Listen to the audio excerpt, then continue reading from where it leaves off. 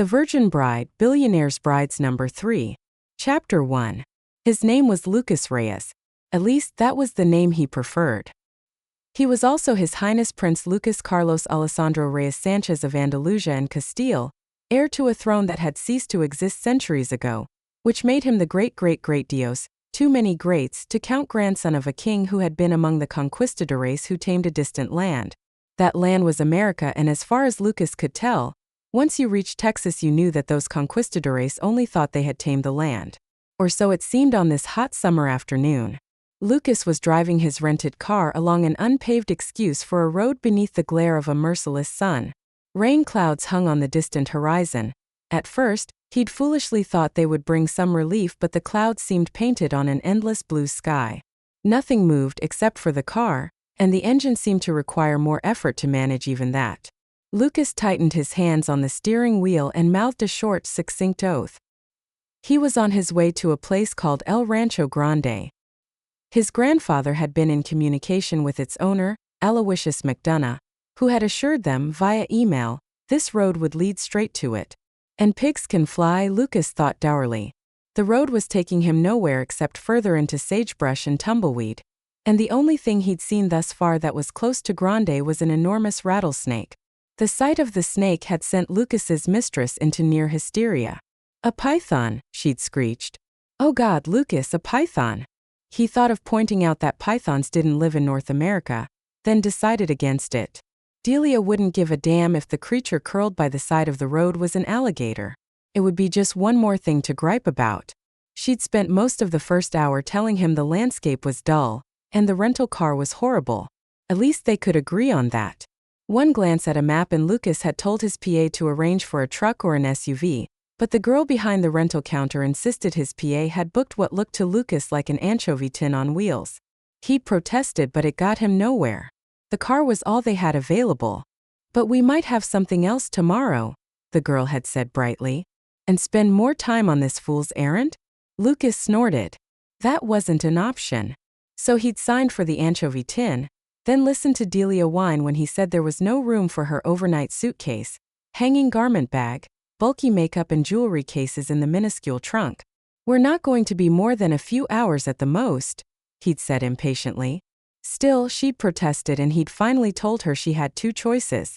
She could leave everything on his plane, or she could shut up and get into the car with whatever fit. She'd gotten into the car, but she had not shut up. She'd complained and complained about the stuff she'd had to leave behind, about the vehicle, about the road, and now she'd taken up a new refrain. "When will we get there?" He'd gone from saying soon to in a little while to "we will get there when we get there," the words delivered through gritted teeth. "But when?" She was in the middle of saying when the anchovy tin disguised as a car groaned in fishy agony and came to a stop. Then there was only silence. "Lucas, why did we stop? Why did you turn off the air conditioner? When will we get there?" "Lucas, when?" He swung toward Delia. Under his cool hazel glower she sank back in her seat. Still, she couldn't resist one last comment. "I don't know what we're doing in a place like this anyway," she said petulantly. That was another thing they agreed on. The road, the car, and now this. What in hell were they doing here? Actually, the answer was simple. Delia was here because Lucas was supposed to have taken her to the Hamptons this weekend. When he told her he couldn't, she'd pouted until he said he'd take her to Texas with him. Lucas was here because his grandfather had suddenly told him that he was expected to meet with Aloysius McDonough at a Texas ranch called El Rancho Grande. "Who is this man?" Lucas had asked. "I've never heard of him or his ranch." Felix said that McDonough raised Andalusians. "And?" Lucas asked, because surely there was more to the request than that. El Rancho Reyes raised some of the finest Andalusians in the world, surely the finest in Spain. If a pretentiously named ranch in Texas raised them too, he'd have heard of it. "And," Felix said, "he has something that I hope will interest you." "A horse," Lucas said in thinly veiled disbelief. "A stud." His grandfather had smiled. Actually, he chuckled. Lucas's eyebrows lifted. "Have I said something amusing, grandfather?" "Not at all. Just no. Not a stud. You want me to look at an Andalusian mare on a ranch no one's ever heard of? She's not Andalusian." Dios, was Felix's mind starting to go? "But Andalusians are what we breed." Lucas said gently. The old man glared at him. Do I seem senile to you, boy? I know what we breed. I have been assured that she has excellent lineage and fine conformation. There are Maras in Spain with those qualities. Felix had nodded. There are. But thus far, none has what I consider enough intelligence, beauty and heart to improve our line. Since Lucas ran El Rancho Reyes and had been running it for a decade, he was surprised by that pronouncement. I didn't know you were looking, grandfather. I have been looking for years, Lucas. Another cryptic statement. The ranch had several excellent Maras. In fact, Lucas had bought another one only recently. And yet, Felix sounded certain. Lucas looked at his grandfather. Do I look senile? He'd said, but Felix had just passed his 85th birthday. Ah, Lucas, you are as transparent now as you were when you were a boy, trying to convince me to let you break your first horse. Felix chuckled and wrapped an arm around Lucas's shoulders. I promise you, mi hijo, my mind is perfectly clear. You must trust me in this. I am not sending you on a wild goose chase. Lucas had sighed. You really want me to go all the way to Texas for something we don't need? If we did not need it, I would not ask you to go. I don't agree. Felix had raised one bushy white eyebrow. Did I ask you to agree? That had ended the discussion. Nobody gave Lucas Reyes orders, but he loved his grandfather with all his heart. The old man had all but raised him and provided the only love Lucas had known. So Lucas had shrugged and said si. He would go to Texas even though he did not deserve such a punishment. He'd meant it lightly, but for some reason, Felix had laughed as if it were the best joke he'd ever heard. Lucas, he'd said, I promise you what awaits you in Texas is precisely what you deserve. Now, looking at the empty road, the empty sky, the blinding sun and the woman sulking beside him, Lucas decided that his grandfather was wrong. Nobody deserved this. Aren't you going to start the car? Delia's voice was fraught with indignation. Lucas didn't waste time answering. Instead, he turned the key, tromped on the gas pedal, turned the key again. Nada. Muttering something that would have delighted the street urchins in Seville, he released the hood latch, opened the door and stepped outside. The heat hit him like a fist even though he'd expected it. Unlike Delia, who was decked out in a gender-challenged designer's misbegotten notion of the Old West, Lucas had dressed for the realities of a Texas summer. Boots, of course. Not shiny and new but comfortable and well-worn. What else did a man wear when he was going to spend the day ankle-deep in horse apples? Boots and jeans faded and washed to the softness of silk, and a pale gray chambray shirt, collar open, sleeves rolled up. In other words, he was sensibly dressed. It didn't matter. One step from the car and he was drenched in sweat. Oh my God, Delia screeched dramatically. I'll burn up if you don't shut that door. Lucas obliged, slamming it with enough force that the vehicle shuddered. Jaw set, he stalked to the hood, lifted it and peered inside. Then he got down in the dirt and looked at the car's undercarriage. Neither action told him anything more than he already knew. This sad excuse for a car was roadkill. He dug his cell phone from his pocket, flipped it open and saw those dreaded words. No service. Mierda, he muttered and banged his fist on Delia's window. Open the door. She glared and cracked it an ungracious inch. What? Do you have your cell phone? Why? Could a man's back teeth really shatter if he ground them together too hard? Do you have it or not? A put-upon sigh before she reached into the doll-sized purse that hung from her shoulder. The purse was white leather. Everything she wore was white leather. The ridiculous sombrero perched on her artfully coiffed hair. The tiny fringed vest. The tight pants. The boots with 4-inch stiletto heels. She looked ridiculous, Lucas thought and realized, with icy certainty, that what had been dawning on him for a while was true. Their affair had run its predictable course.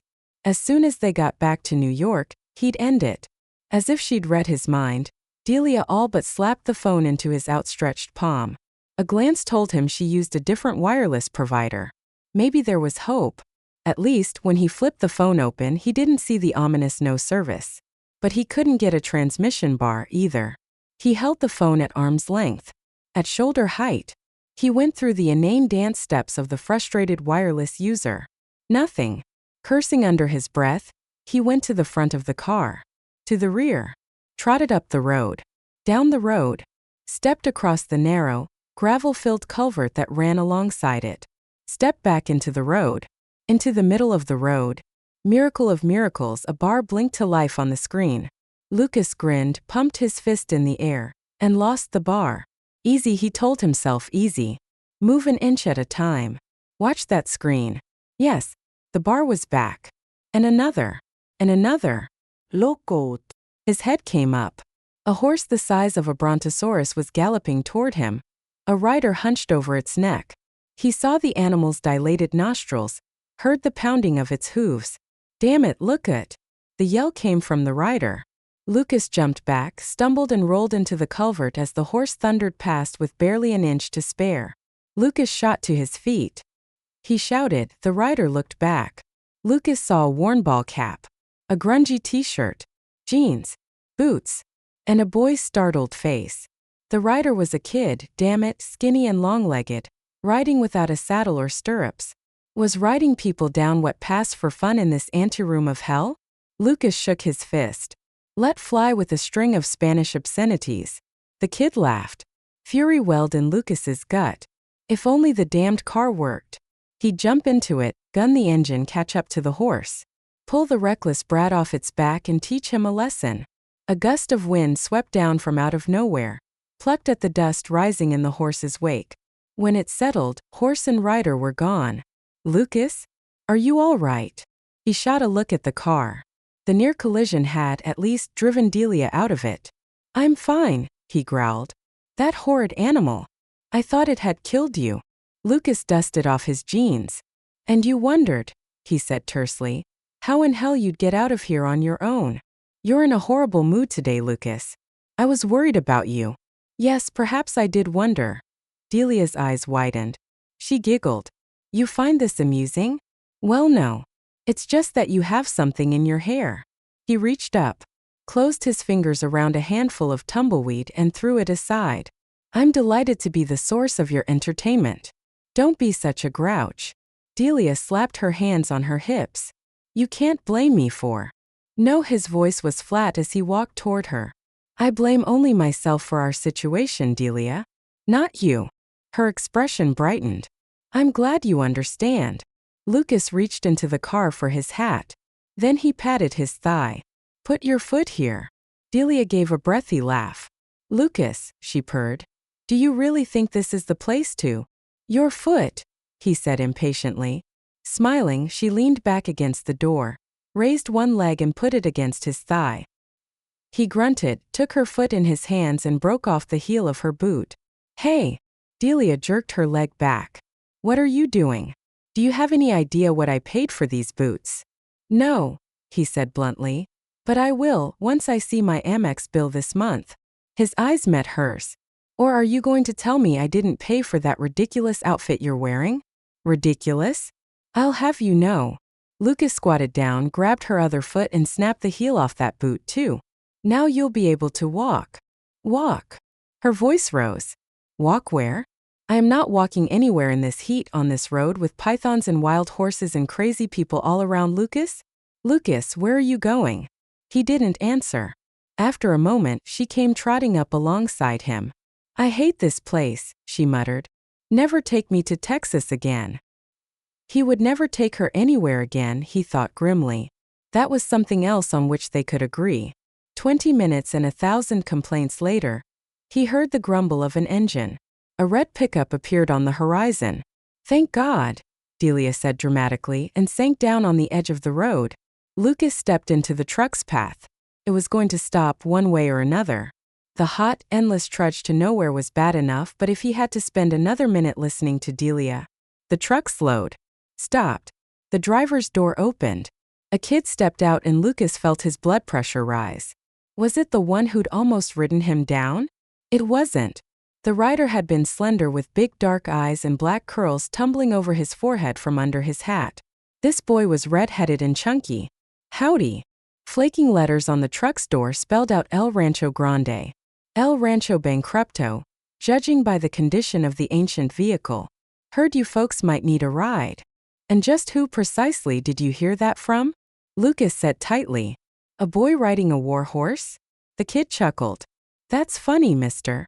Everything around here is funny. Lucas said, his tone low and dangerous. I didn't mean it that way, I only meant. For goodness sakes, Delia said sharply. Will you stop being so touchy, Lucas? Of course we need a ride. She shot a look at the truck. But not in that thing. The boy was looking at Delia as if he'd never seen anything like her before. Which Lucas thought grimly, he undoubtedly had not. Get in the truck, Delia. Delia snorted. I am not getting into that. Lucas said something ugly and hoisted her as if she were a sack of oats. She yelped as he dumped her unceremoniously on the truck's bench seat. In all honesty, Lucas. In all honesty, Delia, he said coldly. As soon as we reach a telephone, I'll arrange for a car to take you to the airport. We're going back to the city? You're going, he said. Just you. Delia opened her mouth. So did the kid who'd climbed behind the wheel. Lucas glared at them both as he got into the truck and slammed the door. Just drive, he told the boy. Delia's eyes burned with anger, but she didn't argue. The kid was just as smart. He gulped, muttered, yes sir, and hit the gas. 2 hours later, Lucas was feeling a little better. He'd finally arrived at El Rancho Grande. And yes, the name was definitely a poor choice, but he was stuck here until the rancher he'd come all this distance to see showed up. They'd had an appointment, but evidently appointments were just another source of amusement in this part of Texas. At least Delia was gone. That was something to celebrate. He tried to phone for a limo or a taxi, and both the boy and an old man who'd introduced himself as the ranch foreman had looked at him as if he were crazy. We ain't got nothing like that here, the foreman said. Delia had batted her lashes. I guess you'll just have to keep me, she'd said, though her sweet tone had not matched the sly smile on her lips. He'd sooner have kept the rattler they'd seen on the road, especially when the rental company said they couldn't get a replacement vehicle to him until the next morning. Bad enough he'd be stuck here overnight. He sure as hell wasn't going to spend it fending off Delia. So he'd offered the kid with the truck a sum that had made the kid's eyes bulge to retrieve her luggage from the car, then drive her to the airport. Then he'd closed his ears to what Delia wished him and watched the pickup bounce away. The foreman had watched too. Should be an interesting trip for the lady, he'd said mildly. Should be interesting for both of them, Lucas had replied, and the old man had grinned. Then Lucas had asked the million-dollar question. Where was Aloysius McDonough? He might as well have asked about Godzilla, considering the old man's wide-eyed reaction. You come here to see Mr. McDonough? No, Lucas had thought I came for the scenery. Instead he'd smiled politely, or as politely as possible, all things considered. See. He is expecting me. Do tell, the foreman had answered, spitting a thin brown stream of tobacco juice into the dry dirt. Well, only thing I can suggest is that you hang around until this evening. McDonough will be back by then? The foreman shrugged. Just wait until evening, is what I'm saying. We got a guest room you can have if you ain't particular. I'm sure it will be fine. The foreman had led Lucas into the house, through rooms that were shabby but clean to one with a narrow bed and a view of the unchanging land that stretched endlessly toward the horizon. You want anything, just holler. I'm fine, Lucas had answered. Then his eyes had narrowed. Come to think of it, do you have a boy working here? The old man shifted his wad of chewing tobacco from one side of his jaw to the other. Ain't you just seen Davy? Not him. A different kid. One who rides a black stallion without giving a damn for anybody else. Nope, the foreman said. He and Davy were the only hands. Then he cackled like a deranged duck. Lucas could hear the sound of his laughter even after he shuffled out of the room. Now, standing on a sagging porch, Lucas sighed. Who knew what passed for humor in a godforsaken place like this? Besides, what did it matter? This time tomorrow he'd be on his way home. Assuming, he thought irritably, Aloysius McDonough showed up. Where in hell was he? Where was the supposed wonder mare? Truth was, he doubted if there were any horses here. The corrals were empty. The outbuildings were all in bad shape. The breeze that had come up might just. What was that? Lucas cocked his head. He could hear a sound on the wind. A horse. Yes, a whinny. Faint but distinct. Maybe McDonough was back. The sooner he saw the mare, assuming one even existed, and told a couple of polite lies about what a fine animal she was but how, unfortunately, he wasn't buying horses right now, blah blah blah.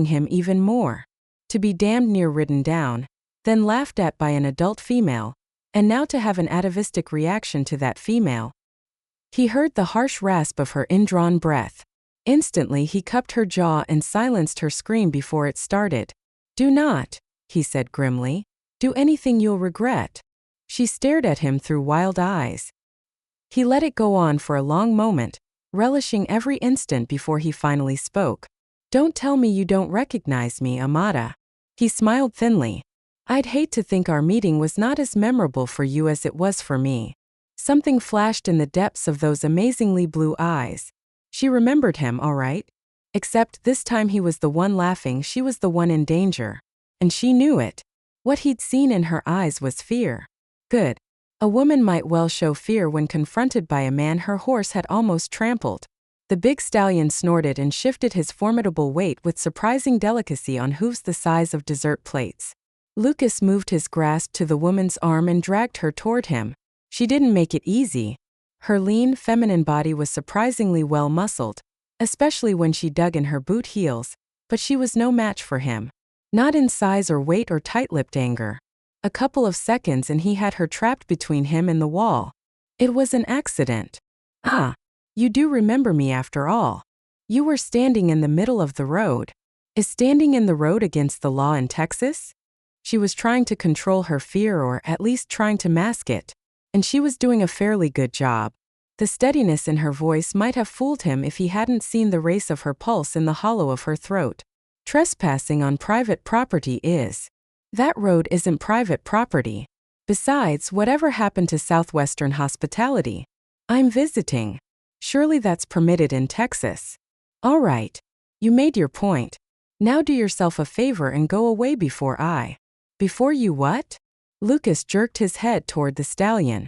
Before you get on the back of that beast and try to run me down again? I did not try to run you down, she said coldly. If I had, you wouldn't be here making an ass of yourself. Such bravado, he said softly.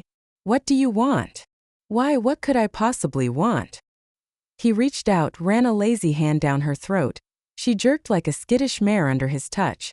Just a little chat. That put the balance of power back where it belonged. Fear blossomed in her eyes again. If you think I'm alone here. Of course you're not alone. His voice was deliberately soft, his tone just this side of condescending.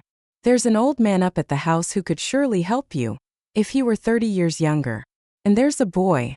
Well, there was a boy. Her face paled. What have you done with Davy? Lucas gave a negligent shrug. I took care of him. Her pupils widened, the darkness all but swallowing the blue fire of her eyes. Tell me what you've done with Davy. Davy's welfare is not your problem.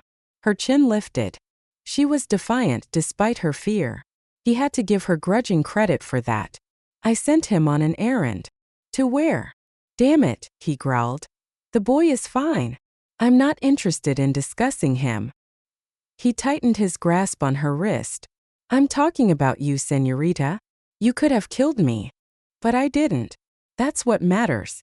Bibi, and I didn't harm a hair on your head. Bibi, he scoffed. A charming name for a behemoth.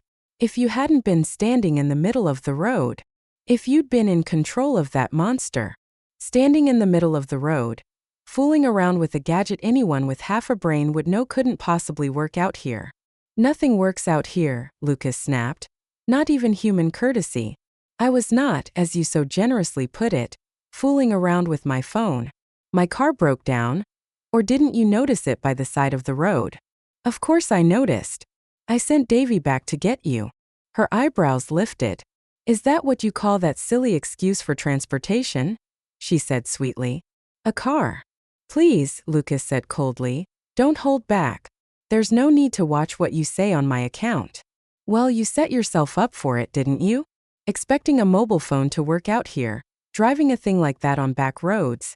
Dios, this was the stupidest quarrel he'd had since he was 8, and in a nose-to-nose battle over whether Real Madrid or Football Club Barcelona fielded the better soccer team.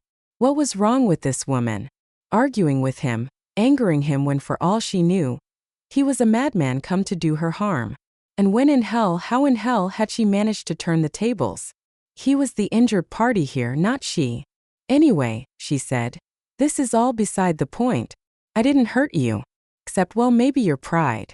I mean, we both know you ended up in a ditch. Lucas saw her lips twitch. Could a man's blood pressure rise to the point where he exploded? And, he said silkily, you found it amusing. No, she said, but there was that twitch again. You know, he said softly, a smart woman might consider a simple apology appropriate just about now. That gave her pause. He could almost see her weighing her options. She was alone with a stranger, nobody to turn to for help. On the other hand, he had a strong suspicion the word apology was not a normal part of her vocabulary. A long moment passed. Then she huffed out a breath that lifted the silky jet-black curls from her forehead. Yes. Okay. I shouldn't have laughed. Or tried to run me down. I told you I did not try to run you down. She hesitated. But I guess it was impolite to find the situation amusing. The understatement of the century. It's just that it was interesting. You dressed as if you might actually know one end of a horse from another. Which, he said coldly, is surely an impossibility. And your lady friend. Was that get-up left over from Halloween or what? If this was her idea of an apology, he could only imagine what she would consider an insult. My lady friend, he said, lying through his teeth in a last desperate attempt at maintaining the upper hand, was simply wearing what any attractive woman would wear. To a masquerade party maybe? She was right, but he'd be damned if he'd let her know it. To ride a horse in Central Park, Lucas said, lying again and fervently hoping all the horses who called Manhattan home would forgive him. He took a step back, his hand still wrapped around her wrist, and gave her a long, slow look. But then, what would you know about being a woman in a place like New York? He took another long, lazy look at her, from her toes to the top of her head. You are a woman, aren't you, Amada? Under all that ridiculous clothing. Dios, he thought, picturing himself, what was he doing? The leer, the line, it was all such bull. And yet, to his surprise, it had its effect. The rider blinked. One blink, that was all, but enough to tell him she'd suddenly remembered she was in a situation she didn't control. Okay. Her tone was cool, but yes, there was an underlying tremor. I've apologized. Now you can let go of my wrist, say adios and get out of here. Tomorrow, Lucas said softly. Tomorrow what? I'll leave tomorrow, when the rental agency sends a replacement for my car. You are not spending the night on this ranch. Somehow, I doubt that is your decision to make. The stallion snorted and stamped a powerful hoof. BBS upset, the woman said. So am I. He can be dangerous, especially if he thinks I need protection.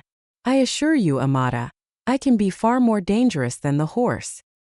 He let the softly spoken words hang in the air, watching with grim satisfaction as they had their desired effect. At last she took a deep breath. Whatever you're thinking. I suspect I'm thinking the same thing you are, Lucas said with a thin smile. He could almost see her in frantic debate with herself. Part of her wanted to spit in his eye, but another part, the wiser part, was reminding her that this was not a good situation. Look, she finally said, I didn't try to ride you down on purpose. Bibi is fast. And I was bent over his head, talking to him. What? He's high-strung. Listening to me soothes him. Horses respond to a person's voice.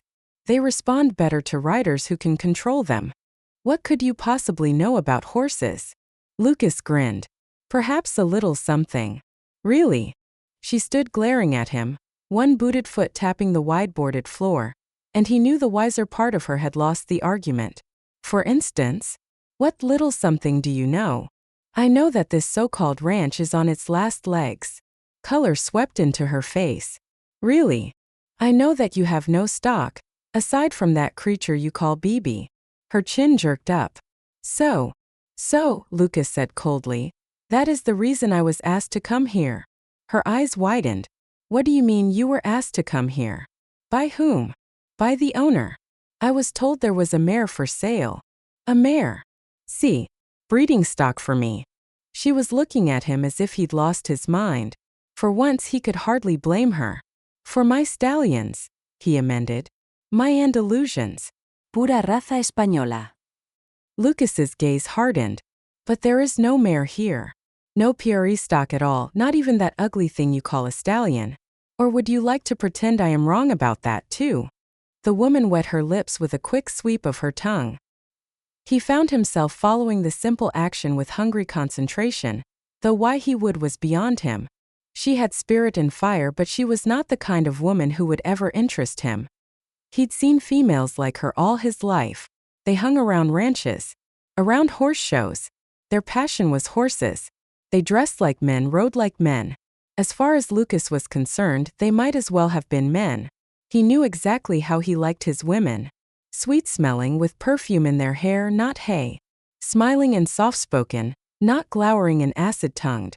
He liked to see them use feminine wiles, not pseudo-masculine bravado. He supposed some might think this woman had a pretty face, if you overlooked the smudges and smears. And yes, her hair was an extraordinary shade of black, the color of a raven's wing. He suspected it would be heavy as raw silk, if she ever let it out of that unflattering braid and brushed it into smooth, shiny waves. He could even admit that the rest of her had promise too. The high full BR*******, the slender waist and curved hips. The long legs that could draw a man deep inside her heat. Who are you? Her voice pulled him back to reality. What? I said, what's your name? The tone of command was back. It made him angry enough to draw himself up to his full 6'2" and respond with the icy hauteur of a man who was never questioned. I am Lucas Reyes. To his surprise, her face turned white. She had heard of him then. He found himself taking some satisfaction in that. No, you can't be. I assure you, señorita, I am. ¿Lucas Reyes? Prince Lucas Reyes? Of the Reyes Ranch in Spain. Was his hot-tempered hoyden going to throw herself at his feet? Women sometimes did, if not literally. For some insane reason, the possibility that she would turn out to be such a woman made him even angrier, angry enough to respond with disdain. Not of the Reyes Ranch, he said, lifting his hand from her wrist. To all intents and purposes, I am the Reyes Ranch. The woman shook her head. You're not supposed to be here. Really? He purred, folding his arms. I sent a letter. You sent a letter? I mailed a letter. To Prince Felix Reyes. Your father. My grandfather. And what did this letter say? It told you not to come. If there was a letter, Lucas said sharply, neither my grandfather nor I ever saw it. He flashed a cold smile. So I am here as planned. Perhaps we can agree that it is even possible I might. What was your charming phrase? I might know one end of a horse from the other. The woman drew herself up. Your visit is pointless. You'll have to leave. Are you giving me orders, señorita? Just go, that's all. His gaze swept over her. What do you do here? Are you the cook? The maid? Do you muck out the stalls? I do all those things. His mouth twisted. And warm McDonough's bed as well? Her hand was a blur in the rapidly fading light. Lucas caught it before she could slap him and twisted it behind her, forced her to her toes. She looked up at him through eyes gone so dark they were almost black. What's the matter, Amata? Did I strike too close to home? You can't talk to me that way. Not in America you can't. We don't give a damn for stupid titles. For princes who've never sweated for a day's wages. For men who wouldn't know how to be men if their lives depended on it. Watch yourself, he said quietly. He could almost see her struggling between defiance and caution. He knew what she'd choose before she did. Or you'll do what, almighty prince? Subject me to the bastinado. Maybe it was the flippant tone, the insulting words, the mention of an ancient punishment. Or maybe it was her easy dismissal of him as a man, a dismissal made by a woman who knew nothing about being a woman. Why would I do that, he growled, when there are much better things to do with a woman? He pulled her into his arms and kissed her. Kissed that sullen, angry mouth. She fought him. Hands teethed the attempted thrust of a knee. She fought hard, but Lucas threaded his hands into her hair, tipped back her head and kissed her again, harder this time, parting her lips with his so that she had no choice but to accept the swift thrust of his tongue. Her hands came up between them, palms slapping against his shoulders, thumbs scrabbling for his eyes. He shifted his weight, pushed her back against the stable partition and went on kissing her. She tasted of heat, of rage, of the untamed land she rode, and, impossibly, of wildflowers that would come to life from barren soil after a summer rain. She smelled of them too. Not of horse as he'd expected or leather, but of flowers. Sweet, exciting, and yet somehow tender and innocent as well. Even struggling against him, she was soft in his arms. Incredibly soft. Her mouth, her skin were like silk. The feel of her beer ********* against his chest. Her belly against his. He swept one hand down the long length of her back, stroked her as he would a mare afraid of a stallion's possession, drew her toward him, against him, softened the pressure of his mouth on hers, and heard the choked cry of her surrender. She rose toward him. Her hand slid up his chest. Don't, she whispered, but her mouth, that sweet mouth, was opening to his. Beseem, Lucas said thickly. Kiss me, Amata. Like that. Yes. Just like. The stable door banged open. The woman stiffened in his arms. Hello? Somebody in here. It was the foreman. Lucas tried to draw the woman deeper into the shadows, but she shook her head, made a whimper of distress against his lips. Don't listen, Lucas whispered. Don't answer. Hey! The faint scuff of boots. Then the foreman called out again. Who's there? Her hands came up, slammed against Lucas's chest. Let go, she whispered. That isn't what you wanted a minute ago. It was. Of course it. Lucas kissed her again. Her mouth softened. clung to his for a second before her sharp little teeth sank into his bottom lip. He thrust her from him, dug in his pocket for a handkerchief that he pressed to his mouth. He looked at the scarlet drops of blood that stained the fine white linen, then at her. "Reckless with men as well as with horses," he said coldly. "Dangerous behavior for a woman, Amata." Her eyes blazed into his. "You were right when you said there was nothing you would want here. Do yourself a favor, Your Highness. Go back to a world you understand." "With pleasure, as soon as I've met with your employer." "That's not going to happen." "Whatever I wish to happen will happen," Lucas said harshly. "The sooner you get that through your head, the better." He thought she was going to answer, but maybe she'd finally figured out that arguing with him was pointless because instead, she dug a key from her pocket and flipped it at him. "There's a station wagon parked in back. It's old and it's not all gussied up, so you won't like it very much, but it'll get you to Dallas." Lucas let the key fall at his feet. "Shall I tell you what you need, señorita? Better still, shall I show you?" "Okay," the foreman growled. "Whoever's in here, you better show yourself." The woman's eyes blazed into Lucas's one last time. Then she swiveled on her heel and walked away. "George," he heard her say brightly, "why don't we go to the office and look at that catalog you mentioned yesterday?" Her voice faded. Lucas's anger didn't. Did she really think he would tuck his tail between his legs and run? It would have taken a Texas twister to move him now. He had come here to meet with Aloysius McDonough, and that was what he would do. He owed that to his grandfather. As for what he owed the woman, a muscle bunched in his jaw. He would deal with her too. She didn't know how to handle a horse or a potential client, if there had actually been a mare worth buying in this desolate place. She sure as hell didn't know how to handle a man. Perhaps McDonough liked being toyed with. Lucas didn't. McDonough needed to know what had happened here today. The woman's incompetence. Her rudeness. Her provocative sexual games. Lucas strode from the stable. If anyone was going to be ordered off this sorry bit of real estate, it sure as hell would not be him. Chapter 3. By late afternoon, the clouds that had hung over the horizon most of the day finally began moving. Better still, as far as Lucas was concerned, they were building, turning into impressive thunderheads as they drew closer. Unless he was reading the signs wrong, the oppressive heat that held the valley in an iron grasp was about to break. He threw open the guest room window in hopes of catching a breeze. There was none, but the scent of rain was definitely in the air. It couldn't come soon enough. The guest room was boxy and hot.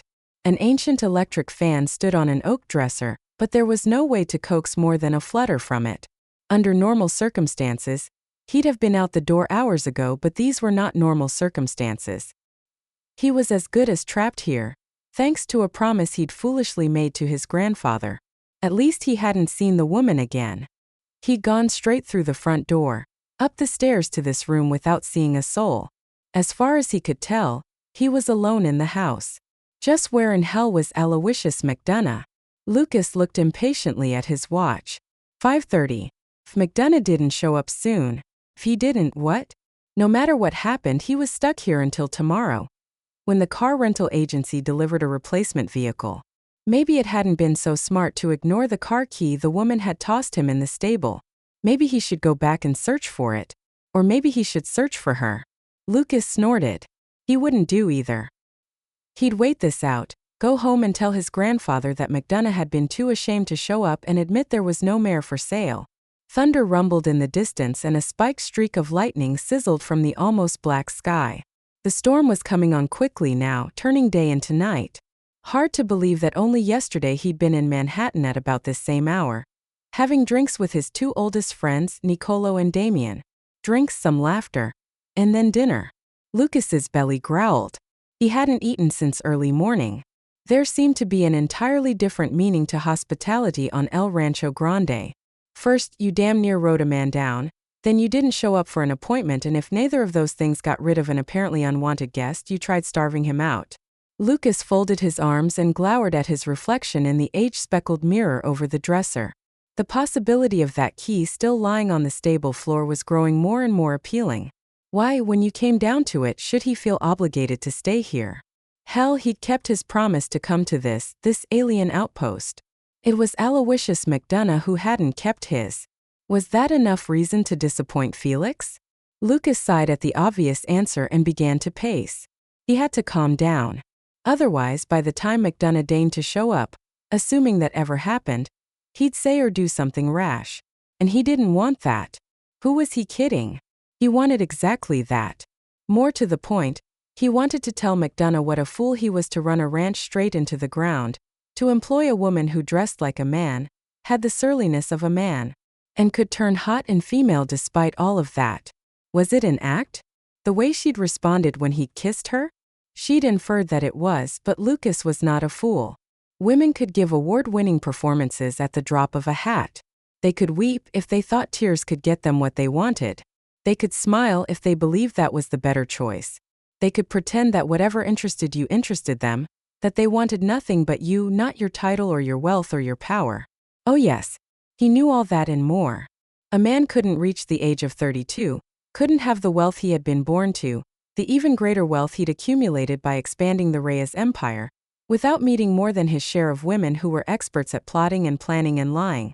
A thin smile crossed his mouth. The one thing they couldn't lie about was sex. Not that an occasional woman didn't try. Oh, Lucas, one had whispered the first time they'd made love. The moans, the whispers had all sounded right, but she'd been faking it. He'd known it instantly. A woman's eyes blurred with desire when what she felt was real. Her pulse increased with the heavy beat of her blood.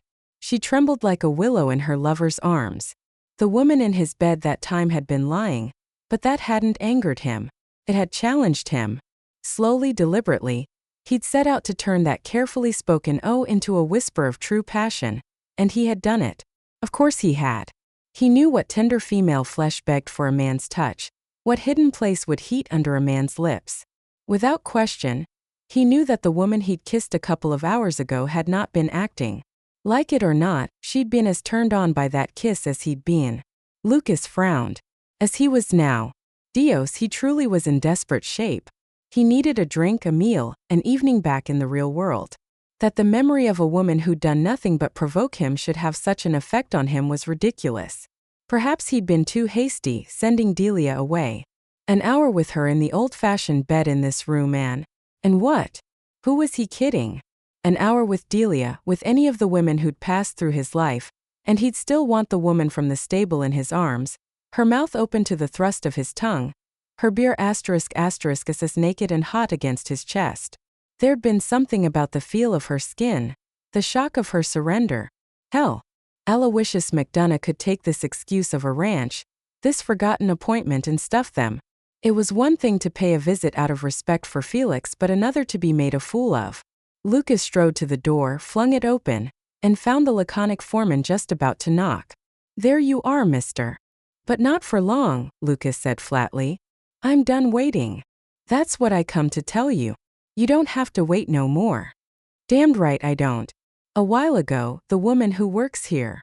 "Ain't no woman works here."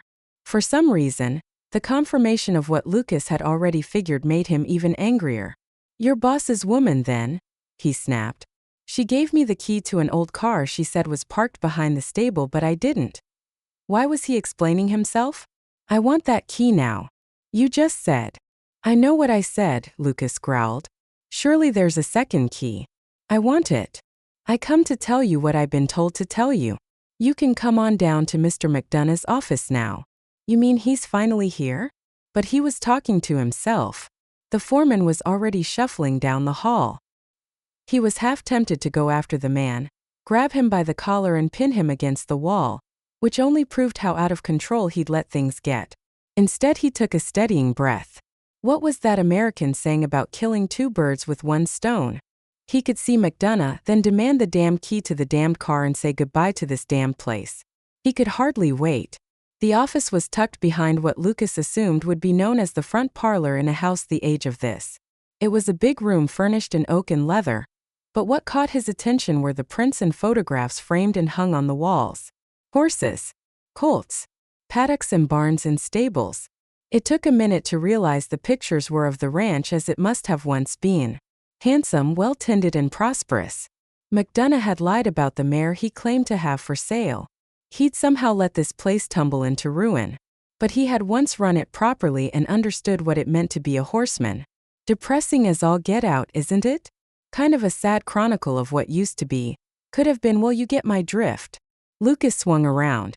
A man stood in the doorway, mouth curved in a smile that could only be categorized as nervous. He damned well should have been nervous, Lucas thought coldly, taking in the figure of his host. Aloysius McDonough was not at all what he'd expected. He'd envisioned a tall man, whipcord thin and weather-hardened, wearing a dark suit, bolo tie and polished boots, maybe even a Stetson. Obviously, he thought wryly, he'd seen one too many Hollywood westerns on late-night TV during his days at Yale. McDonough was short and pear-shaped, dressed in a pale gray suit and shiny wingtips. His hair was arranged in an elaborate comb-over that emphasized his balding scalp. His face was florid and damp with sweat. Lucas disliked him on sight, and thought, immediately, of the obscenity of the black-haired rider warming the man's bed. Everything inside him tensed, so much so that when McDonough held out his hand, he could only stare at it. The man's wary smile dipped and Lucas took a breath and forced himself to accept the extended hand, which was as soft and clammy as he'd known it would be. "It's a pleasure to meet you, Your Majesty." "Please," Lucas said, smiling thinly. "I'm hardly anyone's majesty." He withdrew his hand, fought back the desire to wipe it on his jeans. He had gotten this far. He'd see the meeting through, but to hell with being polite. Nobody had been polite to him. The best he could offer, in honor of his grandfather's name, was to be direct.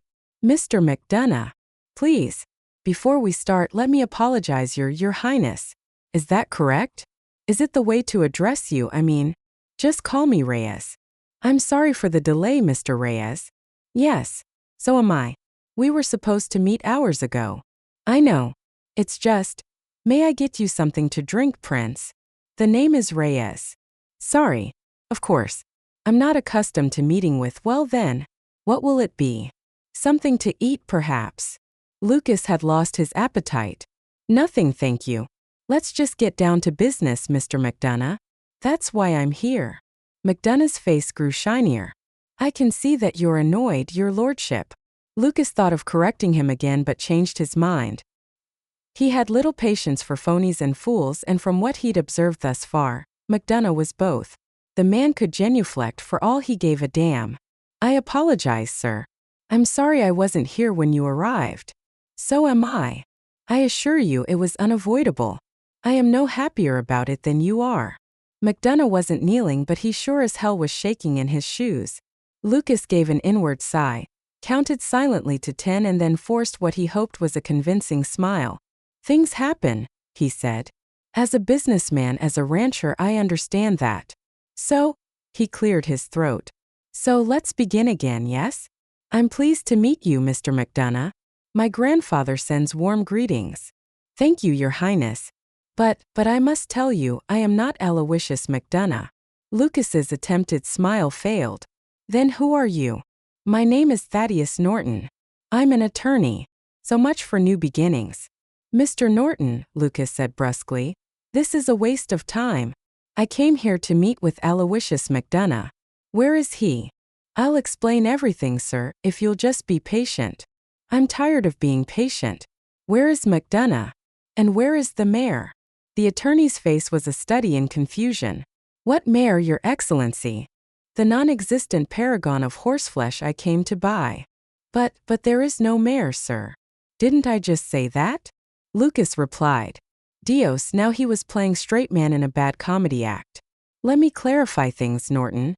My grandfather said he had contracted to purchase a mare. You and I both know there is no mare. So either he made a mistake or your client misrepresented the situation." Lucas's eyes narrowed. "I must tell you, my grandfather is not in the habit of making mistakes." Norton swallowed audibly. "I don't know how to explain it, sir, but you're right, there is no mare." His Adam's apple bobbed up and down as he swallowed again. "But there is all the rest. The land. The buildings. I know things are in some disrepair, but—" And with those words it began to fall into place. Felix had been duped. McDonough didn't hope to sell a mare that would infuse the Reyes bloodlines with new intelligence, beauty and heart. He hoped to get rid of a failing property by unloading it on an old friend. Lucas struggled to keep calm when what he wanted to do was cross the room. Grab the lawyer by the collar and shake him. You and McDonough insult me and my grandfather, he said through his teeth. Did you actually think I would come here to see a mayor and instead agree to buy this rundown corner of purgatory? Please, your lordship. I beg you to compose yourself.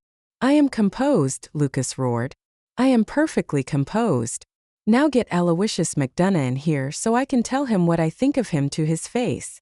I'm afraid that's impossible. Lucas knotted his hands into fists. It was either that or plow them into the soft gut of the man in front of him.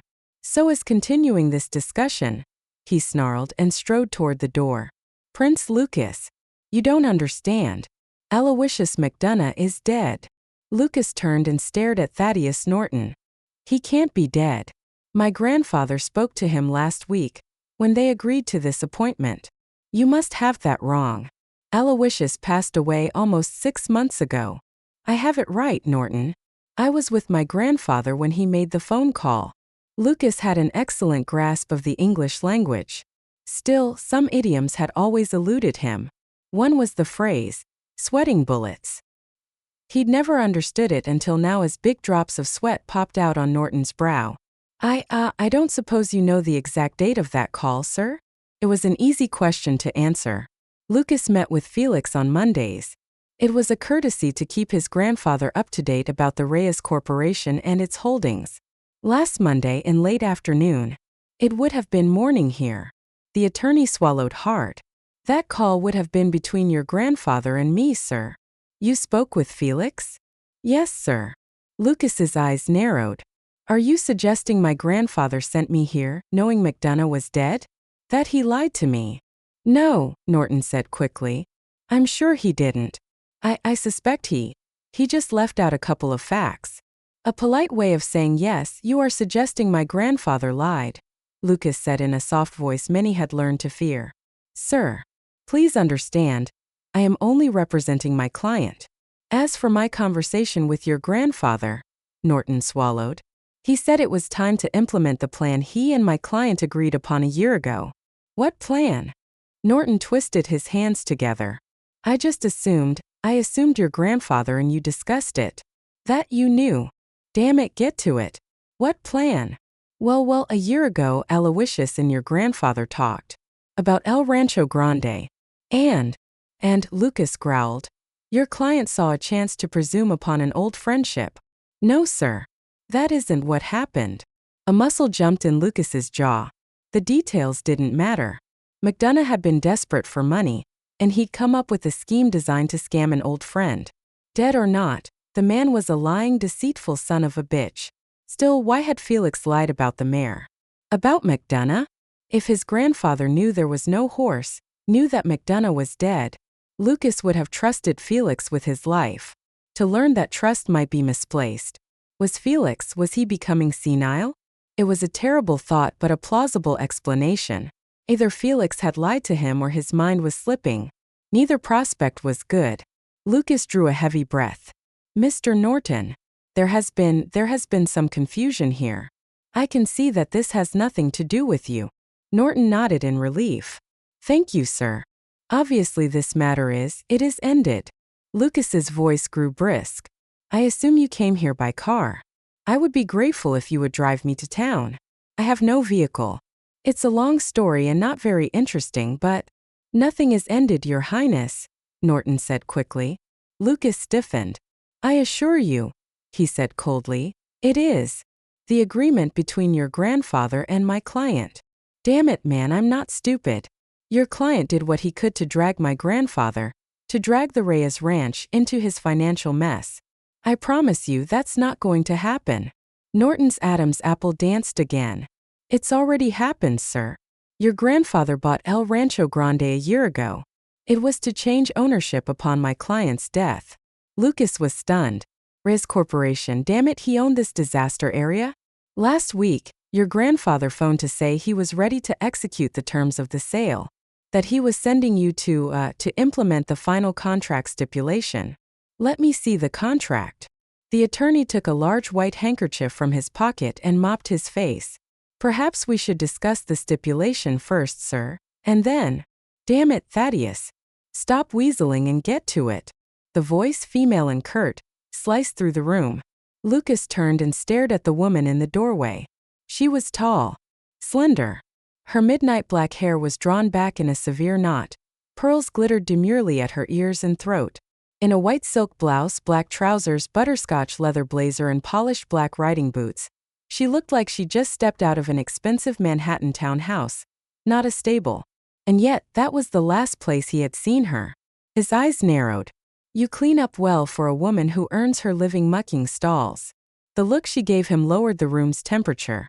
You should have taken my advice and left El Rancho Grande, Mr. Reyes, and not enjoy whatever interesting little performance is about to take place?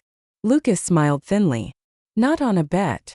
She dug in her pocket, held out the same key she'd offered him before. It's not too late. Trust me, it is. Another thin, unpleasant smile curved his mouth. Things are just getting interesting. Interesting, she said, and gave a brittle laugh. It reminded him of how she'd laughed when she'd almost ridden him down. Laughter, he said carefully, seems an inappropriate response. Believe me, mister, any other response is out of the question. Try an apology instead. He took a step toward her. You still owe me one. That made her laugh again. It made his blood pressure soar. He was in a game, but he didn't know the rules, didn't know his opponent, didn't know the prize he was playing for. The only certainty was that the woman was knee-deep in whatever was going on. You have 1 minute to explain, he said, moving slowly toward her. You or Norton? I don't give a damn who tells me what this is all about. 1 minute. Then I'm leaving. Has anyone ever told you what a pompous ass you are? Dios, he could feel the rage building inside him. I warn you, Amada, watch how you speak to me. The days of royalty are over, Mr. Reyes. Playing emperor won't get you anywhere. Not here. This is my country, my land, my... It was as if she'd pushed some hidden switch. Nothing mattered but dealing with her interminable insolence, and Lucas knew exactly how to do it. He pulled her into his arms and kissed her. Chapter 4. Hours ago, she'd struggled against him, then given herself up to his kiss. Not this time. She didn't just struggle, she fought like a wildcat. Tried to bite him, knee him, shove him away. Lucas wouldn't let any of that happen. He used his anger, his height, his leanly muscled strength to propel her back against the wall. Then he used his hands to manacle hers and pin them uselessly beside her. Dimly he heard the attorney saying his name, but he ignored that, ignored everything but the need to get even. To win. To let her know without question. She could not laugh at him or look at him as if he were a creature worthy of her contempt. Even in the fever that gripped him, Lucas had to admit that there was more. There was the taste of her. Wild. Honeyed. Passionate. The heat that rose from her silken skin. The texture of her mouth as he invaded it. As she fought, as he forced her to accept his kiss, the part of his brain that still clung to civility asked him what the hell he was doing. He had never forced sexual compliance from a woman in his life. But he wanted that from her. No. Not compliance. Hell, never compliance. He wanted to hear her sigh with desire. To melt under the stroke of his hands. To return his kisses and ask for more. His mouth softened on hers. His hands lessened their grip on her wrists. He whispered to her in Spanish, words a man might use to tell his lover he would show her fulfillment beyond any she'd ever imagined. The woman caught her breath and became warm and pliant in his arms. He felt the change. The delicate swell of her beer ****** against his chest. The almost imperceptible tilt of her hips to his. She was surrendering.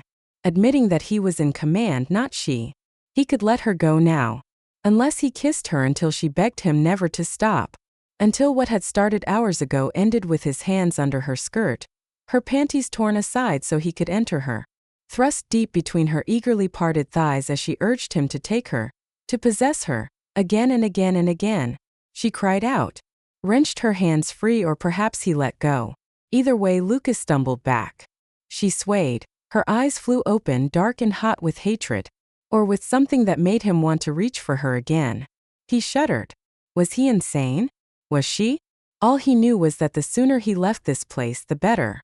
The woman was trembling. The attorney was goggle-eyed. Lucas forced himself to speak as calmly as if nothing had happened. Now, he said. Perhaps we can get to the truth. The truth, she said, is that you're a son of a Alyssa. The attorney came to life and stepped quickly between them. I suggest you not say anything you'll regret. Excellent advice, Amata. I have some advice for you, Mr. Reyes, she said in a low voice. Get the hell out of my house. Your house? Have I misunderstood something? Lucas looked at Norton and smiled slyly. Did your client leave the opulent El Rancho Grande to, what is it you call the lady? Alyssa. He folded his arms. Alyssa the what? The maid? The cook? The stable girl? My understanding, and perhaps I have it wrong, was that I own this place now. His voice hardened. All of it, from the dried-out pastures to the collapsing barn. Is that not so, Norton? The lawyer looked as if he'd have given anything to disappear as he ran a shaking finger around the inside of his collar. That is correct, sir. Though I'm afraid it's a bit more complicated than that. More complicated? Lucas snorted. My grandfather was tricked into buying a useless ranch. I was tricked into coming here, and you tell me there is still more? Are you about to tell me I must rescue a captive princess from the dragon-guarded tower in which she is chained? Norton made a sound as if he were gagging. The woman, Alyssa, gave a bitter laugh. Do not laugh at me again. Lucas rounded on her, his face white with fury. Or I promise you will regret it. What I regret, she snapped, is that I didn't let Bibi run you into the ground. Such charm, Lucas said slyly. I trust you showed a warmer side to your lover. To her?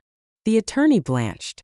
Sir, let me explain who this lady is. I've already figured that out. The only explanation I want now is what in hell you mean by this thing you call a stipulation. Do I own this ranch or not? Well, of course he owns it, the woman said in mocking tones. He is the Reyes Corporation, Thaddeus. He told me that himself. Lucas looked at her and saw what the problem was.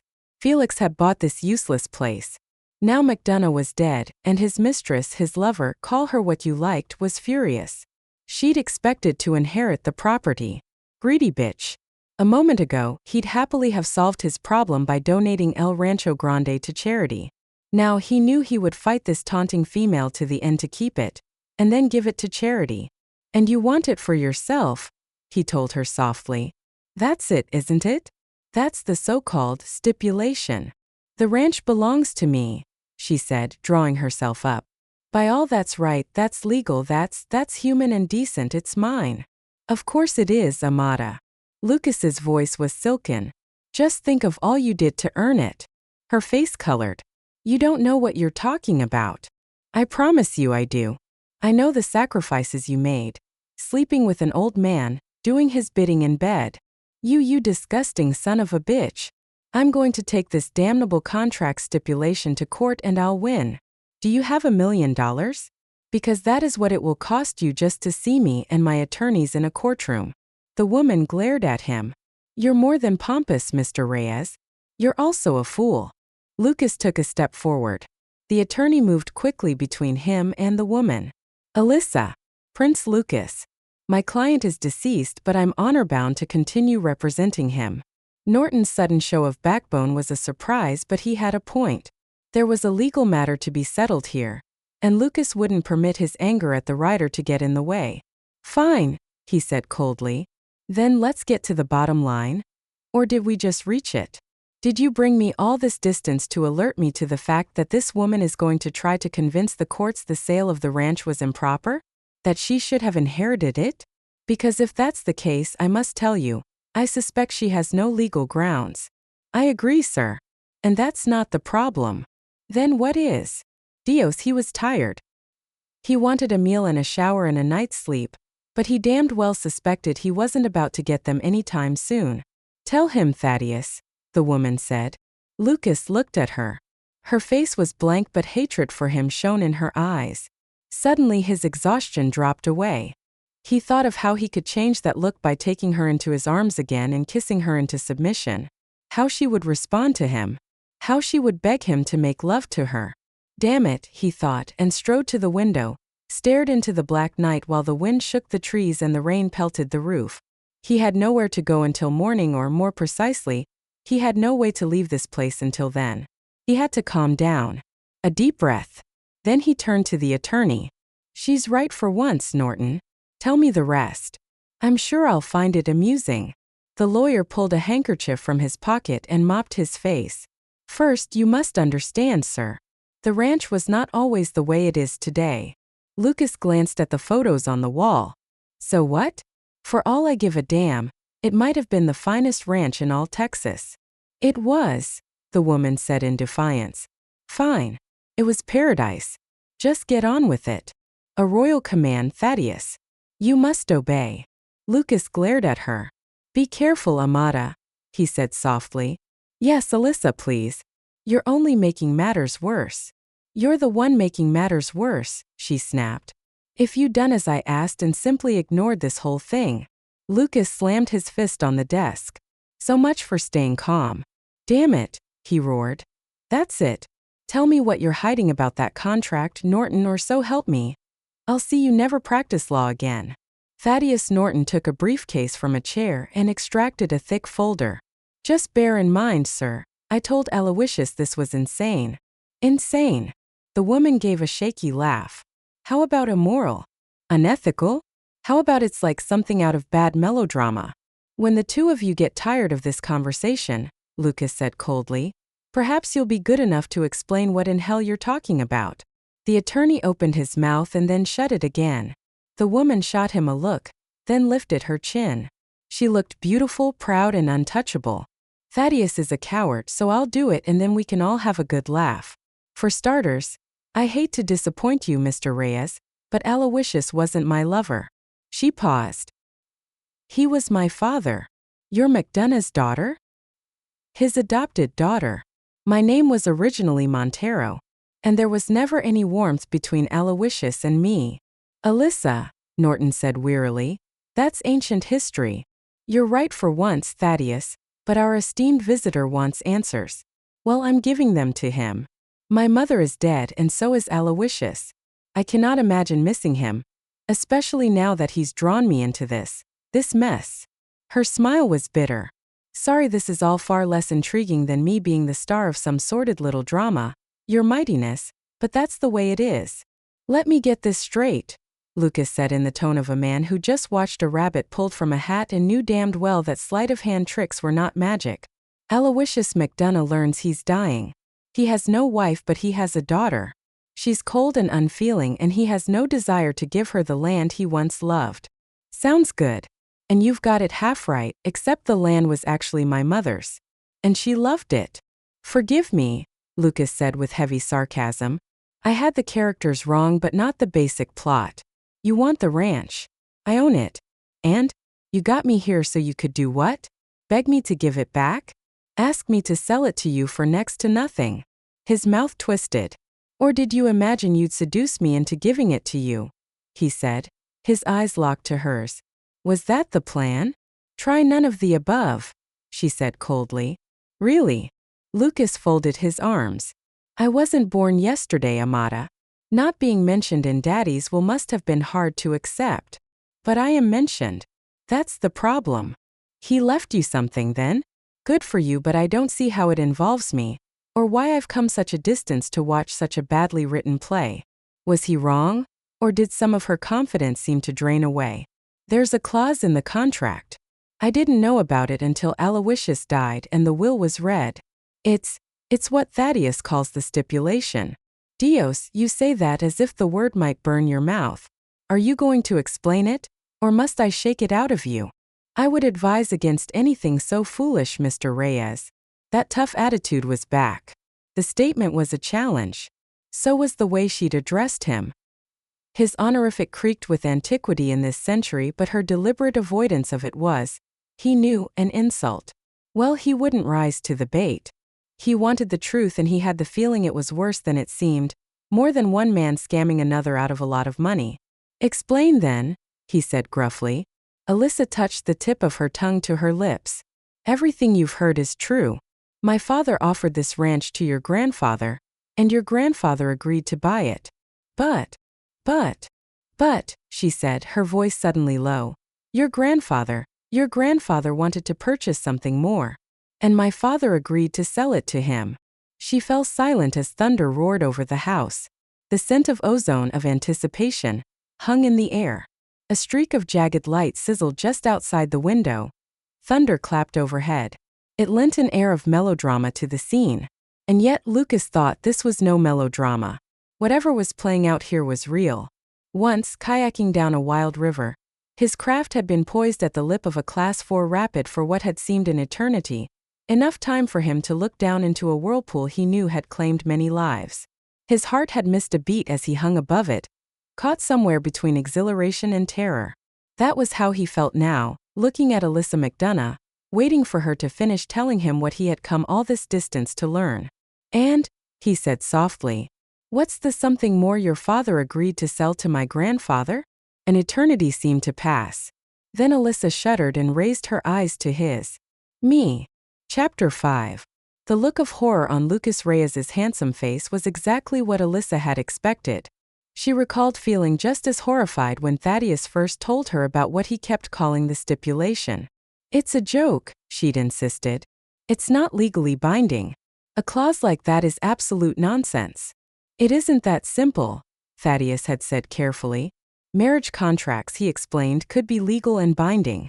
They were still in use in parts of the world, especially in royal families. Alyssa had snorted with derision. "I have news for you. We don't sell human beings in America. No one is selling a human being. I keep telling you it's a marriage contract. Still illegal. Tell Prince Felix the First said so. And if he argues, tell him where he can shove that stipulation. Read the contract before you make a decision, will you? It calls for the Reyes to restore the land and use it, in perpetuity, for ranching. Otherwise, the bank will seize it, and you know what that means." She knew all right. A local developer was panting for all these rolling acres, eager to turn them into soulless tracts of cheap housing. It was a sobering realization. Losing her mother's land was bad enough. Losing it to a developer was worse, but being married off to a stranger. "How could you have drawn up such a document?" she demanded. Thaddeus admitted that he hadn't. Prince Felix's attorneys had done virtually all the legal work. He had done nothing but, in his words, crossed a few T's and dotted a couple of I's. She was still groaning over that when he dropped the next bit of news. Felix's grandson, the prince who would permit his grandfather to buy him a bride, was on his way to finalize arrangements. "He's not finalizing anything. The contract exists, Alyssa. I'm afraid there's little I can do. You can change it. Research it. Find precedents we can use to break it. I'll do the same. Damn it, I had a year of law school. I know there's not a contract written that can't be broken. How come you don't know that, too? Read the contract," Thaddeus had repeated wearily. So she'd read it. And the more she'd read, the more she'd seen just how cleverly the Reyes' lawyers had been in their use of language and tort law. The contract seemed unassailable. She'd sent Prince Felix a letter, demanding he forget the stipulation. She hadn't received an answer. She'd figured that meant the Spanish prince would not be dissuaded from coming to the ranch. Why? Was it to try to hold her to the contract terms? Did he actually think he could do that? Most of all, why would he be willing to marry a woman he had never seen? The only thing that made sense was that Lucas Reyes was the human equivalent of a toad. Squat. Bloated, with constant drool falling from fleshy lips. Ugly enough to frighten small children. Or tall. Skinny as a scarecrow, with ears that stood out from his head. After a couple of days, she decided he probably had warts too. And then she and Bibi had come within an inch of riding down a stranger. A tall, dark-haired, hot-eyed, gorgeous stranger. The Spanish prince. And he had no idea who she was or the real reason he was here. He honestly thought he'd come to look at a mare. In reality, he'd come to look at her. Breeding stock, according to Aloysius. Hadn't he always described her in the terms horsemen used when talking about mares? It started when she turned 16. She had, he'd said, good bloodlines. Good conformation. She'd make someone a good wife. Someone with money, who could infuse life back into the ranch was what he'd meant, though nobody dared say it. A couple of months later, Aloysius had sent her east to boarding school, then college. She'd come home when her mother took ill, went east again after her death, and returned for the last time when Aloysius was dying. An act of human decency because it had seemed the right thing to do. Now here she was, staring at the stud she was supposed to be bred to. The man who'd bought her from Aloysius. So much for human decency. Okay. Lucas Reyes hadn't bought her. He hadn't even known about the deal. Whatever. It was still humiliating, and once she knew his identity, thanks to George, she'd phone Thaddeus and demanded he drive over and handle things. She would stand by and listen, but Thaddeus would do the talking. Wrong. Thaddeus had taken the coward's way out. He'd tiptoed up to the truth, then lurched away from it so that she was stuck with the job. She'd have to explain why he was here to Lucas Reyes. It was horrible and demeaning, and just look at the man. Look at his mightiness. His jaw was trying its best to defy gravity. He was, what was the word? Nonplussed. Alyssa wanted to laugh. His mightiness, the prince of nonplussed. Didn't even the score. She was still humiliated, but at least he was completely bewildered. How nice. How well-deserved. He'd done a fine job of bewildering her this afternoon. Invading her space, forcing a confrontation, kissing her as if it was his right, but he probably thought it was. He was a prince born to wealth and power and good looks. Why not be honest? Lucas Reyes was gorgeous. Black hair, hazel eyes, strong jaw, a little dent in his nose that only heightened his sexiness. He must have broken it sometime in the past. A riding accident? Or an accident with a woman? It was nice to think some woman had given the prince her best shot. The rest of the man was gorgeous too. Long, lean, hard-muscled. When he'd kissed her, she'd felt the masculine power of his body. The strength of it. When he kissed her. God, when he kissed her. Alyssa blinked. Lucas was looking at her with the intensity of a rattlesnake watching a field mouse. It frightened her, but she'd sooner have died than let him know it. She didn't know much about men. Why would she want to? What she'd learned, watching her mother defer to Aloysius, was enough. But she knew stallions, and to show weakness to a stallion was to put yourself in mortal danger.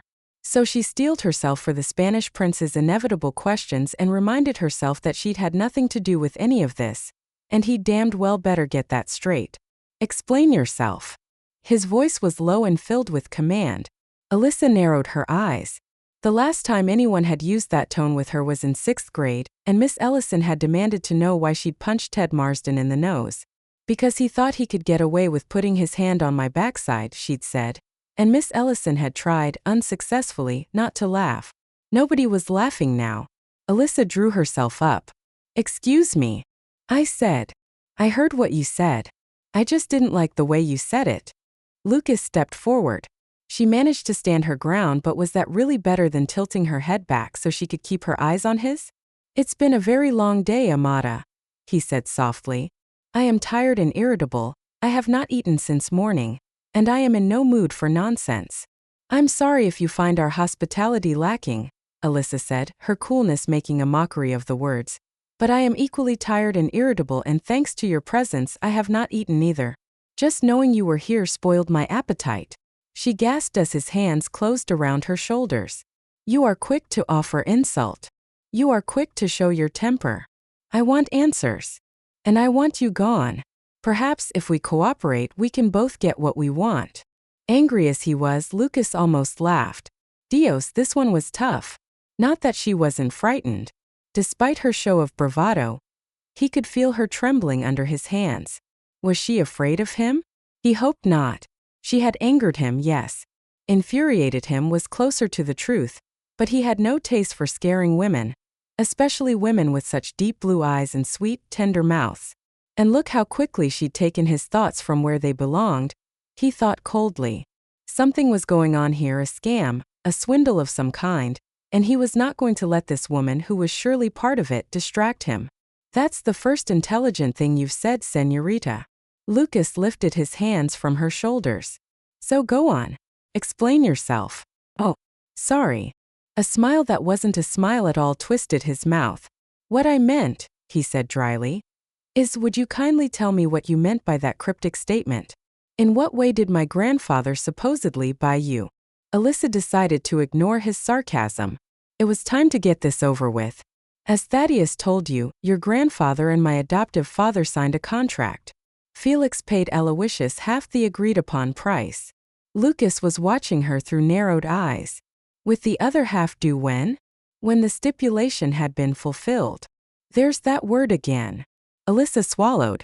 A moment ago, she'd been ready to explain. Now she just wanted the floor to open up. Well? I'm waiting. What stipulation? It's the stipulation involves. Her tongue felt as if it were glued to the roof of her mouth. How did you tell a man he was supposed to marry you? You see, Alyssa? Thaddeus Norton's plump face was flushed. It isn't that easy after all. The lawyer marched across the room to Lucas and held out the folder he'd taken from his briefcase. A couple of minutes out of the line of fire seemed to have restored his courage. Read it yourself, Your Highness. In the end, it's simpler that way. Lucas nodded, took the folder, extracted a sheaf of papers from it, turned his back to the room and began to read. Half an hour went by. Then he swung toward the attorney. This is insane. It's a marriage contract. Lucas's face darkened. Do not provoke me, Norton. The lawyer's few seconds of courage seemed to be over. I'm not trying to provoke you, sir, he stammered. I'm just stating the facts. That document is a joke. Lucas flung the pages on the desk and watched as they fluttered to the floor like dry leaves. No one signs things like this anymore. Alyssa nodded. I said that. I told Thaddeus. You told Thaddeus, Lucas said sharply. Oh, I'll just bet you did. His eyes narrowed. Or did you dictate this to him line by line? Did you dip back into the Middle Ages and come up with a document guaranteed to send me into orbit? Me. She moved toward him, eyes flashing. You think I? Let me tell you something, Mr. Reyes. It's Prince Reyes, Lucas snarled. Or Your Highness. Get it straight. I had nothing to do with this, Your Mightiness. I didn't even know about it. Do you honestly think I want my name linked to yours? Even on a piece of paper? She stopped an inch from him, hand lifted. Forefinger pointed at the center of his chest. Never. You understand that, oh almighty potentate? Not in a million years. Not in 100 million years. Not ever. Lucas knew how to stop the angry words flying from that pretty mouth. All he had to do was haul her close, bury his hands in her hair and kiss her. And Dios, he wanted to do it. To watch her eyes fill with rage, and then watch them fill with desire. Was he crazy? He just read a document full of whereas and wherefores that boiled down to an arranged marriage between him and Alyssa Montero McDonough. That middle name made sense, he thought crazily, all that heat and smoldering fury.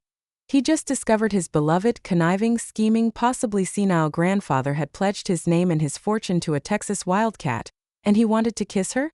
Like hell he did. What he wanted was to get out of this madhouse. Not tomorrow. Right now. This, he said, is getting us nowhere. A brilliant conclusion. He shot her a look. Do not push me, he said softly. She started to speak, then obviously thought better of it. The woman wasn't a fool. I'm sure you and Norton thought this was very clever. I'm not sure how you managed it, how exactly you got my grandfather to sign this bit of legal mumbo-jumbo. Me. Alyssa huffed. Me? I didn't have a damn thing to do with it. I had little to do with it, sir, Norton said, the words tumbling from his lips in a rush. Your grandfather's attorneys did most of the work, then sent the papers to me, after which my client signed it in front of a notary, and we sent it to Spain by messenger so that your grandfather could sign it too, and then. Lucas pounded his fist on the desk again. By the end of this charade, he thought grimly, the damn thing would be fit for firewood. I have no interest in the back and forth steps, Norton. I'm talking about. What was the phrase? Lucas had spent 4 years at Yale. He had a condo in New York. America was his second home, but right now, his English was failing him. I'm talking about the setup. The preparation you and McDonough and the charming Miss McDonough put into this sting. Sting. Alyssa shot forward. This time her finger almost poked a hole in his chest. Your grandfather gets together with my father and they agree to sell me to you, and you accuse me of a sting? She gasped as Lucas caught her wrist and yanked her arm behind her back. The action brought her to her toes. Brought her body suddenly against his. His response was instantaneous. Just the feel of her, the soft fragrance of her, and he hardened like stone. Her eyes widened in pretended innocence until they were big enough to swallow him whole. Isn't my reaction the desired effect, Amada? he said, so softly that only she would hear him. Dangle the bait in front of the mark? Pretend innocence, then show outrage. And do it so well the poor sap believes it. Hijo de una perra, she hissed through her teeth. Lucas grinned and drew her closer. Don't be like that, chica. Just because I'm wise to you doesn't mean I don't find you appealing. But I'm not a fool. I don't buy my women. And if I did, I would not pay with my name and my fortune. That you thought I would insults my intelligence. What I thought, Alyssa said, her voice trembling, was that you were too horrible to get a woman on your own. And clearly I was right. She gasped as he tightened his hold. So horrible you kissed me as if you never kissed a man before? As if having me drink from your mouth is what you've waited for all your life. His smile faded. Or are you that fine an actress? Shall we try it again and see? Prince Lucas, Norton said quickly. Please sir, you've got this wrong. The lawyer's voice quaked. He looked, Lucas thought with grim satisfaction, like a man watching a lighted match falling oh so slowly toward a box of Dewey *******. Miss McDonough, Alyssa is telling the truth. This was your grandfather's idea. And my client's, he added quickly. I find that difficult to believe. It's true, sir. Prince Felix can confirm it. Miss McDonough knew nothing about the arrangement until Aloysius's death. That's when you told her the happy news? That she would become a princessa. Lucas smiled coldly. But you're a bright girl, Amata. You must have known how easily such good luck could slip through your fingers. How hard you must have worked to come up with a scheme that would keep me from getting away. Sir, Norton pleaded, call your grandfather. Let him confirm my story. Why should I bother? I'm not going to honor this joke of a contract, Norton. You managed to defraud an old man, but your grandfather paid half the sale price, your worship. Only half. And I did not. Half is more than this desolate piece of land is worth. Lucas dropped Alyssa's wrist. She stumbled back, rubbing at the welt his fingers had left in her tender flesh. You want more, sue us for it. I strongly urge you to phone Prince Felix, Norton said quietly. I have no wish to sue you, sir, but I have an obligation to see my client's wishes to their rightful end. The pudgy, small-town counselor, still shaken, seemed determined to stand his ground. That, more than anything, gave Lucas pause. He'd already admitted, if only to himself, that Felix might have agreed to this nonsense. Not the marriage contract, of course. That, without question, was something McDonough or Norton or the woman had slipped into the agreement. But Felix might have said he'd buy the ranch for twice its worth. He was an old man. He was not well. Aloysius McDonough had been his friend. Why wait until he returned to Spain to ask Felix about the contract? He could get the answers he needed now and close the book on this mess. If Felix said he had agreed to the purchase, Lucas would honor the contract terms. He'd write out a check and walk away. The rest, the marriage agreement, the thing these two maniacs kept calling a stipulation, was a joke. He'd mention it to Felix if only for a laugh. Lucas took his cell phone from his pocket. It was some ungodly hour of the morning back home, but he didn't give a damn. It was time to get to the bottom of this. Out, he commanded. The attorney bolted. Alyssa stayed where she was, arms folded. This concerns me as much as you, she said coldly. I'm not leaving. Lucas inclined his head. Stay by all means, chica, he said just as coldly. So I can see your face when my grandfather laughs at the supposed stipulation. There were plenty of transmission bars now. Lucas dialed his grandfather's private number. It rang a long time. The voice that finally answered was not a voice he knew. Who is this? It said cautiously. Prince Lucas, Lucas snapped. Who is this? I am. Lucas heard snatches of unintelligible conversation. Then Felix's familiar voice. Lucas. See, grandfather. Who was that? No one of importance. A new secretary. Where are you? I am where you sent me. At El Rancho Grande. A misnomer if ever there was one. And what do you think me, hijo? I just told you. The place is in terrible condition. The outbuildings are falling down. The land is played out. There's no stock. I know all that, Felix said impatiently. What of the rest? What rest, grandfather? Do you mean the mayor? There is no mayor. There is nothing here except an attorney who insists we owe a final payment of twice what the land is worth, and a woman who needs lessons in manners. Silence. Then Felix gave a low laugh. So her father told me, Lucas. The question is, are you the man to give them to her? The hair rose on the back of Lucas's neck. He turned toward Alyssa, still standing as she had been, back straight, arms folded, chin elevated at an angle so high it seemed impossible. Abuelo, Lucas said softly. What do you mean? It's a simple question, mi nieto. Are you man enough to tame this mare? Felix's tone turned sly. Although my understanding is that my old friend's daughter is better described as a filly than a mare. Do you agree, Lucas? Lucas took the phone from his ear, stared at it as if he might see Felix's face if he tried hard enough, then sank down in a chair. You know about the marriage contract, he said, switching to Spanish. Of course. But why? You know the reasons, Lucas. You are not getting younger. I am 32. Yes, Lucas thought, but right now he sounded 12. I am 32, he said more forcefully. And before you make the speech you've made before us, I know of my responsibilities. I know it is my duty to carry on the Reyes name. I know. Perhaps it is better to say, I am not getting younger. Grandfather. She is of excellent stock. She is handsome. She is healthy. Felix's tone turned sly. And I have been assured she is a virgin. Lucas shot another look at the woman. A virgin? A woman who burned like a flame in a man's arms? It was nothing but another lie. Ask Lucas. Lucas cleared his throat. I'm sorry, abuelo. I didn't get that. What did you say? I said, what more could a man ask? The right to make my own choices, Lucas said firmly. Y I'm sorry, grandfather. No voy a casar a esta mujer. The words, I am not going to marry this woman, seemed to echo through the room. He shot a sharp glance at Alyssa McDonough. Her expression had not changed. Of course not, he thought with relief. She didn't understand a word of his language. You are a grown man, Lucas. Do as you wish. Fine. I will see you tomorrow then in late. You understand you are not to pay the lawyer, the executor, the balance of the sale price for the ranch. Lucas nodded. Felix was lucid. That too was a relief. Of course I understand. You overpaid the initial amount as it is. It was part of the arrangement, Lucas. Did you read the contract? If you did, read it again, more calmly this time, and you will see that if the marriage does not take place, we owe nothing more. Excellent.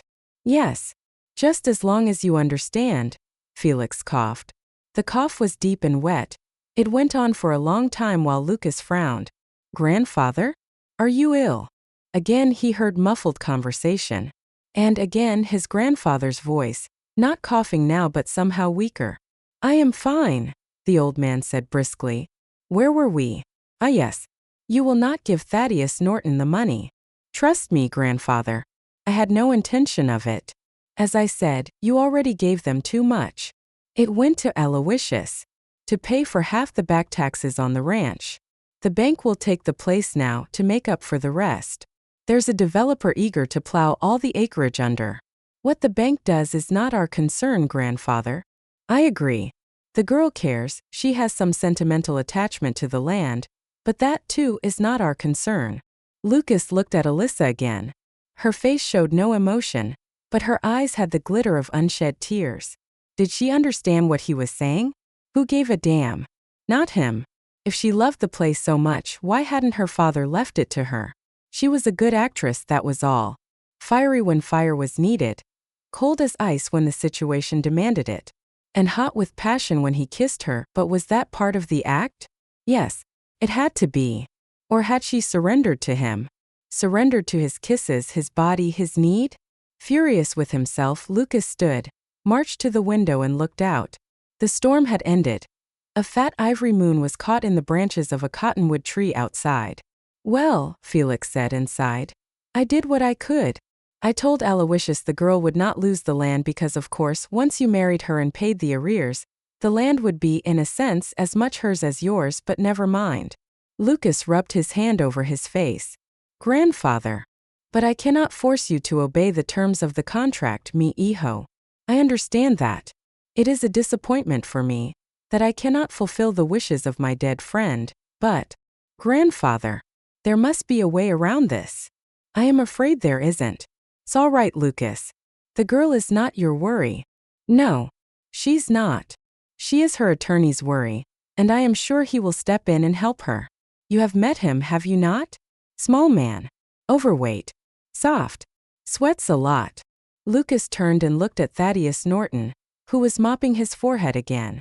What about him? Aloysius told me Norton has an interest in the girl. A deep interest, if you know what I mean. Dios, how could something simple become so complicated? Norton wants the woman for himself?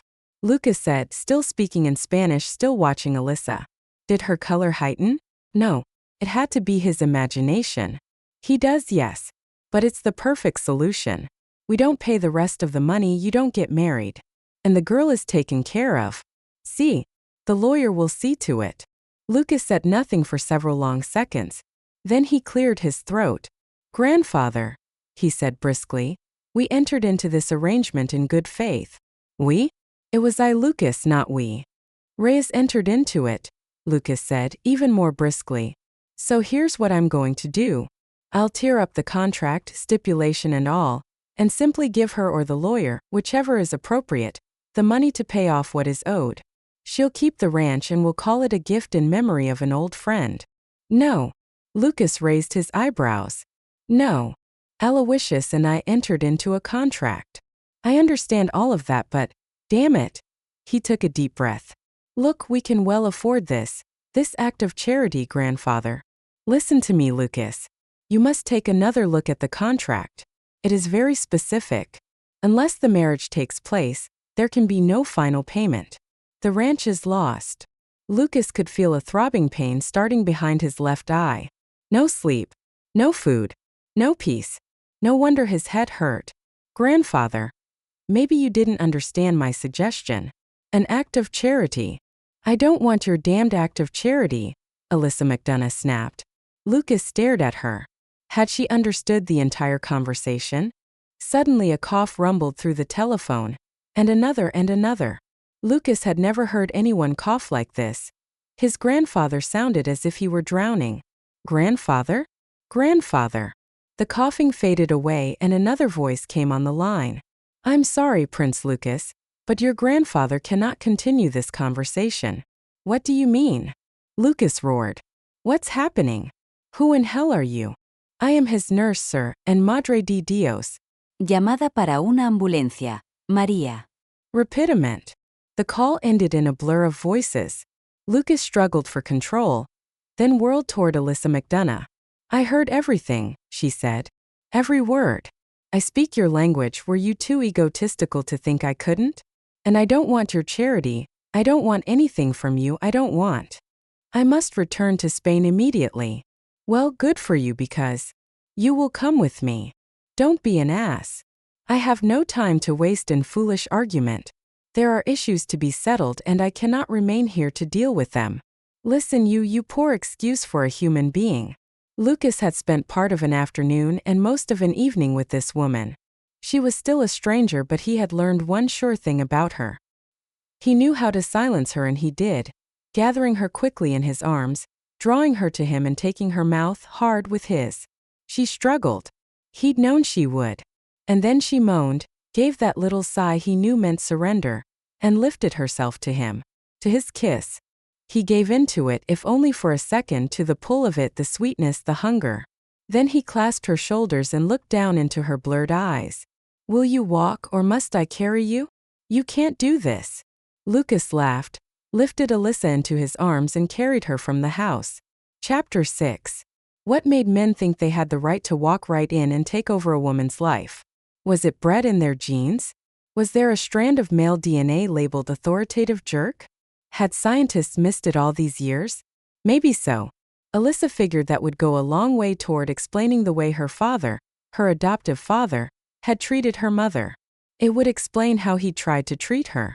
How he had treated her, as it turned out, thinking he could sell her as if time had turned back hundreds of years. She was being carried off by a stranger, an arrogant, unwelcome visitor in this house that should have been hers. The feel of his arms closing around her stunned her, But not for long. When Lucas began striding from the room, her useless lawyer sputtering weak protests as he scurried after them, Alyssa's shock turned to fury. "Hey!" she shouted. "What do you think you're doing?"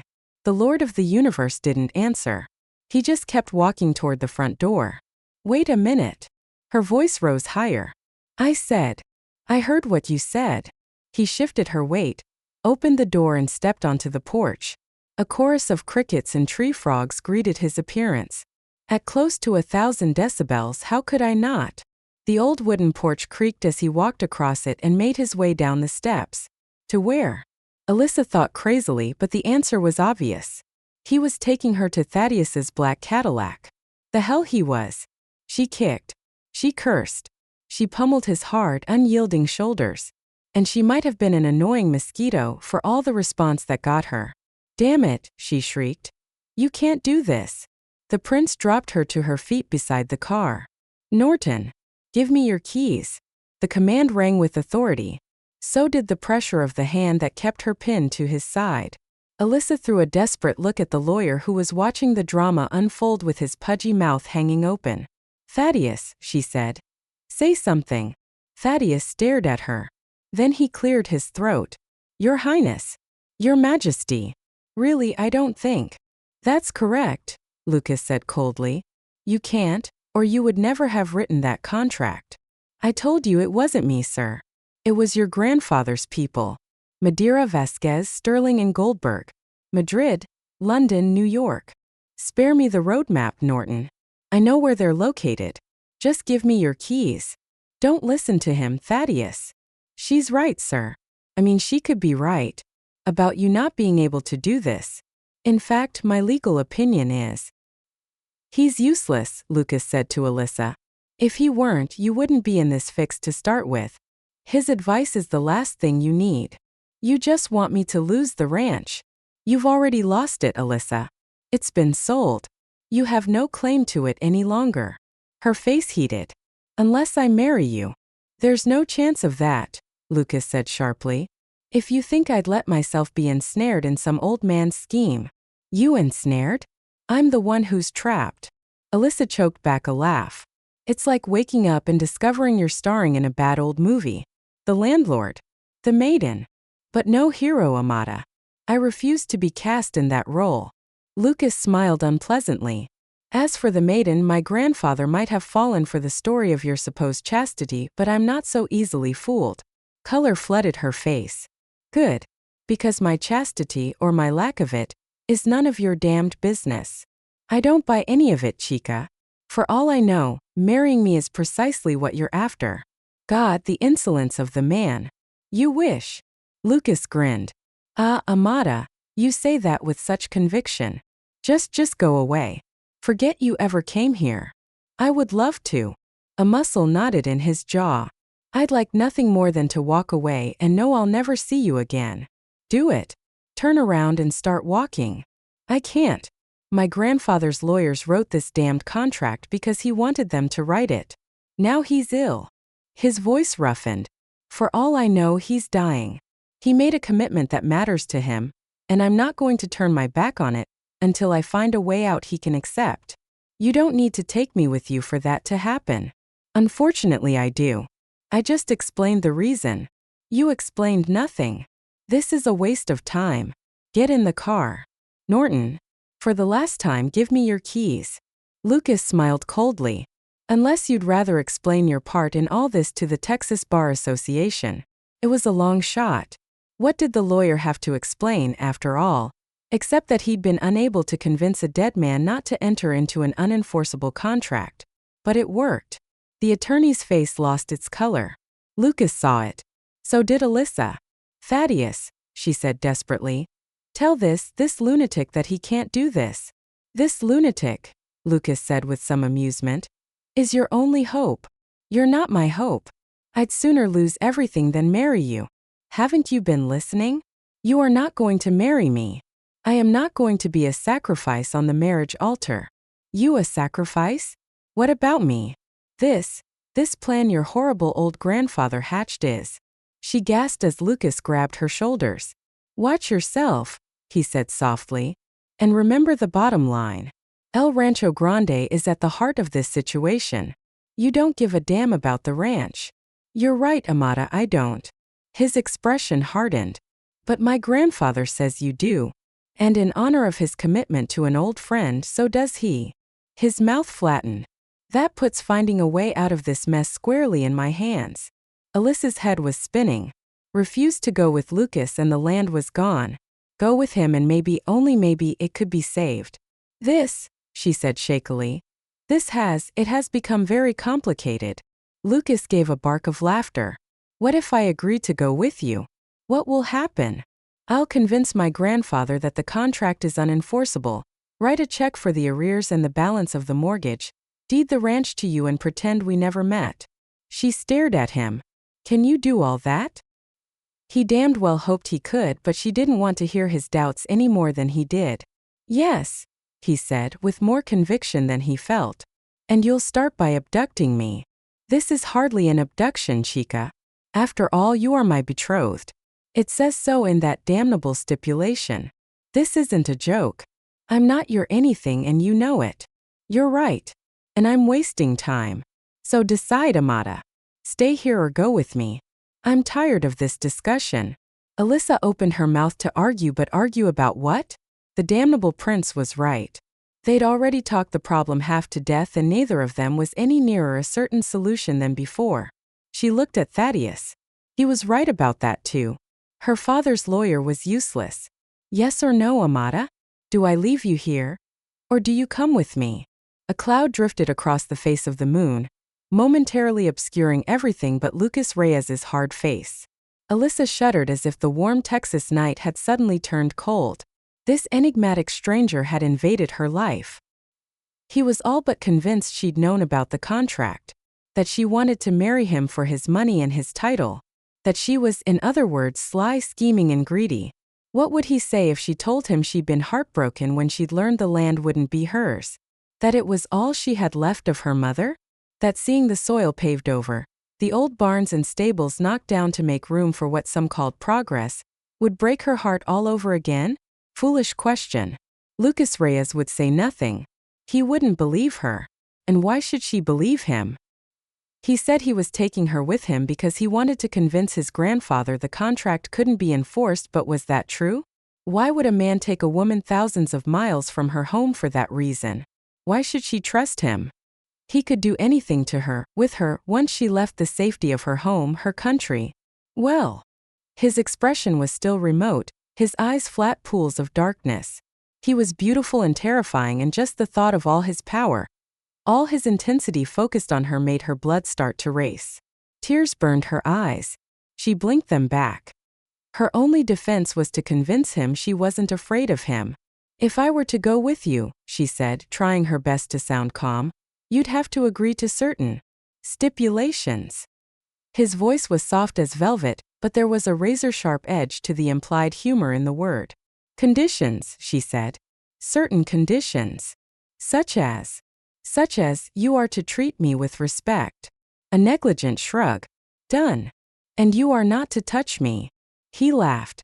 You think this is funny? That you think you can kiss me whenever you want. I think you demand too much. His eyes went cold. Too many conditions, provisos, stipulations, whatever. Come with me or don't. A tremor went through her. Going with him was wrong. It was crazy. It was. Norton. The keys, man. Or I'll take them from you. The keys arced through the darkness and into Lucas's waiting hands. Decision time, Amata. I'm leaving with you or without you. Her feet wouldn't move. Lucas shrugged and got behind the wheel. Even if I wanted to go with you, she said, rushing the words together. I couldn't until I got my things. What things? Clothes. My toothbrush. Things, she said, hating the desperation in her voice.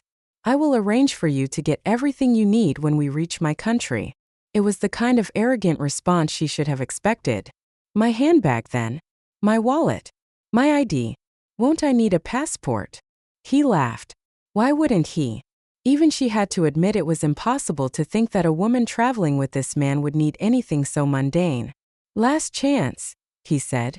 reaching over the console and opening the passenger door. Yes or no? Alyssa ran the tip of her tongue over her dry lips. He made it sound as if she had a choice, but they both knew she didn't. She hated him as much for that as for kissing her, for making her dizzy with his kisses. The sound of the caddy's powerful engine idling in the still night filled her with dread. Her heart bumped into her throat. Quickly, knowing that thinking about it too long might be a mistake, she slid into the passenger seat and shut the door after her. Just be sure you understand one thing. Her voice trembled and she hated showing that little sign of weakness. If there were any other way, I wouldn't go with you. Duly noted, Amata, he said with a tight smile, if not fully believed. God, she wanted to launch herself across the console and hit that square, impertinent jaw, but that would have been stupid and she knew it. Instead, she looked out the window, saw Thaddeus's incredulous face, and then the car was moving forward, gaining speed as it left the house and the attorney behind. Alyssa! Lucas sounded so calm. Had he realized this was all a terrible mistake? Was he human after all? Was he going to apologize for how he'd behaved? Yes. Is there a better way to get to the local airport than the road I was on this morning? So much for wishful thinking. Bitterness made her incautious. The road where you made an ass of yourself, you mean? He stood on the brakes and the car skidded to a halt in a cloud of dust. He swung toward her, his face cold and hard in the light from the dashboard. I will not tolerate insolence. And what about what I will not tolerate? Your vicious assumptions. Your pathetic attempts at seduction. She was in his arms before she could protest. He took her mouth with his as he had those other times, hard, deep, fast. He kissed her as if the contract was valid and she was his. Suddenly the shock of what was happening overwhelmed her. Alyssa began to weep. She cried without sound, tears trailing down her face. She tasted the salt of them on her lips, and he must have too, because all at once, his kiss changed. His mouth softened, asked instead of demanded. He whispered her name against her lips, and her bones felt as if they might liquefy. No, she thought, I don't want this. See, Amata, he whispered. You do. Alyssa had spoken the thought, but it didn't matter because Lucas was drawing her into his lap. She could feel the beat of his heart, the power of his erection. And then she stopped thinking. She leaned into him. Let his arms enfold her, his hard body take the weight of hers. She had stood alone for so long. For all of her life. To surrender to his strength, to give herself up to him. A whimper broke from her throat. His hands cupped her face. She covered them with hers and he tilted her head back, changed the angle of their kiss. Her lips parted, clung to his. His taste was on her tongue, clean and heart-stoppingly male. Her body was singing and aching for more than this kiss. For more, oh God, more. He whispered something in Spanish. She felt his mouth at the pulse point beating rapidly in her throat, felt his hands sweep down her body, beneath her leather jacket and skim her beer ******, his thumbs barely brushing her ni**** less. Sensation shot through her. She cried out, arched against him. Her head fell back and he bent his head, kissed her silk-covered nipple, closed his teeth lightly around it. Another cry burst from her throat. She buried her hands in his hair and he said her name as he slid his hand down the back of her trousers, under the edge of her panties. His palm burned against her skin. God! She wanted this, wanted more, wanted. Suddenly Lucas tore his mouth from hers. Her eyes flew open as he thrust her back into her own seat. She saw his face. His cool, amused face. So much for my so-called pathetic attempts at seduction, chica. As for your response, very nicely done. It's everything a man could want in a woman. Sweet. Passionate. The look of amusement fled. And unfortunately a little too convincing. I cannot imagine a virgin would return a kiss with such fervor. Alyssa lunged at him, fist raised. Lucas wrapped his hand around hers, hard enough to make her wince. You can understand then, if I inform you that your comments about seduction strike me as a tease rather than a complaint. She spat a word at him and he laughed. Such language, Amata, and from that supposedly innocent mouth. His laughter faded. His eyes turned cold. As for seduction, if you behave yourself, I might consider taking you to bed. But I wouldn't marry you if you were the last woman on earth. Is that clear? Alyssa yanked her hand free. You're despicable. You break my heart. You don't have a heart. All I want from you is help convincing my grandfather that this contract should never have been written, not for your sake or mine but for his. He is old and I love him, and I would not hurt him for the world. Do you understand? She wanted to make a clever response but her brain didn't seem to be working. Lucas Reyes was a mass of contradictions. She'd accused him of having no heart but he did, when it came to his grandfather. But when it came to everything else, how could he kiss her and fake all that passion? Better still, how could she have responded to him when she hated him? Now, he said coolly, I ask you again, is there a better road to the airport? She wanted to tell him the road to hell was the best road for him, but she wasn't stupid. Lucas Reyes was the enemy but for now it would be best not to take him on. Instead she kept her voice as toneless as possible. Take the left fork at the end of the driveway, then the first road after that. And where will I end up, Amada? On my way to the airport, or on my way to hell? The look on her face made Lucas want to laugh. But he didn't. Reading Alyssa McDonough's thoughts was easy, but there was little to laugh about tonight. His grandfather lay ill. He was bringing home a woman he distrusted. Who knew what was truth and what was deceit? Finding the answer seemed as elusive as chasing moonlight. And come to think of it, how was he going to get home? His plane would not be waiting for him. He'd sent it to New York hours ago. Lucas's jaw tightened. Madre de Dios, what a mess. He dug out his cell phone, mentally crossed his fingers and flipped it open. 4 transmission bars appeared. 4 beautiful big transmission bars. Quickly, before the gods of mischief could erase them, he punched in 411 and asked for the airport's number. Luck stayed with him. The office was open. And yes, there was a plane available for rent and yes, its range was sufficient to get to New York City. Lucas made the necessary arrangements, phoned his pilot in New York, told him to be ready to go as soon as they arrived at JFK. When he flipped the phone shut, he found Alyssa watching him. Do people always do as you tell them? It was a cool statement, not a question, and he knew better than to take her words as a compliment. Instead he leaned across the console, caught her face in his hand before she could pull away and took her mouth in a slow, deliberate kiss. See, he said softly, always. Then he swung the car back onto the road and gunned the engine. Chapter 7. They left Texas in the small jet Lucas had rented, his hand firmly on Alyssa's elbow as they boarded, as if he thought she might bolt at the last minute. The truth was, she thought about it but stubbornness and pride kept her moving up the steps and into the plane. Backing down now would have been a sign of weakness. In New York they boarded his own plane. She'd expected something like the jet they'd flown from Texas, a small handsome craft with a handful of seats. She should have known better.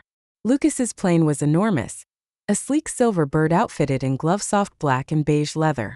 Though she'd lived in New York long enough to know that men who headed up international corporations often traveled in corporate jets, and saw them not simply as perks but as necessities, she refused to think that of Lucas.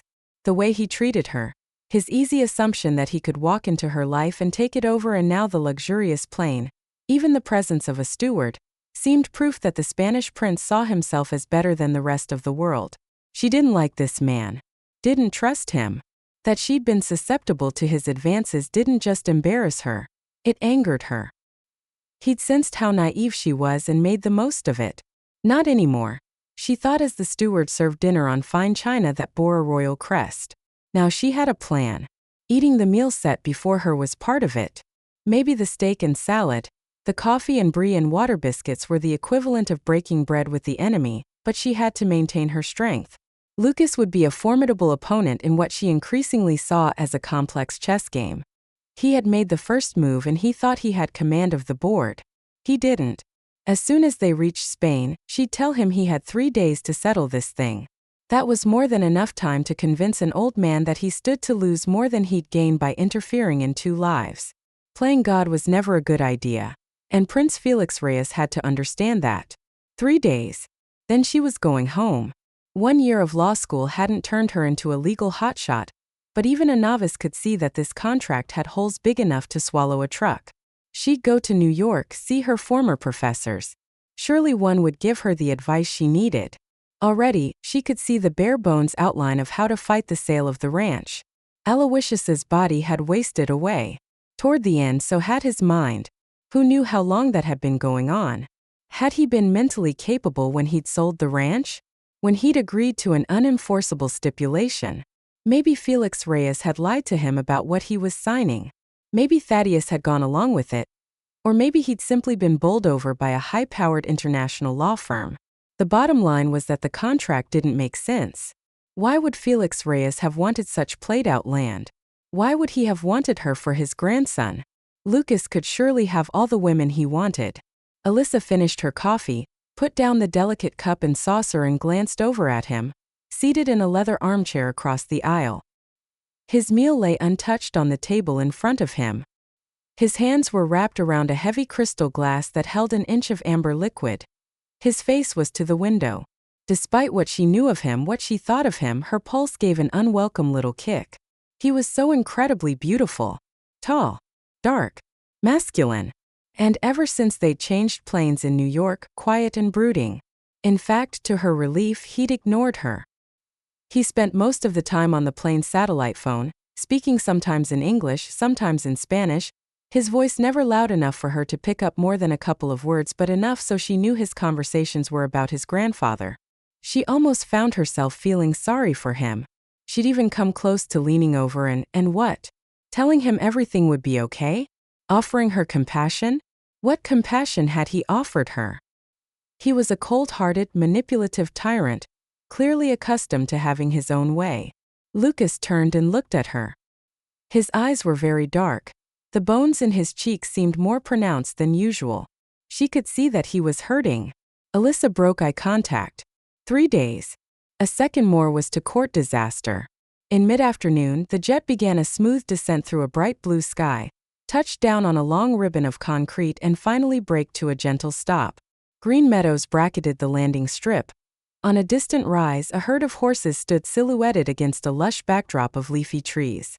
A black Rolls-Royce sped along a parallel road and stopped. 2 men in coveralls began wheeling a mobile staircase to the plane as the steward entered the cabin and opened the outside door. "Welcome home, Your Highness," he said pleasantly. Alyssa rose to her feet. So did Lucas, who clasped her shoulder as she started past him. Wait. An imperial command. Did he think she was one of his subjects?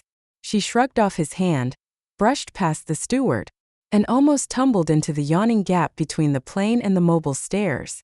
A strong arm wrapped around her waist and pulled her back. "Madre de Dios," Lucas said sharply. "What in hell were you doing?" I thought. She was shaking like a leaf. So was he. Another step and Lucas cursed, turned Alyssa to him and gathered her tightly in his arms. He half expected her to resist, but she collapsed against him, heart pounding against his, breath quick and shallow. "Lissa." He shut his eyes, buried his face in her hair. "It's my fault." "The stairs." Alyssa shuddered. "There were no stairs." "See. I know." "It was my fault entirely, sir," the steward said in a shaken whisper. "If I hadn't opened the door." "No, it's not your doing, Emilio." Lucas cupped Alyssa's face and lifted it so he could look into her eyes. "Emilio knows I always want the door opened as soon as possible. I like the smell of home. The grass. The sea beyond the hills. The horses." Dios, her face was so pale. "Now you will think I am a crazy man, admitting I love the smell of horses." His attempt at calming her seemed to work. A hint of color rose in her cheeks and she gave a choked laugh. "The only crazy person here is me, trying to walk on air."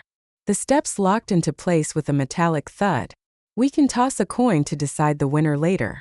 Lucas's smile faded. "Are you all right, chica?" "Yes. I'm fine." Not true. He could feel her heart doing the paso doble and she was still trembling.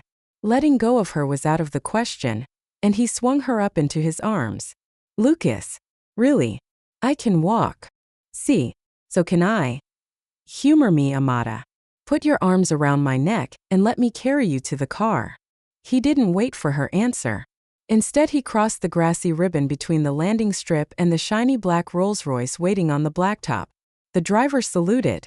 "Welcome home, Your Highness." "Thank you, Paolo." Lucas bit back a grin. Paolo, normally the most unflappable of souls, was having a difficult time trying not to stare, but then, the sight of his employer with a woman in his arms was not an everyday occurrence. It was not an occurrence that had taken place here at all.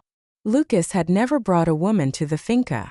It was his by birthright, but it was also Felix's home, and he always exercised discretion where his grandfather was concerned. Dios. Another problem, one he had not considered. Paulo would not be the only one of the household staff to be shocked at the sight of Alyssa. All of them would undoubtedly leap to the same conclusion, that he had finally decided to bring a mistress home with him. He couldn't let that happen. This was Spain. Princes still did not have to explain themselves to anyone, but that rule didn't apply to young women, not in the world in which old bloodlines and older conventions still ruled. "Paulo," he said gently. The chauffeur blinked. "Sorry, sir." Ia. He swung open the rear door of the Rolls-Royce and Lucas slipped into the seat, Alyssa still in his arms. She struggled a little. His arms tightened around her and he put his lips to her temple. "Sit still, Amada," he whispered. "Your driver will think. Worry about what I will think, if you keep shifting against me that way." The soft taunt had the effect he'd anticipated. Alyssa blushed and went very still just as Paulo got behind the wheel. "This is Señorita McDonough," Lucas said. "Señorita," Paulo said, smiling at her in his mirror. "She will be visiting with us for a while." "Yes, sir." Lucas frowned. He'd have to come up with something better than that, but for now, his thoughts returned to what mattered most. "Felix. Has there been any change in my grandfather, Paulo?" "None I have heard of, sir." "No. There wouldn't have been." Lucas had phoned endless times, spoken with doctors and nurses, with something called a patient liaison, and each had told him the same thing. No change. Felix was still in a coma. "Do you wish to go to the hospital, sir? Take us to the house first.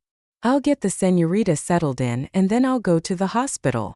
"I don't need settling in," Alyssa hissed. "And I wish you'd let go of me.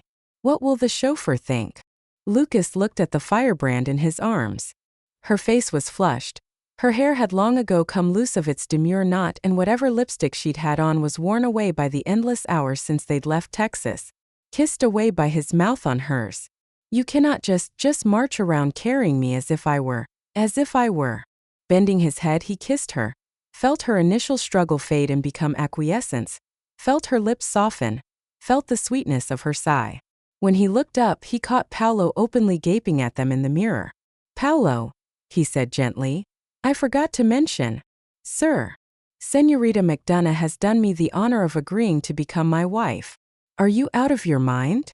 They were the first words Alyssa had spoken since Lucas's impossible announcement. He'd carried her from the car, up a set of steps and through the massive doors of what could only be called a mansion, past a butler, a housekeeper, a maid, past half a dozen people who stared at her, at him, then beamed when he made the same announcement to each. "This is Señorita McDonough. Mi novia." His fiancée. His fiancée, when in reality she was a woman who wanted to claw his eyes out. But she'd kept quiet, knowing anything she said would be pointless, that the arrogant Spanish prince would shut her up by kissing her. Once they were alone, she'd tell him what an idiot he was.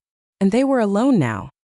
He'd carried her up an elegant, curving staircase, down a wide hall, shouldered open a door, kicked it shut behind him and at last dropped her on her feet. Then he'd folded his arms and looked at her in a way that said he knew what was coming next. "All right, Amada," he'd growled. "Let's have it." And she'd given it to him. A look of rage, of disbelief, and then the question that was really a statement. "Are you out of your mind?" He had to be. Why else say they were engaged? Why further complicate something that was quickly becoming impossible? He scowled, glared, ran his hands through his dark hair until it stood up in little ruffles. He paced across the room, swung around, faced her and said, "I had no choice." "You had no choice?" "That's correct. I had no. You told everyone, that I'm your fiancé because you had no choice? Chica, if you would calm down. We both agreed that contract, that inane stipulation, is a joke. It's why I said I'd come here with you, because we agreed. Because you said you'd find a way to make your grandfather see it was wrong. Unenforceable. Unenforceable, wrong, what's the difference?" Alyssa slapped her hands on her hips. "I knew I shouldn't have believed you."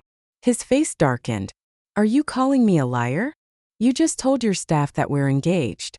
What would you like me to call you? Creative?" Inventive. Alyssa blew a lock of hair out of her eyes. I did a lot of thinking today. Tonight. Whatever you call it when you fly through umpteen time zones. 3 time zones, Lucas said coolly. I know it's difficult, but try to be accurate. For counting this one, and that's not the point. She strode toward him, eyes hot. And now here you are, telling your staff, telling the entire world that I am something I most definitely am not. Lucas folded his arms. Are you finished? No, I am not finished. If you for 1 second think I would ever agree to the terms of that stipulation. Amazing, how you make that into a dirty word. I wouldn't marry you if I were the last man on earth. A cliché, Amata, but why worry about such things when you're in the middle of a tirade? He was right. She was ranting, and what was the point? Hadn't she spent hours coming up with a plan? Well, with parameters for his plan, the one that involved making his grandfather see the light? Alyssa took a deep breath.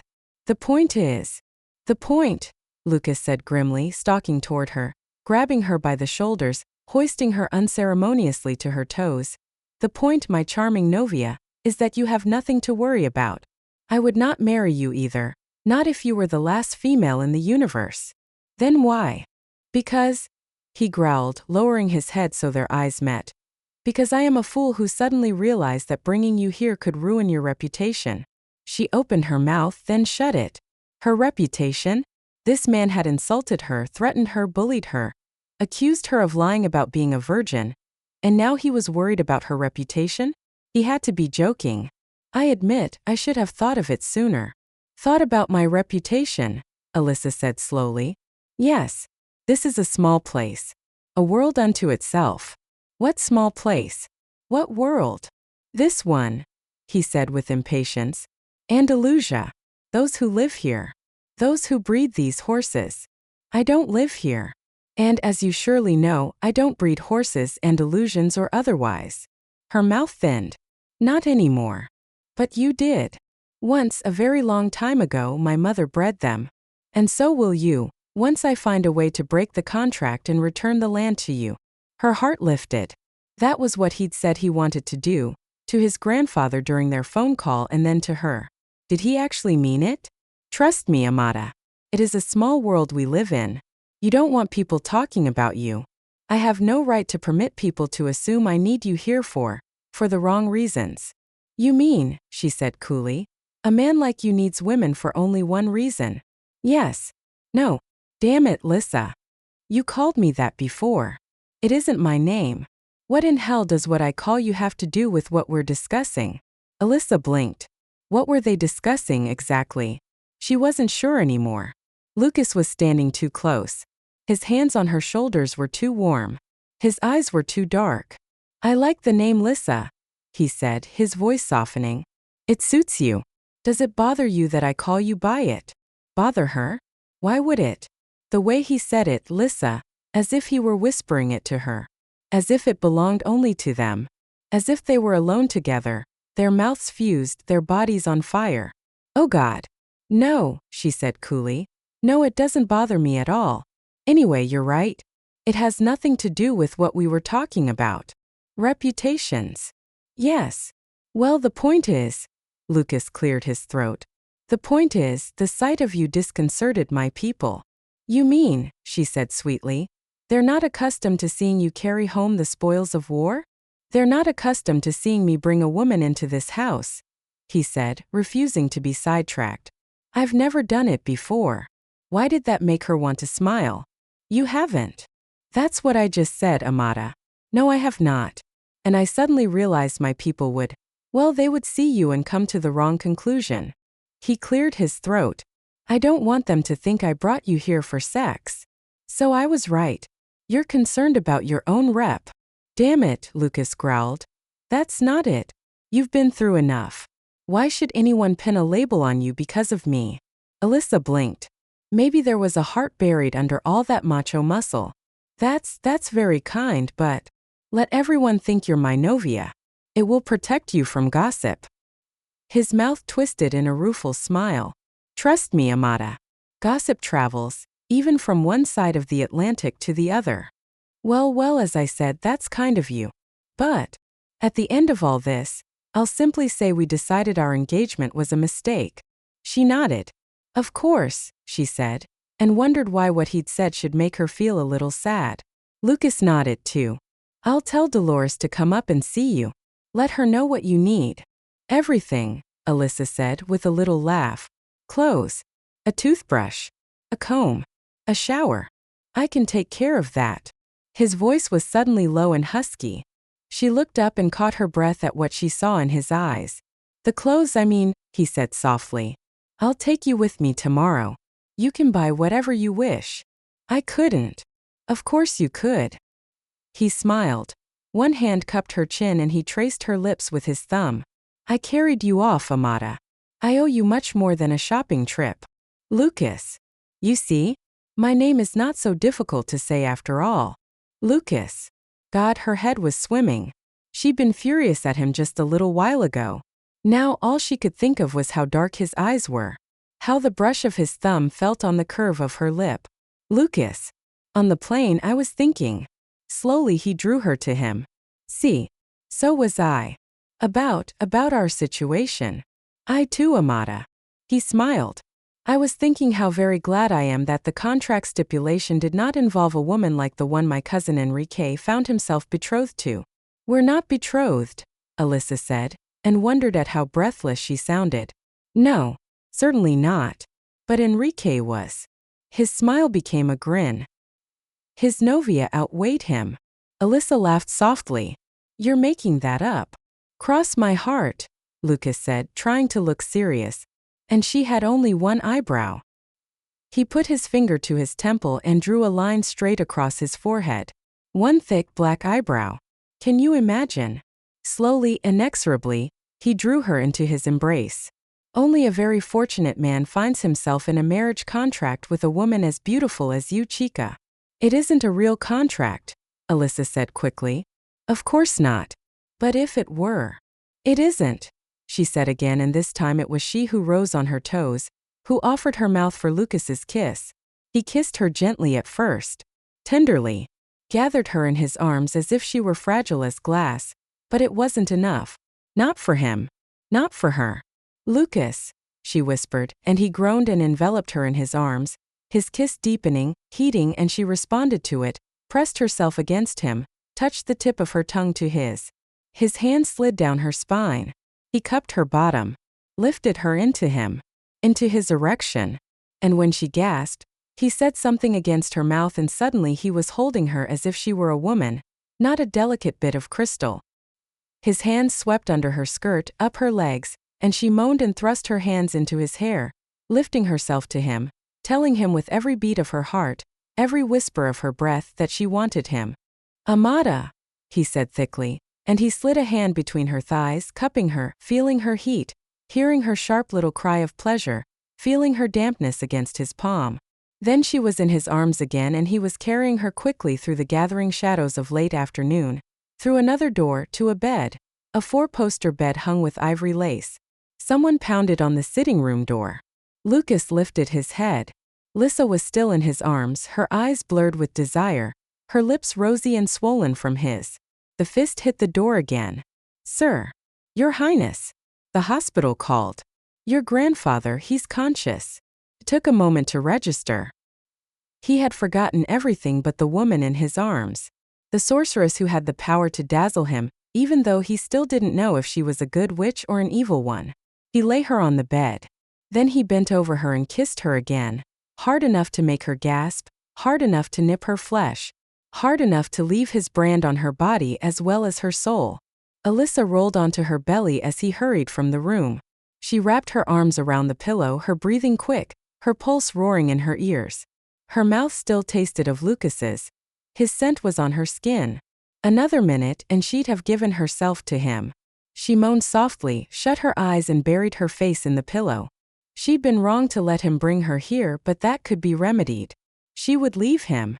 Leave this place. Except she had no money. No passport. She had nothing but her anger, and it stayed with her. Made her leave the bed, shower, put on the same clothes she'd been wearing for what seemed forever, speak curtly to Dolores when the housekeeper knocked an hour later to see if she was all right. I'm fine, she snapped. and Dolores stammered out an apology for interrupting and left. Alyssa felt as if she were coming apart. What she'd almost done, what she'd almost let Lucas do, proved it. Surely she'd never have melted into him if she were functioning normally. She had not slept in hours. In days, or so it felt. She was beyond exhaustion. She knew that, but she couldn't seem to stop pacing while she planned what she would say to Lucas when he returned. She remembered the night Aloysius had died. How she'd stood beside his still form and felt nothing.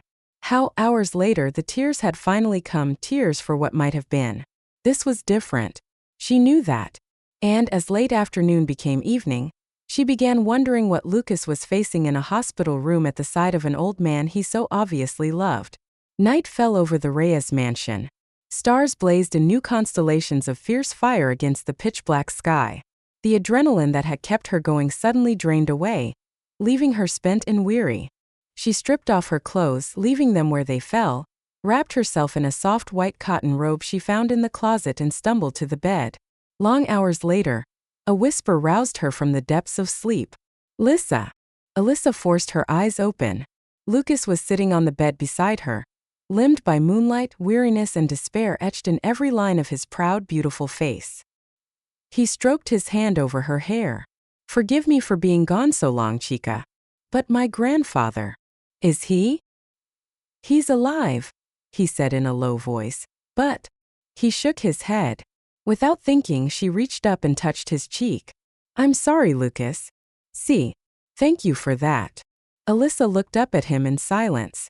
Then slowly she reached for him. On a soft groan, he gathered her close and stretched out beside her. "Go to sleep, Amada," he whispered, and she sighed, put her head on the shoulder of the arrogant, hard-hearted Spanish prince and took him with her deep, deep into sleep.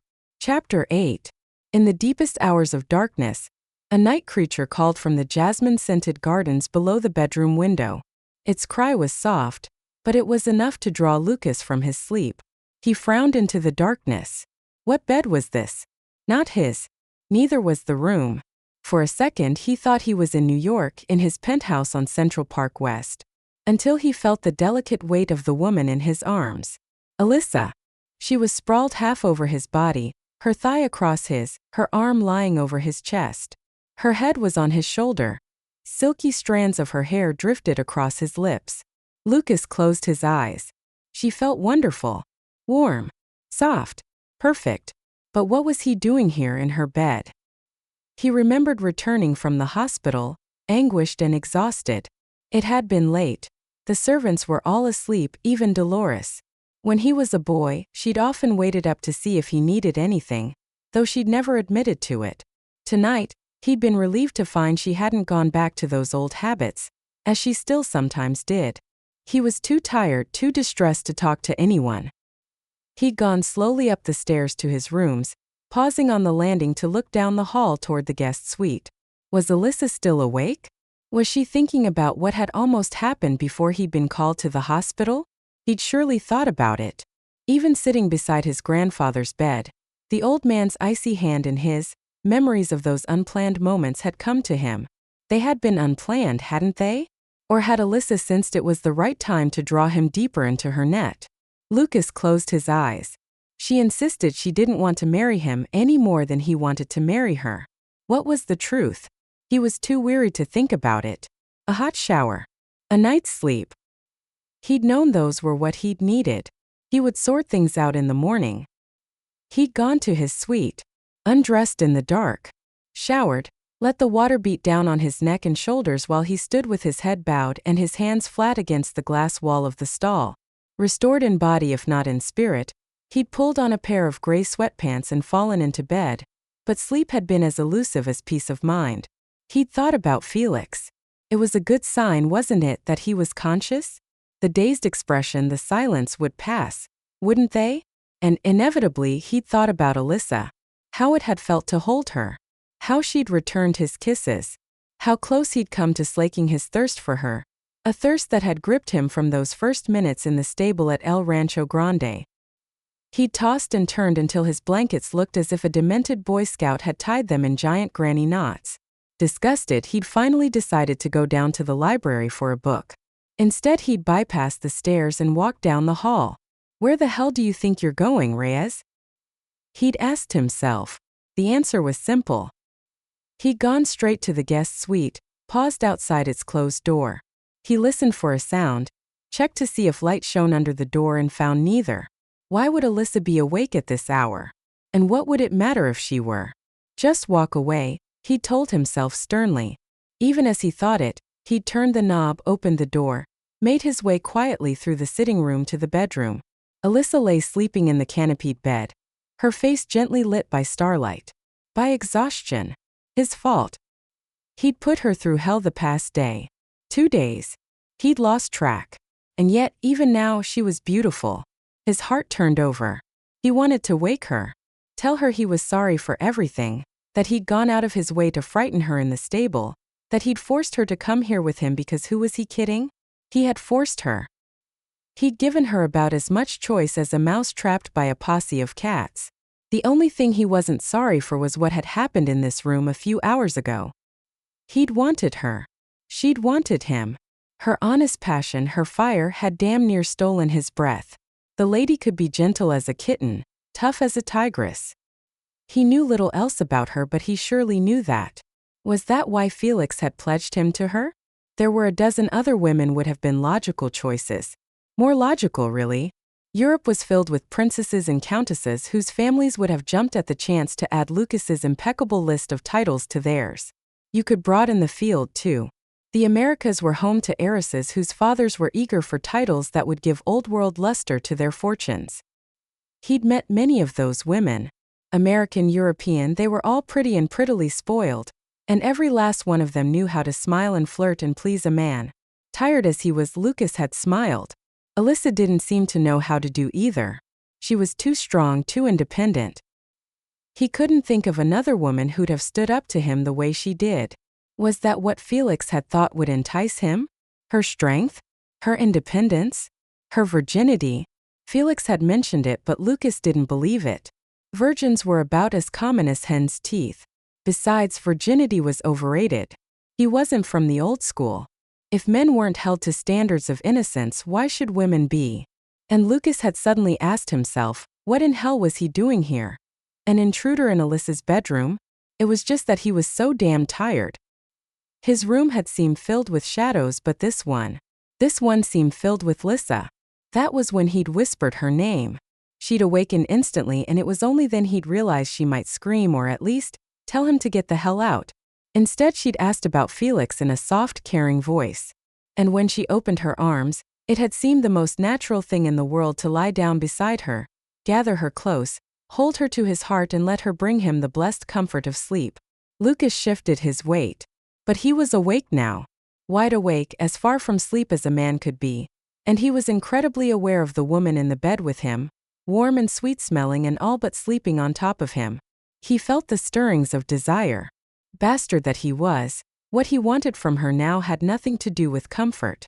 In a heartbeat he had an erection so hard and full it was almost painful. How simple it would be to ease that discomfort. A soft kiss while she slept. Purposeful caress. By the time she was completely awake, he'd be inside her. Madre de Dios. What kind of man would even contemplate such a thing? Carefully Lucas slid his arm from beneath her shoulders. Lucas. Her whisper stilled him, but the swift hiss of her breath as she realized how intimately they were entwined only gave him more reason to want her. Lucas. What are you? He rolled over, lay next to her with his head raised just enough so he could see her face. It's all right, Amada, he said softly. We took a siesta. Nothing more. He could see her trying to reconstruct what had led to this just as he had done a few minutes ago. Finally she nodded. I remember. Gracias, Lisa. For what? Gently he ran the tip of his index finger over her soft mouth. For giving me these hours of sleep. I don't know why, but I could not have had them on my own. I understand. Do you? When when he was very sick, there were times I was so tired I could hardly hold my head up. Still, I'd get into bed and lie there wide awake. She took a breath, then let it out in a soft sigh that flowed over his fingers like silk. I didn't love him the way you love your grandfather, but it's hard to watch when someone who's been part of your life is suffering. Lucas smiled. Does my love for Felix show? Like a badge of honor. She smiled too. He must love you the same way. Lucas's smile tilted. Amazing, he said softly. But I have never before lain with a woman and discussed my feelings for my grandfather. Color rose to her face. You haven't exactly lain with me, Lucas. No, his voice grew husky. I have not. His gaze dropped to her mouth, then lifted to her eyes. All the more reason for me to leave your bed, Amata. But first a kiss good night. Her breathing quickened. I don't think that's. One kiss, he whispered and took her mouth. Gently. No force. No coerción. If she tried to stop him, he would stop. He would die, but he would stop. But she didn't stop him. Instead, the sound she made against his lips was so delicate it made his heart pound. Lucas, she said against his mouth. Lucas. He answered by cupping her face with his hands. She answered by parting her lips to his. The taste of her made his head swim. She was honey. She was the richest Spanish sherry made from the ripest fruit, sweet and warm from the sun. Her hands rose, threaded into his hair. He groaned and slipped his tongue between her lips, felt her momentary hesitation, and then she made another of those little sounds that drove him half out of his mind and sucked delicately on the tip. A rush of heat sizzled through his body. Leave her bed now, Lucas. He could hear the voice inside him, hear its tone of command, but he could no more obey that order than he could stop the tide of desire rising within him. He couldn't leave her. She didn't want him to leave her. Not if she was looping her arms around his neck and drawing him even closer. So close that he stopped thinking. Touch, taste, smell, sound. Those were the only things that mattered. The taste of her skin there. Right there in the hollow of her throat. At the juncture of throat and shoulder. At the elegant angle of her collarbone. Alyssa trembled in his arms. Lucas, she whispered. Oh my God, Lucas. Yes, he said. S.I. Amata. He whispered to her. In English. In Spanish. Words of need. Of desire. Words that made her gasp with shock. With pleasure. Amata. Let me. Let me. Yes, she said. Please, yes. When she felt his hands at the sash of her robe, but his fingers were uncharacteristically clumsy and an eternity seemed to drag by until he finally fumbled the knot open. The halves of the robe fell apart, revealing her to him. Alyssa, his Lissa, was more than beautiful. She was exquisite, everything he'd ever imagined, everything he'd ever dreamed. And so feminine, so delicate it made his heart leap. He bent his head to worship her. He cupped one rounded breast, brought it to his mouth, kissed the silken slope, then touched his finger to the softly pink nipple, and she cried out in shock. He knew what she was feeling because he felt it too. The excitement. The hunger. He'd felt it before, the hot demand of sexual craving, but never like this. Never like this. He looked at her face.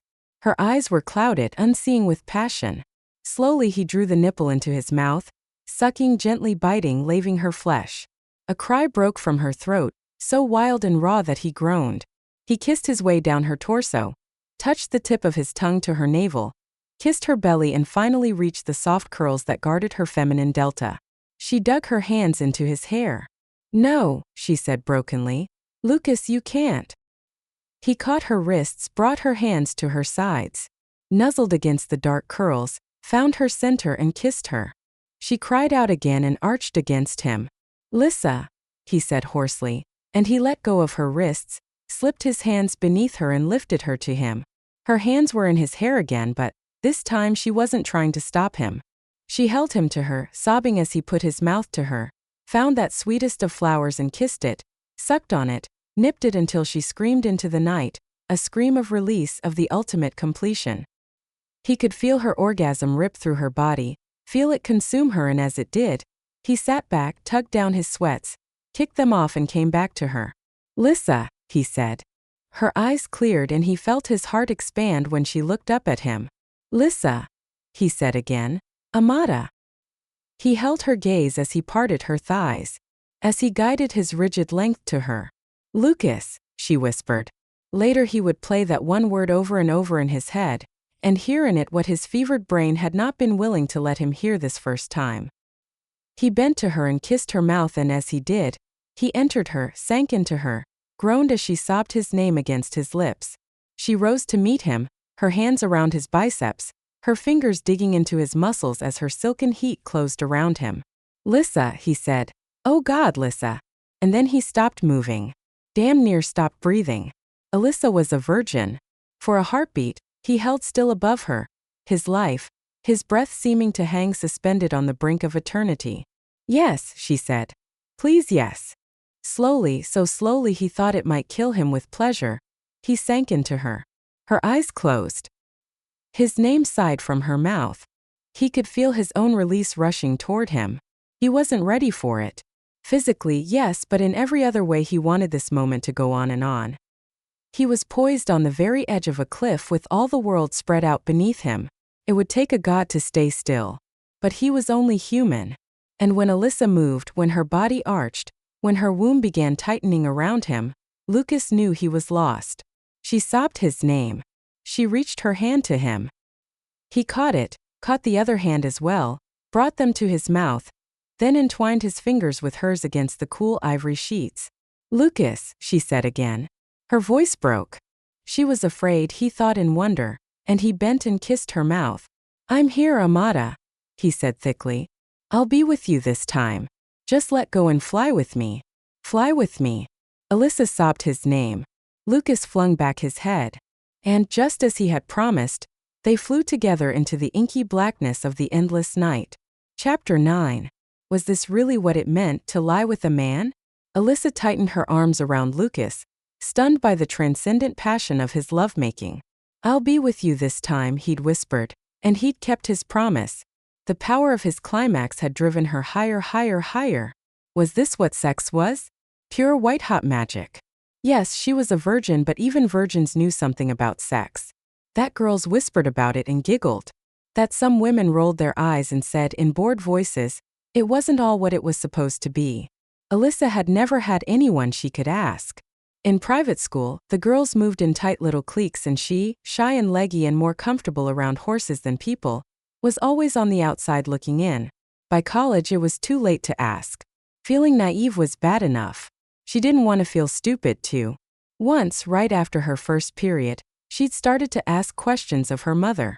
Elena Montero McDonough had blushed, waved her hand at the horses that ran on the ranch back then and said Alyssa had all of nature for a classroom. Maybe. But a stallion mounting a mare had nothing to do with what had happened in this bed. Sex, it turned out, was not all about the stallion's domination and the mare's submission. It was about giving yourself to a man. The feel of his body possessing yours. The heat of his kiss. The touch of his hand, the knowledge that he could make you want him, want him, want him. Want the enemy. Want a stranger. Alyssa's throat constricted. She wanted to weep, not for what she had done but for what it should have meant. What it had meant. Those wondrous transcendent moments as Lucas made love to her. Except it hadn't been love. It had been lust. Calculated lust for all she knew. It was the stallion and the mare all over again. The mare Lucas had crossed the ocean to buy. How could she have forgotten that? "Lissa." His voice was husky. He was still lying on top of her, his weight bearing her down into the softness of the bed. She wanted to hit him with her fists. Wanted to wrap her arms around him and tell him, "Amata, are you all right?" She swallowed dryly. He lifted his head, his hazel eyes questioning. What did he think she would say? That what had just happened changed everything? That she would do whatever he wanted? Go home? Except that nothing she could do would save her mother's land? The truth was she had no idea what he wanted her to do. Except bend to his will. In the short time she'd known the Spanish prince, she had lost everything to him. Her home. Her future and now her virginity. The only thing she had left was her pride. And she would never let him take that. "Would you get off me, please? You're heavy." He blinked. Apparently he was accustomed to a different kind of pillow talk. She was probably supposed to be telling him how wonderful he was, how exciting he was. He was all that and more. "Sorry. I didn't realize," he rolled off her. Her body was damp. The air felt cold on her flesh. The robe lay crushed beneath her and she grabbed the edges of it and pulled them together. Lucas leaned over her. "Are you okay?" "I'm fine. I didn't realize. He cleared his throat. I didn't think you were. Really? She sat up, her back to him. But that was part of the deal, wasn't it? Aloysius's assurance to Felix that I was a virgin. He put his hand on her shoulder. Amata, I'm sorry you're upset. I didn't mean for this to happen. His voice was low, husky with remorse. Somehow that made it worse. Didn't you? The clasp of his fingers tightened. What is that supposed to mean? Alyssa shrugged off his hand, stood up and knotted the sash of the robe at her waist. I've been around horses all my life. The bed creaked. She heard the pad of Lucas's feet and then he was standing in front of her. His eyes narrowed. And there was warning in the single word, but she didn't care.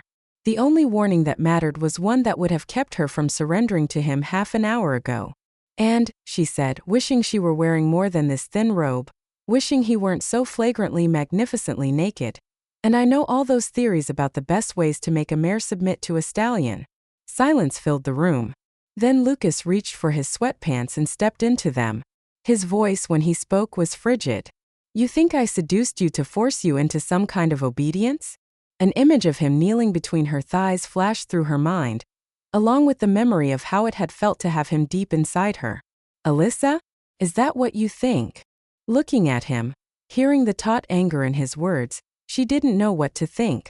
All she was sure of was that admitting doubt would be a sign of weakness. What I think, she said evenly, is that I've made a terrible mistake. He looked at her for a long moment, his face stony. Then he nodded. I agree. It was the worst possible mistake. Unfortunately, we cannot undo it. No, we can't. I took your virginity. That was what he said, but the words sounded wrong, as if he meant something entirely different. I should have believed my grandfather when he told me you were intact. Color flooded her face. She supposed the term was correct, but it sounded cold, as if it were a description in an auction house brochure. The piece for sale is intact. And now you've lost your bargaining chip. Deliberately, but you've lost it nonetheless. Alyssa blinked. My what? Ah, chica, it's too late for that innocent look. You know damned well what I'm talking about. Felix's values are those of another time. He saw your virginity as a requirement for your bride price. Lucas's mouth thinned. But I don't give a damn whether a woman's a virgin or not, and most certainly, I am not looking for a bride. He flashed a thin smile. Which is why I suppose you felt desperate enough to toss me this morsel. You think that I? Enraged, Alyssa flew at him, hand raised. But he caught her by the wrist and twisted her arm behind her back.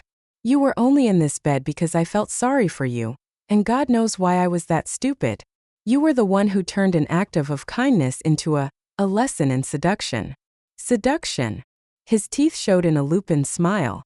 What happened in this bed is the same as what happened the day we met.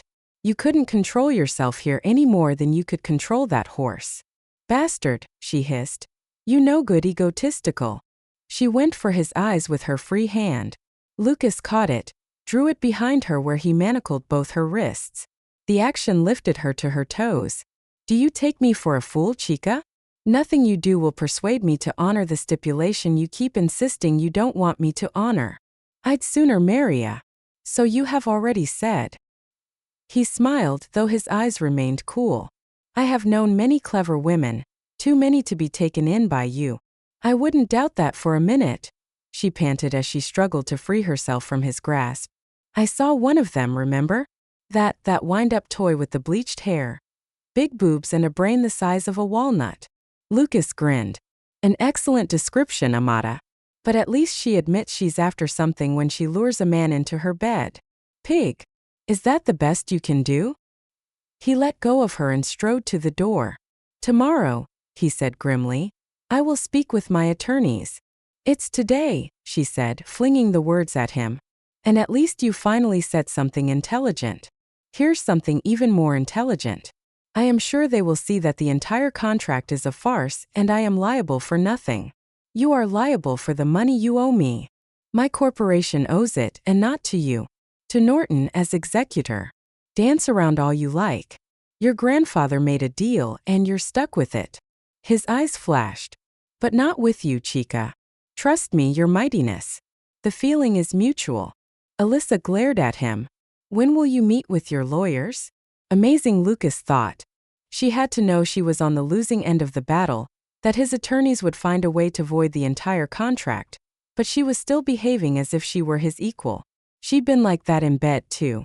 Shy at first, holding back. Then, little by little, coming to life beneath his hands and mouth, showing him what she wanted, what pleased her. What had pleased him was the simple act of making love to her. Not that it had felt simple. He'd been with a lot of women, more women than most men perhaps, but what had happened in this room, this bed, had seemed far more complex than anything he'd known in the past. The act had seemed richer, fuller. At the end, when she'd trusted him enough to let go and come with him, when she'd done that, when she'd contracted around him even as the power of his own orgasm shot through him, he'd felt. Don't just stand there, Your Highness. I want to know when this meeting will take place. And of course I intend to go with you. She intended to go with him? He almost laughed. She had no more right to attend a meeting with his lawyer than she had to keep claiming El Rancho Grande should be hers. He looked out the window. The sky glowed pink with the morning light. No one would be in the Madrid offices of Madeira, Vasquez, Sterling and Goldberg, but that presented no problem. The answering service would take the message. Ricardo Madeira himself would return the call within minutes. There were occasional benefits to being Prince Lucas Reyes, even if this woman chose not to see them, and having Alyssa with him might be an advantage. Let Madeira see precisely what he was up against. Be downstairs in 1 hour, he said brusquely. And be prompt, Amata. I do not like to be kept waiting. Could an enraged woman pass up such an opportunity? He had taken all the time in the world to make love to her and she knew it, but she had the feeling she was losing their verbal war. Here was a chance to make points. Yes, Alyssa said sweetly. I know how quickly you like to do things. She knew instantly she had pushed him too far. His eyes went from gold to green. The bones in his face stood out in harsh relief. Really, he said very softly. She stumbled back. No, she said, the one word a terrified breath. It didn't matter. Lucas grabbed her, drew her to him despite her struggles and caught her face with one hand. Watch what you say, Amata. Or I may have to take you to bed again and make love to you until you beg me for release. In your dreams. He laughed softly. No, Amata. In yours. He lowered his head and kissed her hard, deep, kissed her with a passion that bordered on cruelty. Then he flung her from him. An hour, he said coldly. Or I leave without you. The door slammed shut behind her. Alyssa didn't move. Then, after a long moment, she touched the tip of her tongue to her lips, tasted Lucas, his heat, his possession, and closed her eyes in despair. There were tiny spots of blood on her thighs. On the sheets. The blood on her thighs was easy to deal with. A hot shower, plenty of soap and the blood drops were gone even if the pain in her heart was still there. The sheets were different. She agonized over what to do with them. The thought of one of the maids seeing that blood and knowing what had happened was more than she could bear. Quickly she stripped the bed, carried the sheets into the bathroom, sponged them clean, then dried them with the built-in hair dryer. She dressed in the same clothes she'd been wearing since the evening Lucas had taken her from the ranch, whenever that was. 1 day, 2 days, 3. She'd lost track. One of the maids had been thoughtful enough to wash and press the garments. They looked like hell, but they were at least clean. Not that she gave a damn. Who cared how she looked? She certainly didn't. She left her room 15 minutes before the hour after giving the timing some thought. Instinct told her to saunter down the stairs a few minutes late. That same instinct warned that if she were late, Lucas would leave without her. Being early, waiting for him so that he'd seem to be the one who was late, seemed the best solution. No such luck. He was already in the vast entry foyer, lounging carelessly in an elaborate leather and wood chair that reminded her of a throne. Deliberate on his part, no doubt, she thought coldly. He rose when he saw her and she knew she'd lied to herself about not caring how she looked. Lucas looked, why not admit it? He looked magnificent. His dark blue suit had surely been custom-made to suit his broad shoulders, narrow waist and long legs. Beneath it he wore a crisp white shirt and maroon tie. She could tell he'd just showered. Drops of water glittered like tiny jewels in his midnight black hair. He'd shaved too. The dark stubble that had covered his jaw was gone. The dark, sexy stubble that had felt so delicious against her thighs. Her beer ****. You need new clothes. Alyssa drew herself up. I need nothing from you, your mightiness. A dangerous glint flared in his eyes. Clothes and manners. We are about to meet with Ricardo Madeira. You will not address me with disrespect, nor will you argue with what I say. I also will not curtsy, she informed him as they stepped into the back of the long black Rolls-Royce waiting in the driveway. I suggest you keep that in mind. To her surprise, he laughed. I think I would have known you had Spanish blood even if no one had told me your middle name was Montero. I hate to disappoint you, but my blood is pure Texan. The Montero name dates back 4 centuries in the New World. I am descended from conquistadores. Another quick laugh. Some would say that is nothing to boast about.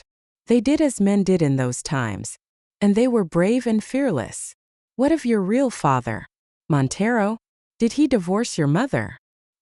He died when I was 2. So you don't remember him? She shook her head. It was one of the sorrows of her life that she had no memory of the father who had surely loved her as Aloysius never had. No, I don't. When did McDonough adopt you? When my mother married him. I was 4. Why was she telling him all this? She never talked about her past to anyone. Losing the father who'd loved you to be raised by one who didn't was no one's affair but her own. He was unkind to you? I don't see that any of this is your concern.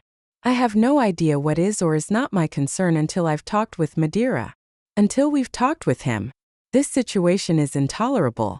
It must end. Intolerable, Lucas thought. Being with him. Making love with him. Learning she was betrothed to him. Intolerable, all of it. She was right. Of course she was right. Frowning, he leaned forward. There's no traffic, he told Paolo sharply. Surely we can go faster. The road wound through lush green countryside dotted with elegant villas and, tucked back among stands of orange and encina trees, enormous mansions. Signs flashed by. Marbella was just ahead. That explained the scent of the sea. Alyssa had never been to Spain, but she knew Marbella was in the south, on the Mediterranean, facing across a narrow strip of it to North Africa and the mysteries of Tangiers. She knew this was the Gold Coast, the home and playground of fabulously rich Spaniards and Europeans. Horses were expensive to breed and raise. The Andalusians of the quality the Reyes name was known for took expensive up another notch, and the cost of the Reyes acreage would be extraordinary. Of course the prince could afford it. He had no heart, but he had money, power and arrogance enough for 1,000 men. Most Andalusian breeders ranch further inland, but I prefer the La Concha foothills. Lucas gave her a level look when she turned toward him. That's what you were wondering, wasn't it? Why I breed horses here. Why should I think about your horses at all? Because you claim to be a horsewoman. I am a horsewoman, senor. Most certainly. His words dripped sarcasm. I could tell that by the way you handled that black monster. Bibi has fine bloodlines. And he was not at fault. Bibi has the bloodlines of brontosaurs, but you're right. He was not at fault. You were. That shows how little you know about me. Lucas smiled coolly. I know more about you than most men, don't I, chica? Alyssa turned crimson. I was wrong when I called you a pig. They're actually intelligent creatures with bad press. Exactly the opposite of you. Hell. He couldn't blame her for taking offense, but damn it, he was still angry. If only he could clear his head of the image of her, naked in his arms. Naked and trembling and pleading for his possession, then telling him, in a voice that would have frozen tap water, to get off her. The time to have done that was when he realized she was a virgin, but he was a man, not a saint. So he'd taken what she had offered. Afterward, lying with her still in his arms, he'd felt a tenderness that was new to him, and a hunger to make love to her again. First, though, he'd wanted to tend to her, gently with a warm damp cloth. He'd wash her, kiss away any soreness. Instead, she'd insulted him. Made it clear what had happened had meant nothing to her. That had infuriated him, and he'd responded in kind. Which was just as well, he thought as the Rolls-Royce slowed, then stopped in a square lined with white stucco villas and palm trees. It had sent him to the phone to make this appointment. Paolo opened the door. Lucas stepped out and offered his hand to Alyssa, who ignored him. I thought your attorneys were in Madrid. They are. Madeira would have flown down here, of course. Of course, she said with a scathing smile. But, as luck would have it, he's in Marbella this weekend. He's meeting us in a friend's office. Well, are you getting out of the car? Or are you going to stay here and sulk? Alyssa tossed her head, brushed his hand away and stepped into the cobblestone courtyard. Good, Lucas thought viciously. She was making it easy to forget any sentimental claptrap about what he'd felt in bed with her. Amazing, the spin even a sensible man could put on taking a woman's virginity. Madeira would review the contract. He'd agree that whole damnable stipulation was illegal, admit he had added it only because Felix had insisted. Lucas would pay the balance of what Reyes owed to Thaddeus Norton, the McDonough executor. Then, as new owner of the ranch he didn't want, he'd commit an act of charity and sign it over to Alyssa Montero McDonough, who would then get the hell out of his life. He supposed he could have done all this without consulting his attorney, but this would make striking out the marriage clause legal and official. If Felix recovered now, when Felix recovered, it might upset him, but Lucas would deal with that when it happened. Right now, the important thing was voiding that damned stipulation without leaving any loose ends behind. So simple. It was almost enough to make him smile. It was a good thing he hadn't actually gone ahead and smiled, Lucas thought 2 hours later. Madeira expressed his sorrow at Felix's illness. Lucas thanked him. Madeira offered coffee. Lucas brushed it aside and handed the attorney the copy of the contract Thaddeus Norton had given him. Madeira didn't bother looking at it. I had your grandfather's files faxed to me, Prince Lucas, the moment you phoned. Good, because I don't want to waste time. I want your legal opinion on this as quickly as possible. Lucas smiled knowingly. Of course, I already know it's not legal. Parts of it at any rate, but then you must know that too since you wrote it. Madeira smiled politely. I am not in the habit of writing illegal contracts for my clients, Your Highness. If you will just give me a minute. An hour passed. Lucas glowered while the attorney read, hummed, tapped his pencil against his nose, made notes. Finally Madeira looked up. Not illegal, he said. Unenforceable. The same thing, Lucas snapped. The lawyer sat back, crossed one leg over the other, steepled his hands under his dewlap chin and smiled. Not at all, sir. The contract lays out terms agreed upon by your grandfather and Aloysius McDonough. Legal? Absolutely. Unenforceable? See, I apprised Felix of that fact at the time. Lucas felt a muscle flicker in his jaw. What? He said carefully. Does that double talk mean? It means, Your Highness, that this is well-crafted document. The muscle in Lucas's jaw flickered again. Undoubtedly, but as we have already agreed, you wrote it. Yes. But your grandfather had a hand in drafting some of the more unusual clauses. Let's get to the point. The men looked at Alyssa. Of course, she thought coldly. They had all but forgotten she was there. You said this thing isn't illegal, but it is. Selling women into slavery has actually been illegal for centuries. She paused for emphasis. In my part of the world, anyway. No one sold you into anything, Lucas said sharply. The attorney nodded. Certainly not. Miss McDonough is right, Madeira. Let's get to the point. Iovn el rancho grande. No. Well, of course, I meant I will own it should I choose to pay the balance of the selling price. And marry the lovely señorita. That's ridiculous. Lucas and Alyssa spoke with one voice. Madeira folded his hands over his little belly and sighed. That's exactly what I tried to tell your grandfather. Well then, what's the problem? The problem is that legally a contract is a contract. It's the meeting of the minds that's important. More double talk, Lucas snapped. Madeira shook his head. What I'm saying, Your Highness, is that enforceable or not, contracts of this sort stand as written unless voided by the signatories. The lawyer peered at Alyssa. One of those parties is deceased. He looked at Lucas. And the other is incapacitated. His expression turned solemn. Did I tell you how sorry we were to hear about your grandfather? You did, yes. Lucas cleared his throat. So what are you telling me, Madeira? That there might be reasons an unenforceable contract can be enforced. He flashed a chilly smile. That's a bit too much bullshit even for a lawyer. Let me ask you something, Prince Lucas. Your grandfather and I discussed his giving you his power of attorney, but there doesn't appear to be any such paperwork in his file. What does it matter? I represent the Reyes Corporation, not my grandfather. Ah, but Prince Felix signed this agreement in his own name, not that of the corporation. Madeira paused. Of course, you can simply renege on the contract. Not pay the balance of the money? Alyssa made a muffled sound. Both men looked at her. Without that money, she said carefully, the bank will take the ranch.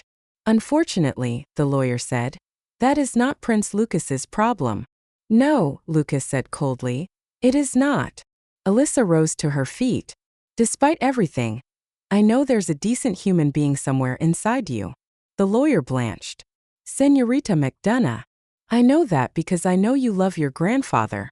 Surely there must be a way. For you to get my money and my title? Sorry, Amada. There isn't. Nice try though. Alyssa looked at him for a long minute. Her eyes glittered. Was it with anger or frustration or maybe even despair? Without another word, she stalked from the office. Lucas watched her go. Then he cursed, shot from his chair and went after her. Chapter 10. Lucas ran down the steps, out the door and into the courtyard. There was no sign of Alyssa, which was impossible. How could a woman vanish in the blink of an eye? Sir.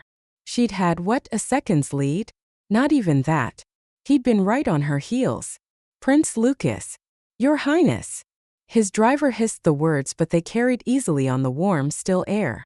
A woman walking an obese poodle stopped and stared as Paolo, gesticulating wildly, hurried up to Lucas.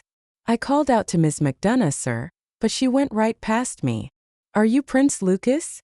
The woman with the fat poodle said. Oh, you are. Can I have your autograph? Where? Anywhere. On my hand. No, my shirt. No, on Frou-Frou's collar. Where did she go? Lucas demanded, turning his back to the woman and the poodle. That way, sir. She went toward the corner. Oh my, the woman said. This is so exciting. Lucas shot the woman and dog a look that silenced her and started the little dog yapping. Wonderful, he thought coldly. Soon, all of Marbella would know a woman had run from the Prince of Andalusia. Well, let Alyssa run. He'd be damned if he'd make a fool of himself by chasing after her. No way would he, no way would he. Mierda, he snarled and set off running. He saw her as soon as he turned the corner. At this hour on a weekend morning, the streets were already busy. Tourists were window shopping. People were searching for just the right table at just the right café al air libre. Still, Alyssa stood out in the crowd. Everyone was strolling, but she was moving fast. Added to that, she was the only woman on this expensive stretch of real estate wearing a leather jacket, black trousers and boots. Shorts, navel-skimming t-shirts, bright summer dresses and sandals were the order of the day. She really did need new clothes, Lucas thought, and grimaced at the irrelevancy of the idea. She was running away from him. What did he care about her clothes? He slowed to a brisk walk. He'd drawn enough curious glances. Better to move at a slightly faster pace than she. He'd catch up to her in a minute or two. A workable plan, except Alyssa picked that moment to look back. Their eyes met. She spun away and began to run. Damn it, Lucas growled. He shouted her name. It didn't stop her, but it drew the attention of other people. Dios, he was the new spectator sport of Marbella. Alyssa, he yelled again. Then he cursed and took off after her. His stride was much longer than hers. It gave him a distinct advantage. Within seconds, he was only a couple of feet behind her. By the time they reached an intersection, he was only an arm's length away. And then everything blurred. Alyssa stepped off the curb. A horn blared. A red truck was barreling down the road toward her. Lucas shouted her name and leaped off the curb. He hit her hard. They fell, rolled, and the truck shot by them, horn still blaring, so close he could smell the rubber of its skidding tires and feel the dust from the cobblestones blow into his face. For an instant the world stood still. Lucas could hear nothing but its hush and the drumbeat of his heart. Alyssa, he whispered, and she turned in his arms and sobbed his name. He shut his eyes, gathered her to him. Amada, he said thickly. Madre de Dios, Amada. The truck had stopped. The driver ran back and squatted beside them. Are you okay?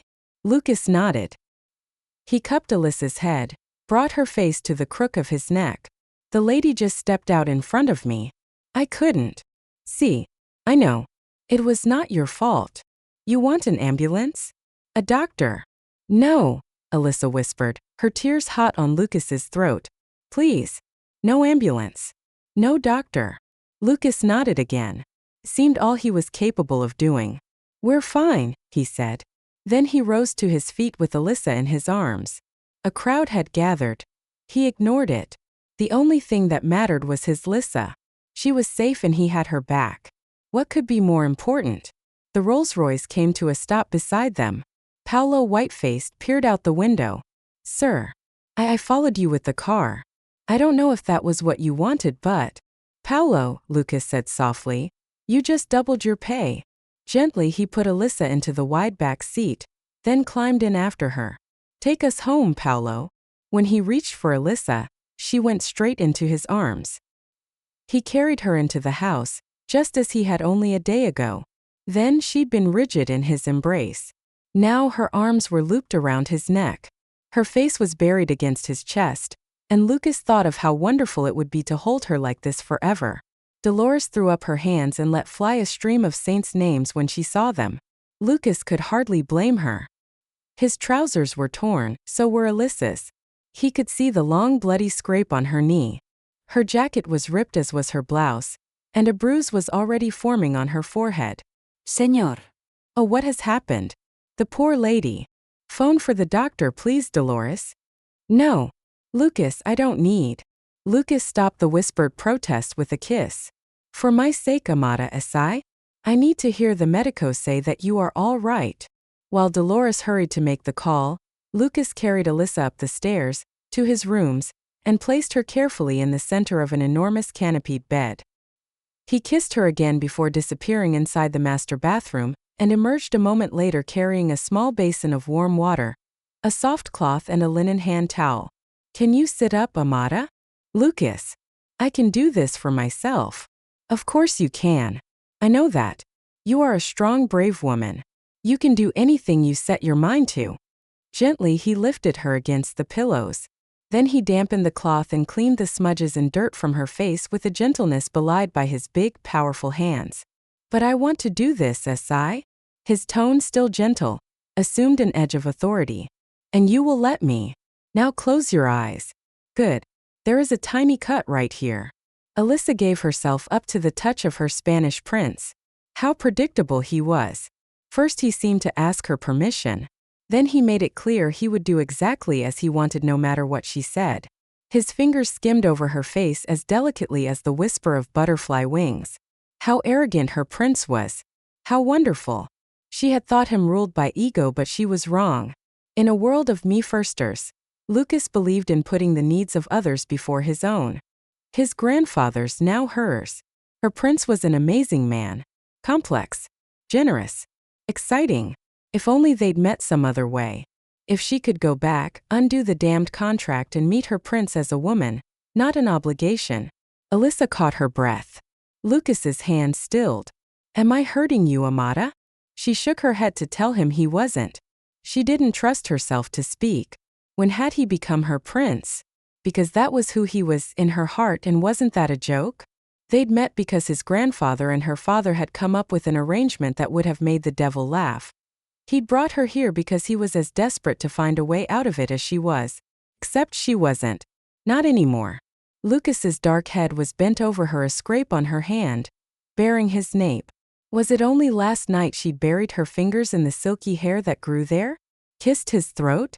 Sighed his name, and God welcomed him deep, deep inside her. Lucas. His name whispered from her lips. He looked up, his eyes going dark. Lyssa, he said softly, wrapping a hand around the back of her head, bringing her mouth to his, her breath to his. Your Highness? The doctor is here. Lucas brushed his lips over Alyssa's.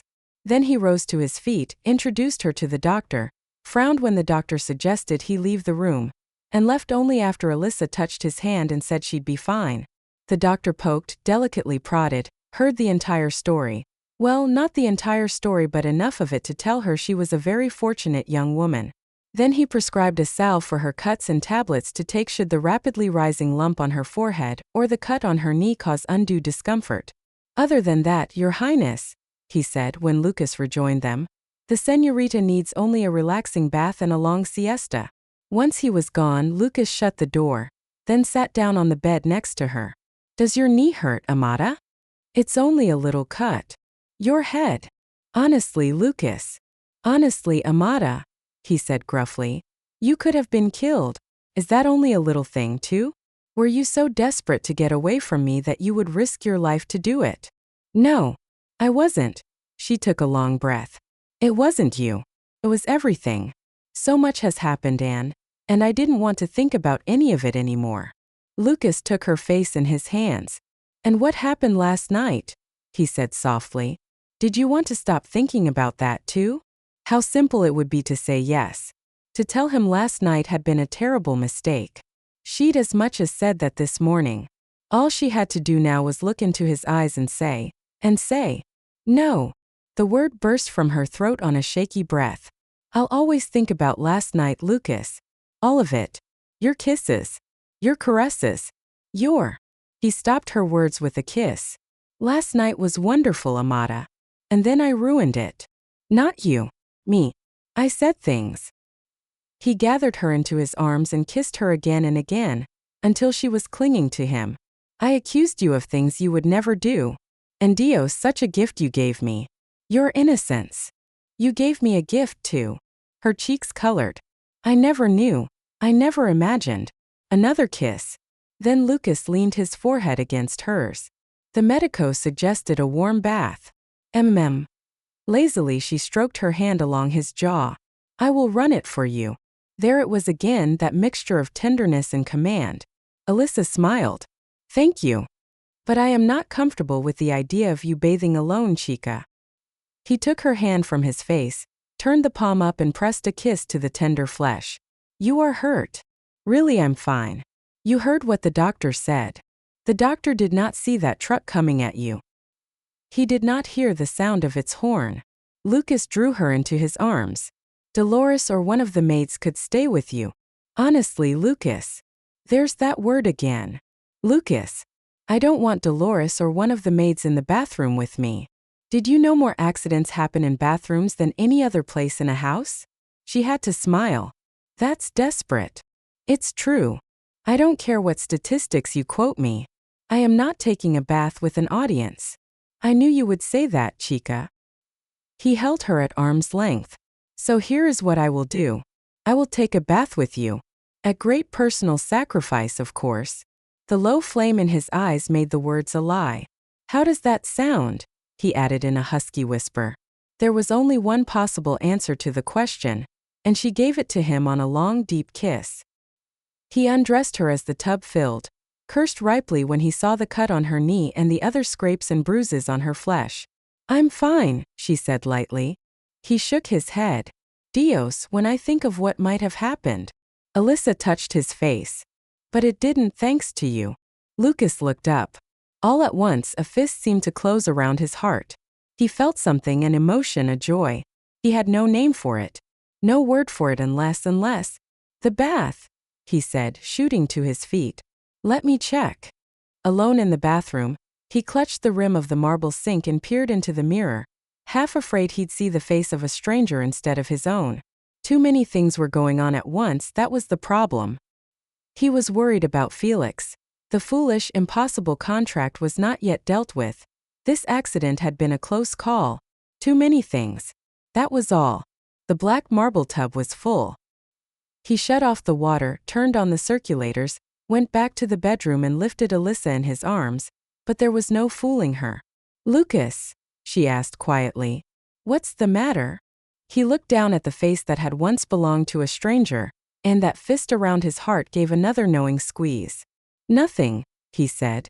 It is just that you are so beautiful. He kissed her and tried to ignore the feel of her naked flesh against him. She'd been in a terrible accident. This was no time to think about making love. But it was the right time to tend to her bruises. He kissed her forehead, her bruised cheek, her mouth. She sighed with pleasure. Slowly he put her on her feet. Then he sat on the edge of the tub, drew her forward so she stood, naked between his parted thighs. Was that a bruise on her breast? No. It was only a shadow, but he kissed it just the same, kissed the soft flesh, circled the nipple with his tongue until she moaned. "Does this hurt, Amata?" he whispered. "No. God, no, it feels. Lucas sucked the nipple into his mouth. Alyssa swayed, clasped his shoulders, murmured his name. The bruise on her knee. That deserved his attention too. He pressed his lips to it gently, then kissed his way up her leg, inhaling her scent, Dios, drunk on her scent, on the little cries she was making. He cupped her hips. She leaned back, her thighs parted. "That's it," he said thickly. "Open for me. Let me see if you need to be kissed here. And here. And." He put his mouth to her and she came instantly, her taste honeyed against his tongue, her cry filling him with her sweetness.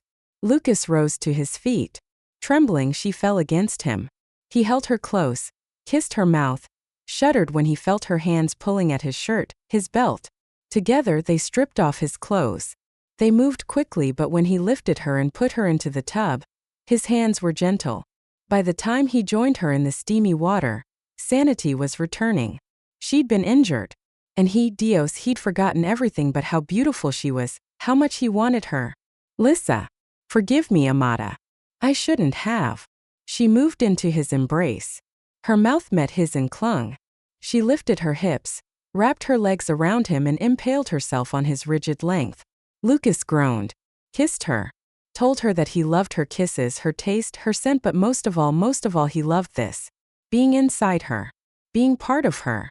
Being one with her. No. Most of all he loved. Alyssa convulsed around him and he stopped thinking. After, he wrapped her in an enormous white towel. Then he brought her to his bed. She raised her arms to him, just as she had done the prior night. He came down beside her, gathered her close and feathered kisses on her eyelids. Moments later, the sound of her breathing told him she was asleep. He was close to sleep too. Dios, how incredible this was. Sleeping with her, making love with her. His body stiffened. Making love without a condom. What had become of his brain? Last night and again today, no protection. He had never been so careless in his life. Thank God he had a box of condoms in the night table drawer to use next time. He wanted children, but unlike some of his contemporaries, he wanted them after he was married. Wanted them born to a woman who was his wife. His wife. He lay there for a long time before he fell asleep. "Rise and shine, sleepyhead." Alyssa dug deeper into the blankets. "Whoever you are, go away." "Whoever I am," the voice said indignantly. "You want me to think you're Lucas Reyes. But the real Lucas would never be so cruel as to wake me." Alyssa stretched luxuriously, loving the feel of the Egyptian cotton sheets against her naked body. "How do I know you're him?" Just as she'd hoped, a warm hand cupped her face. A coffee-flavored mouth claimed hers. "Are you convinced?" a husky voice murmured. Is that coffee?" "Uh-huh. A whole pot of it's waiting for you on the balcony." "Sound good. One more kiss and I'll let you know." "Behave yourself," Lucas said sternly, "or I'll be back in that bed with you."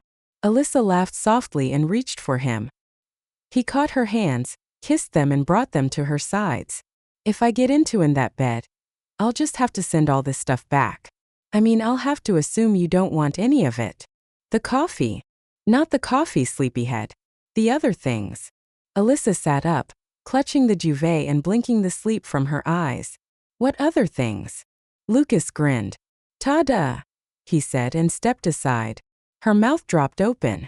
Boxes were stacked like building blocks behind him. Big ones. Small ones. Some were wrapped in glossy paper. Others were tied with gold ribbon, silver ribbon, white satin ribbon. "Lucas." His grin widened. "Open one, chica." "But what is all this?" He picked up a flat white box and tossed it to her. "Why not find out?" Alyssa pulled at the silver ribbon and gasped. The box was filled to overflowing with sexy silk panties and equally sexy matching bras. "I didn't know what colors you'd like," he said modestly, "so I ordered them all." "Lucas. Honestly. One of your favorite words, Amata. Honestly, you needed something to wear. But not all this." "Lucas, really? Another box landed next to her. At least take a look and tell me if you hate my taste, chica. As a favor, Asai.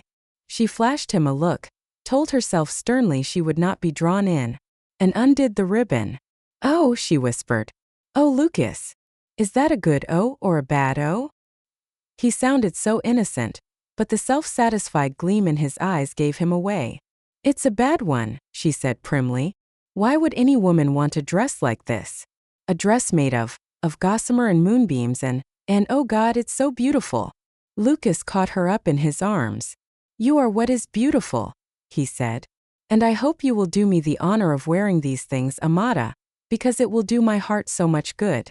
Alyssa looped her arms around her lover's neck. It will do your heart good, He grinned. See. And if I said no, I want to wear my own clothes? I would say, these are your own clothes now, chica. Especially since I told Dolores to toss out the others. You tossed out my clothes without asking me? Of course. What was the point in asking when I knew you would insist on keeping them? He was laughing and it was impossible not to laugh with him. Alyssa ran through her mental list again. Her prince was arrogant and impossible. And why did she love him anyway? Because she did. She loved him. Lissa? What is it? Nothing, she said breathlessly. Nothing. I just felt a little dizzy, that's all. His eyes darkened. Shall I call the doctor? Is it your head? Your knee. It was her heart, but how did you say that to a man who wouldn't want to hear it? I'm fine. Truly. I'm thrilled that you thought of giving me such beautiful things. Really? He said softly. You feel all right? I feel wonderful. Lucas cleared his throat. In that case, I told my grandfather we would be at the hospital by 6. Your grandfather? You spoke to him. See. How is he? Let's put it this way. I said we would be there in a couple of hours.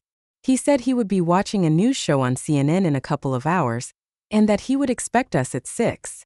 Then he's better. He is arrogant, demanding, and dictatorial. Alyssa laughed. What is so amusing? Are you suggesting I am like that? He grinned. Okay, maybe just a little. But yes, Felix is better. Much better, or so it would seem. He caught her hands in his. Will you come with me and meet him, Amada? It is important to me. The bright day seemed to dim. Of course it was important to him. Once they spoke with Felix Reyes, they could settle the contract issue once and for all. Lucas would be free of her and she would be free of him. Free to go back to Texas, never to see her prince again. Lissa. Damn it, something is wrong. Tell me what it is and I will fix it. Alyssa looked into her lover's eyes. He was a good man. An honorable man. Powerful man. But not even Lucas Reyes, Prince of Andalusia, could fix a heart that was about to be broken. What's wrong, she said lightly, is that you've only left me half an hour to dress. A woman needs more than that, Your Highness. If I'm not properly put together, whatever will you grandfather think? Lucas gathered her tightly against him and stroked his hand down her back. See, he thought, as he pressed his lips to the top of his Lissa's head, that was an excellent question. What would Felix think? The old man had poked his nose where it hadn't belonged. He'd interfered in 2 lives, and miraculously changed both of them forever. Chapter 11. The last months of Aloysius's life, Alyssa had spent a lot of time in hospitals. She was prepared for what she was certain would come next. The smell of disinfectant, harsh lighting, the brisk efficiency of the staff that kept emotions at bay. There was none of that in the hospital in which Felix Reyes was a patient. The corridors were bright but pleasant, the smell clean, not antiseptic. Nurses and aides smiled and greeted Lucas cordially. Even Felix's room was homey if you ignored the machines and monitors beeping and humming on the wall beside his bed. Felix himself was sitting up, propped by a stack of pillows. His eyes were that combination of gold and green and brown like Lucas's. He had a neatly trimmed white mustache and beard. Dignity and authority clung to him like a royal cloak, though not enough to disguise his obvious frailty. A smile lit his face when he saw Lucas. Mi hijo, he said, opening his arms. The men embraced. The affection between them made Alyssa's throat constrict. Her mother had been reserved, and she and her father, her adoptive father, had so rarely showed warmth to each other that the times they had stood out in her memory. The last had been the day she brought him home from the hospital after he'd pleaded to leave this earth under the wide sky of El Rancho Grande. To her dismay, tears burned in the corners of her eyes. She blinked them back just as Lucas stepped away from the bed and Felix Reyes looked at her. "And this, of course, is Alyssa. Your Highness. It is a pleasure to meet you, child. I'm glad to see you're feeling better." Felix chuckled. "Very polite. Hardly anyone would realize you had avoided saying it was a pleasure to meet me, too." Lucas's arm curled around her waist. "Grandfather," he said softly, "Alyssa's been through a great deal. I understand, mi hijo. If I were she, I would not feel kindly toward me either. I mean no disrespect, sir, but if I were not plugged into all these infernal devices, you would look me in the eye and tell me just what you think of an old man who had the audacity to meddle in your life. That's the truth, girl, is it not?" Alyssa took a deep breath. "I would tell you that you and Aloysius did some things you shouldn't have done." Felix looked pointedly at how she stood, Lucas's arm tightly around her, their bodies lightly brushing. "And yet," he said softly, "it all seems to be working out well. That isn't the point." "I know." He grinned at Lucas. "Aloysius told me his daughter had spirit and he was right." "Grandfather." Lucas cleared his throat. "Are you well enough to discuss this? Because if you are. Aloysius also said she was pretty. He was wrong. She is beautiful." Lucas felt Alyssa tense. He knew she couldn't be happy to be talked about as if she were not in the room. Sturdy too. Good conformation. Good hips. Excellent for childbearing. Alyssa's face turned crimson. "Grandfather," Lucas said sternly, "I will not permit you to. My apologies. I simply meant it is good to see my old friend's recommendations were valid." "Yes, grandfather, I'm sure it is, but..." "He said the girl would make you a perfect wife, mi hijo, and he was correct." Alyssa looked up at Lucas. "I think," she said carefully, "it's best if I wait outside." "No." His arm tightened around her. "Damn it, grandfather. What in hell are you trying to do?" "Why, Lucas, mi hijo, you almost sound as if you care for the girl." "I do care for her." Lucas's tone softened. "I care for her very much. Too much to let you embarrass her." "Is that what I'm doing, child? What became of that spirit we just discussed?" "We didn't discuss anything, Your Highness. So far you've done all the talking." "Ah. See. It's there. The spirit. My old friend, Aloysius, described you with unerring accuracy." "Aloysius," Alyssa said tightly, "didn't know a damn thing about me. He knew you were beautiful. And bright. And that you had a tendency to be stubborn." "I am not stubborn." Lucas coughed. I think this conversation should wait for another time." "He also knew," Felix said, ignoring his grandson, "that you loved his land and you would do anything to restore it and keep it wild and free." Alyssa shook off Lucas's encircling arm and moved nearer the bed. "It wasn't his land, it was my mother's." Felix's smile faded. "No," he said gently, "it was his. It was hers. Hers and my real father's. And when my real father died..." "Alyssa, I assume you came here to learn why Aloysius did what he did. Why he sold the land to me, and why he added that stipulation. Am I correct?" "Absolutely correct." "Then you came here for the truth." "I know the truth, Prince Felix." "No, you do not." His tone gentled. "I pleaded with Aloysius to tell you, but he kept saying the time wasn't right. I think it was the only thing about which he was not courageous." "Grandfather." Lucas hesitated. "You've been very ill. Perhaps we should leave and let you rest. We can have this talk another time." "Who knows if there will be another time, Lucas? I have lived a long life. I am ready for whatever comes next, but I don't want to move on to that remaining adventure without telling this girl. And you what you both need to know." Lucas moved beside Alyssa and put his arm around her again. "Only if she wishes to hear it," he said, tilting her face to his. "Amada? The choice is yours. Do you want to hear more?" Alyssa looked into her lover's eyes. Every instinct warned her that whatever came next would change her life, but as long as she had Lucas with her, she was ready for anything. "Yes. I want to hear the rest." Lucas bent his head and kissed her. Then he smiled, touched his thumb to her lip and turned to Felix. What is it we need to know, grandfather? Felix hesitated. Then he cleared his throat. What did your mother tell you about your real father, Alyssa? Only that he died when I was 2. And his name was? I don't see what this, she sighed. Montero. Eduardo Montero. And yet, Felix said softly, you are named for the man you call your adoptive father. For Aloysius McDonough. Named for him? Just because his name starts with the same letters as mine hardly means that I. My dear child, Montero was your mother's maiden name. Aloysius was your real father. No. He adopted me when he married my mother. He and your mother were lovers. Her family was rich and traced its lineage back to the conquistadores. His was poor. Felix smiled.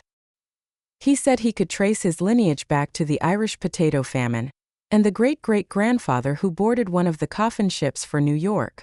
Alyssa shook her head wildly. This is crazy. Why would my mother have lied? Why would Aloysius? Your mother was very young. When her parents learned of the affair, they told her she could never see Aloysius again. Felix paused. Then she learned she was pregnant. Alyssa drew a shaky breath. Pregnant? Do you mean with me? Yes, child. Her parents forbade her to see Aloysius or tell him of the pregnancy. They said she would have to give you up when you were born, but when the time came, she could not do it. Alyssa sagged against Lucas, who drew her closer. She ran away with you and worked her way through the Southwest as a waitress. Meanwhile, Aloysius had heard rumors of her pregnancy. He searched for her, and when he finally found her, he asked her to marry him. Aloysius, Alyssa whispered. My real father? By then, you were a precocious 4-year-old.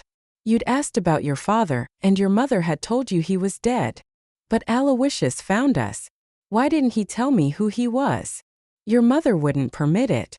She said it would be too much for a child to bear, though he always thought that perhaps, just perhaps, she felt he was not really good enough to be revealed as your true father. At any rate, she would only marry him if he agreed never to tell you the truth. And he went along with that? Disbelief roughened Alyssa's voice. Felix sighed and shook his head. What choice did he have, child? Abandon you both, or have you in his life even if he had to live a lie? A sob caught in Alyssa's throat. And all the time, she whispered. All those years. He treated you coolly because he was always afraid he would break down and tell you what he had vowed to keep secret. As for the land, he'd bought it piece by piece, worked it as best he could, but there were droughts and fires, and then your mother's illness took the last money that he had. He should have told me, Alyssa said. Tears ran down her cheeks. He should have told me. See, I agree. But he was afraid you would hate him for living such a lie. But why did he sell you the ranch? He knew I loved it. He knew what it meant to me. He also knew you would not be able to keep it. And that pained him, that the bank would take the only legacy he could leave you, his flesh and blood daughter. So you offered to buy the ranch, Lucas said. See, it was the perfect solution. I would buy it, the money I paid would loose the bank's hold. And then mi hijo, and then the two of us realized we could do more. That stipulation. Of course. I wished you to have the right wife. Aloysius wished Alyssa to have the right man. One who would cherish her and the land she loved. Felix threw out his hands. And here was the perfect solution. Silence settled over the room, broken only by the electronic pings of the machines. After a moment, Lucas sighed. The two of you thought to play God, he said quietly. Felix nodded. I suppose you could say that, yes. You suppose. Alyssa's voice shook. Playing God is exactly what you did, Your Highness. First, Aloysius took it upon himself to keep the truth of my birth a secret. Then you toyed with 2 lives. If that isn't playing God. Alyssa, Lucas said softly. Amata, please don't weep. I'm not weeping, she said while tears rolled down her cheeks. Lucas's heart filled. He wanted to sweep his Lyssa into his arms and carry her away with him to a place where she would never have reason to cry or feel anything but joy. He wanted to make her smile, make her laugh. He wanted to tell her. I am tired, Felix said. That is enough for today. More than enough, Lucas agreed a little coldly. He turned Alyssa to him, cupped her face in his hands and kissed her, and to hell with having an audience. Wait for me outside, chica. Will you do that? I'll only be a minute, I promise. He waited until she'd left the room. Then he went to his grandfather's side and looked down at the old man. Some might say you played at being the devil, he said quietly, not God. See, Felix said wryly. Anyone can see how the two of you despise each other. That is not the point, grandfather. The old man sighed. I know. You did an awful thing adding that marriage clause. I know. You cannot force strangers to want each other. I know. What else do you want me to say? Lucas reached into his pocket and took out the contract signed by his grandfather and Alyssa's father. I want you to scrawl your signature here at the bottom, where I have put an addendum. Which says, Lucas said grimly, turning the document toward Felix. You agree that the Reyes Corporation should pay the arrears and whatever's due the bank for El Ranch Grande. If that is what you wish, mi hijo. And, Lucas continued, pointing to the addendum, that you agree that the Reyes Corporation will deed the ranch over to Alyssa McDonough. Felix sighed. My glasses and a pen are on the table. And, Lucas said, you agree as well that the marriage stipulation is null and void. All of that is what you wish, Lucas? All of that, grandfather. The old man held out his hand. Lucas slapped his eyeglasses and his pen into the palm. Seconds later, the signed amendment, together with the original contract, was safe in Lucas's pocket. You did a terrible thing, old man, Lucas said. Then he sighed, bent down and pressed a soft kiss to Felix's white hair. But I love you all the same. Get some rest, yes? I will stop by again later. Alyssa was waiting for him beside a pond that was home to a pair of swans. Her back was to him. Lucas took advantage of that and slowed his steps so he could watch her.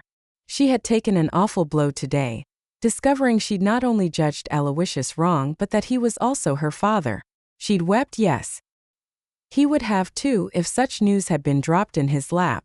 But she'd maintained her composure, kept it well enough to strike back at Felix with courage and dignity. He smiled. Dios, she was amazing. Beautiful. Intelligent. Courageous. Passionate. His smile broadened. And though he'd be damned if he'd admit it without a fight, she could ride a horse as well as any man. And he would never have met her, if his grandfather had not conspired to make it happen. Lucas's smile faded. Still, what had been done to her was wrong. To him too, but somehow that didn't seem important. It was his Lissa who had suffered in all of this. Not anymore. Lucas slid his hand into his pocket and felt the heavy vellum on which the contract and the addendum were written. It was over now. His Lissa would get her land free and clear. He would add a substantial check so she could start the process of building it back to what it had been. She'd protest, of course, so he'd have to come up with some plan she'd find acceptable. That he wanted to invest in the ranch, maybe. Something like that. More to the point, the stipulation had been rendered invalid. She didn't have to marry him. He didn't have to marry her. He could tell his pilot to take her back to Texas. They could put this behind them, remember it as just a brief, hot interlude. Alyssa turned, saw him and smiled. Was that how he'd remember it? As sex? Would he only recall his Lissa as she'd been in his bed? Incredible was the word for that, but his heart told him he would remember these days. And his Lissa as more than that. She started toward him. He watched the way she walked, that proud stride that he loved. The way her hair bounced against her shoulders. The tilt of her chin, the glow of her blue eyes. Would that glow dim, if only a little, when she said goodbye? A thought burned its way into his brain. Crazy thought. Something he could say that would keep her here. When she reached him, she lay her hand lightly on his arm. Is your grandfather all right? He's fine. Lucas took her hand in his and rubbed his thumb lightly over the delicate knuckles. A little tired, that's all. I'm sorry. For what, chica? For being so hard on him. You. Lucas smiled. You were gentle, Amada. More so than he deserved. What he did, what he and Aloysius did, was wrong, but they meant well. And he's so frail. Trust me, chica. He's a tough old bird. He is, she said with a little smile. I could see you in him in another 50 years. Her smile tilted. But I was disrespectful and I shouldn't have been. You love him and he loves you. He thought he was doing the right thing, or he wouldn't have done it. See? But it does not excuse it. Still, I could have. You could have called him a meddling old fool, but you didn't. You could have treated him to one of those right crosses you tried on me. Lucas brought her hand to his lips and kissed it. I'd say my grandfather got off easy. Honestly. See? And he knows it. So don't feel guilty. If anything, he respects you all the more for standing up to him. She let out a long breath. I feel better. Good. He slid his arm around her waist. How right it felt there, he thought, and pressed a kiss into her hair. So, Amata, what would you say to a drink at a little cafe with a view of the sea? I'd say yes, she said, tilting her head back and smiling at him. And then dinner. Paella, in a little inn about an hour from here. Is there a fireplace? He grinned. Absolutely. He drew her closer. And after a drive to Monroy. It's a small town where some of the finest Andalusians are bred. I know about it. The first Andalusians sent to America were from Monroy. See? That's right. I have a ranch there too. I want you to see it. His arm tightened around her as they began walking. It's my favorite place in all the world. He looked down, saw her give a quick little laugh. What? Nothing. Everything. It's just, I feel as if I've known you forever. And then something comes up and I realize that, impossible as it seems, we're still strangers. Lucas stopped and turned her into his embrace. In that case, he said huskily, we'll just have to keep exploring each other. Color heightened her cheeks. I love the idea of exploring you, she whispered. Lucas bent to her and gave her a long, deep kiss. She curled her hands into his shirt. When he raised his head, she swayed within the circle of his arms. Are you dizzy again? The doctor's office is only a block away. I'm fine, Lucas. Really? She smiled, and the sheer intimacy of her smile made him want to drag her into his arms and ravish her right here, in the secluded little park. It's you, she said softly. You make me dizzy. I like making you dizzy, Amata. Dizzy and forgetful. I should have asked. Did you talk to your grandfather about the contract? Here it was. The moment they'd both waited for. Yes, I talked to him about it. And her worries were over. The contract was null and void. She would have her ranch, the money to bring it back to life. Lucas? What did he say? That she was free. Free of debt, free of him, free to leave him. Lucas?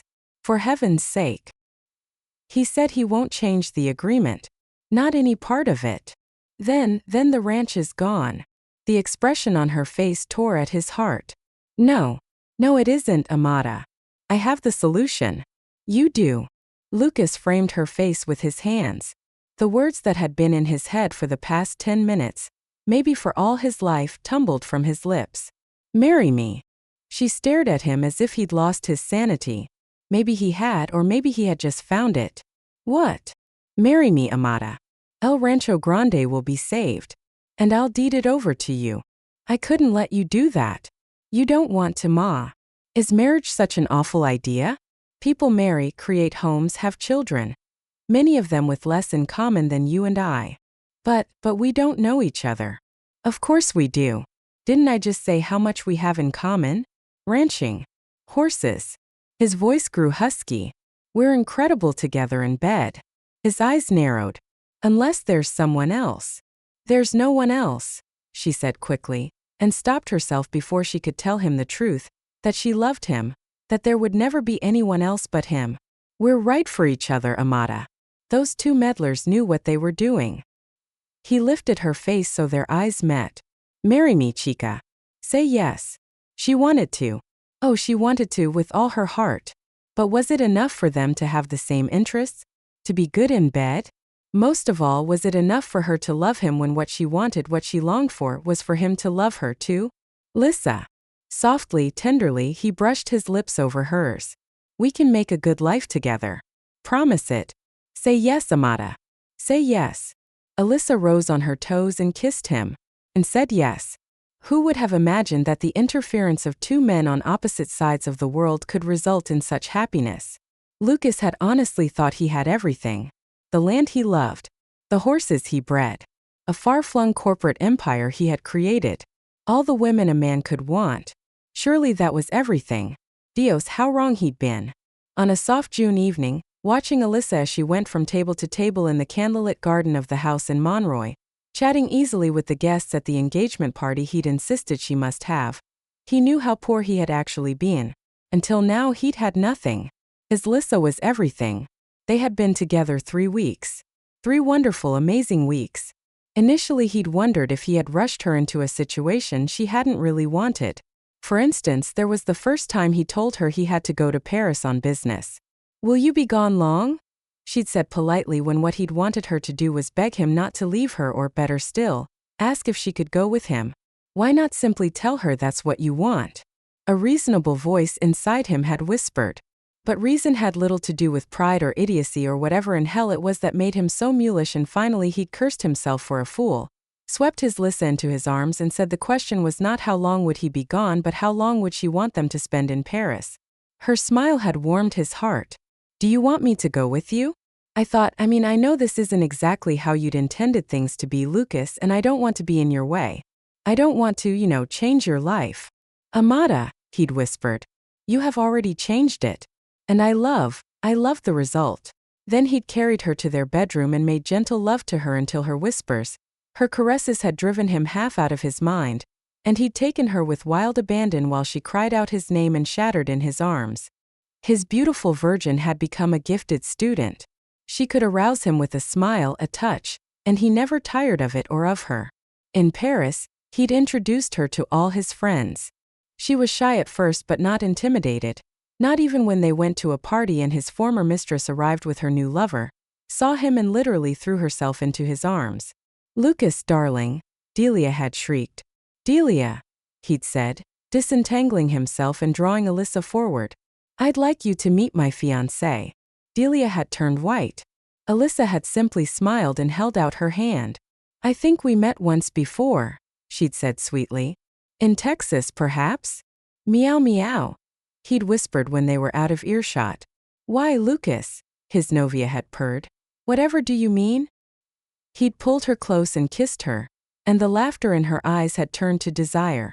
"Amada," he'd said in a husky whisper, and he'd drawn her out into the garden of his friend's home and made passionate love to her in the gazebo, the skirt of her silk gown bunched at her waist, his mouth drinking from hers, her soft cries sighing into the warmth of the night. At the end, when she trembled in his arms, he'd thought something must be happening to him, that he'd never felt this way before, so happy, so complete, that having Alyssa in his life was wonderful, wonderful. "Lucas." Alyssa's voice brought him back to the present as she slipped her arm through his and smiled up at him. "I've asked Dolores to wait a little before serving dessert. I thought she might object because she's timed everything so perfectly, but she said it wouldn't be a problem." Of course it wouldn't. His staff would do anything for his Alyssa. He'd fooled no one by pretending she was his novia when they'd first come to Spain, so he'd gathered them together 3 weeks ago and made the formal announcement to polite applause, which he'd expected, and then cheers, which he had not. Dolores had even kissed him, something that had never ever happened before. "Lucas." "What is it, Amada?" "It's a wonderful engagement party." "Thank you." He smiled. "I'm glad you're enjoying it. A minute ago, you looked as if you were a million miles away." "I'm right here," he said, embracing her. "Where else would I be if not where you are?" Alyssa laced her hands at his nape and leaned back in his arms. "I want you to know," she said softly, "that I am very, very happy. As am I." Had he actually said that? So stuffy, so formal, when what he wanted to say, wanted to tell her was there. "It's happening again. That distant look in your eyes. What are you thinking, Your Highness?" He smiled at her teasing. "I'm thinking about next week, mi princesa, when we are married," he said huskily. "And you are truly mine." Alyssa sighed and lay her head against his chest. "It still seems so impossible. That we should have met. That we should have come to care for each other despite the way Felix and Aloysius trapped us." Trapped us. The words hurt his heart as well as his conscience. More and more, it troubled him that he had not told her the truth. Felix had voided the contract. She was free to leave him. He had proposed marriage when he knew she couldn't afford to say no. That was how badly he wanted her. And what he'd done was selfish. It was immoral. It was a lie. How could they build a life on a lie like that? And never mind that it was a lie of omission and not commission. He'd spent 3 weeks telling himself that, and it was time to face facts. A lie was a lie no matter what you labeled it. Alyssa had to know she would lose nothing if she left him. If she stayed with him, became his wife, it had to be because it was fully her choice. Why had he been such a coward, thinking the only way he could keep her was through subterfuge? He could tell her later, when they were alone. When they were in bed, when he could take her in his arms and show her with his mouth, his hands, his body how much he wanted her. Needed her. How much he. Lucas, look. There was a little stir among the guests. Several had risen to their feet. It's your grandfather. They had invited Felix, of course, though Lucas had never expected him to come. The old man had moved into a spacious apartment on the grounds of a rehabilitation center. Lucas visited him daily. Alyssa had twice gone with him, and Lucas had asked Felix in advance, not to mention the contract. It upsets her, he'd explained. Even though I abrogated it? Even though, Lucas had replied, feeling as guilt-stricken as he had at the age of 5, when he'd told a whopper of a lie about his governess, a box of chalk and a Velasquez that hung on the sitting room wall. All the more reason to come clean with Alyssa, he thought with growing urgency. And she would surely forgive him. She was happy. Hadn't she just said she was? Perhaps, given the choice, she would not have agreed to marry him 3 weeks ago, but surely she would now. He had to tell her. Had to hear her answer. Suddenly it mattered more than anything in the world that she should want him for all the right reasons. Lissa, he began, but she was already tugging him across the terrace, to the little entourage gathered around Felix's wheelchair. Your Highness, she said, and made a perfect curtsy. Felix chuckled. A lovely gesture, but you will be my granddaughter soon. Don't you think it's time you gave me a kiss and called me by my name? Alyssa smiled and touched her lips to his forehead. Felix, we're happy to see you. And I am happy to see you, child. You will make a beautiful princess. My Lucas is a lucky man. Alyssa reached for Lucas's hand. I'm lucky too, she said softly. So lucky that I've decided to forgive you. Ah, that contract. That contract. Even that ridiculous marriage stipulation. Without it, I'd never have met Lucas. True. Still, I'm sure we're both glad that Grandfather, Lucas said quickly, let me take you to the buffet. We have that chorizo you like so much, and wait until you see the size of the lobsters. It's all right, mi hijo. I know you warned me not to mention the contract, but your lovely Novia is the one who brought it up, and I'm glad she did. For weeks now, I've wanted to tell her how pleased I am she decided to ignore the fact that I abrogated the silly thing. Lucas felt Alyssa's hand stiffen in his. Alyssa, he said quickly. Amada, come into the house where we can talk. Alyssa ignored him. You made the terms null and void? Yes, of course. The first time you came to the hospital. You left, and Lucas asked me to do it. Lissa, Lucas said in the desperate tones of a man who sees his life flashing before him. Lissa, listen to me. I was glad to. By then, I knew Aloysius and I had meant well, but that we'd done the wrong thing. So I agreed to abrogate the contract and let Lucas handle things on his own. You know, pay the arrears owed the bank and deed the land to you. And of course, that invalidated that marriage stipulation, but you know all this, dear child. Felix smiled. And, to my delight, you chose to marry my grandson anyway. For a long moment, Alyssa didn't move. Then she swung toward Lucas, and he knew he would never forget what he saw in her face. You lied to me, she said in a shocked whisper. No. Yes. I mean, Lucas shook his head. I wanted you. That was all I could think of. That I wanted you, and that without the stipulation, you might leave me. So you lied. Amada. It was not that simple. Oh, it's very simple. And very understandable. Why wouldn't you lie? That's the way people deal with me, isn't it? My mother. My father. And now you. Damn it, you're not listening. I wanted you to marry me. You wanted. Her voice shook. Lucas reached for her, tried to draw her into his arms, but she jerked free of his hands, her head high, her eyes glittering with tears. You wanted, and that made the lie appropriate. His eyes narrowed. You're overreacting. You lied, Lucas. Everyone lies, and nobody gives a damn what effect those lies have on my life. All right. I made a mistake. That doesn't change the fact that you're happy with me, that you want to marry me, that we belong together. The minutes slipped away. Then Alyssa took a steadying breath. Did it ever occur to you that I'm as happy as possible under the circumstances, Your Highness? That given a choice, an honest choice, I might just as well have told you to go to hell. You don't mean that. You're the one who lies, Lucas. Not me. Her words were like a slap in the face, but a welcome one. The land. The ranch. That was all she'd ever wanted. Maybe he'd known that in his heart. Maybe that was why he hadn't told her the truth. She'd wanted everything he could give her. But not him. When she ran for the house, he took his time. And when he finally reached their bedroom and found her already dressed in trousers, boots and a t-shirt, he looked at her and wondered why he'd thought she was the center of his life. It made it easy to reach for the phone and arrange to send her home. Chapter 12. There were certain absolutes in life. Not many. A man learned that early on. Still, there were a few things that never changed.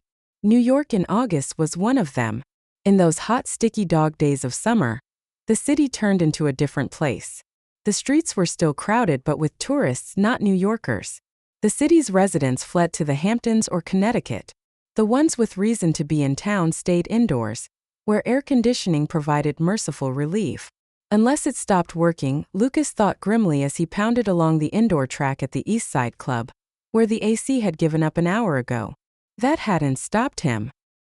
He'd flown into the city in early morning, met with an investment banker who'd needed reassurance his billions would be well spent, thought about what to do next, and had ended up here.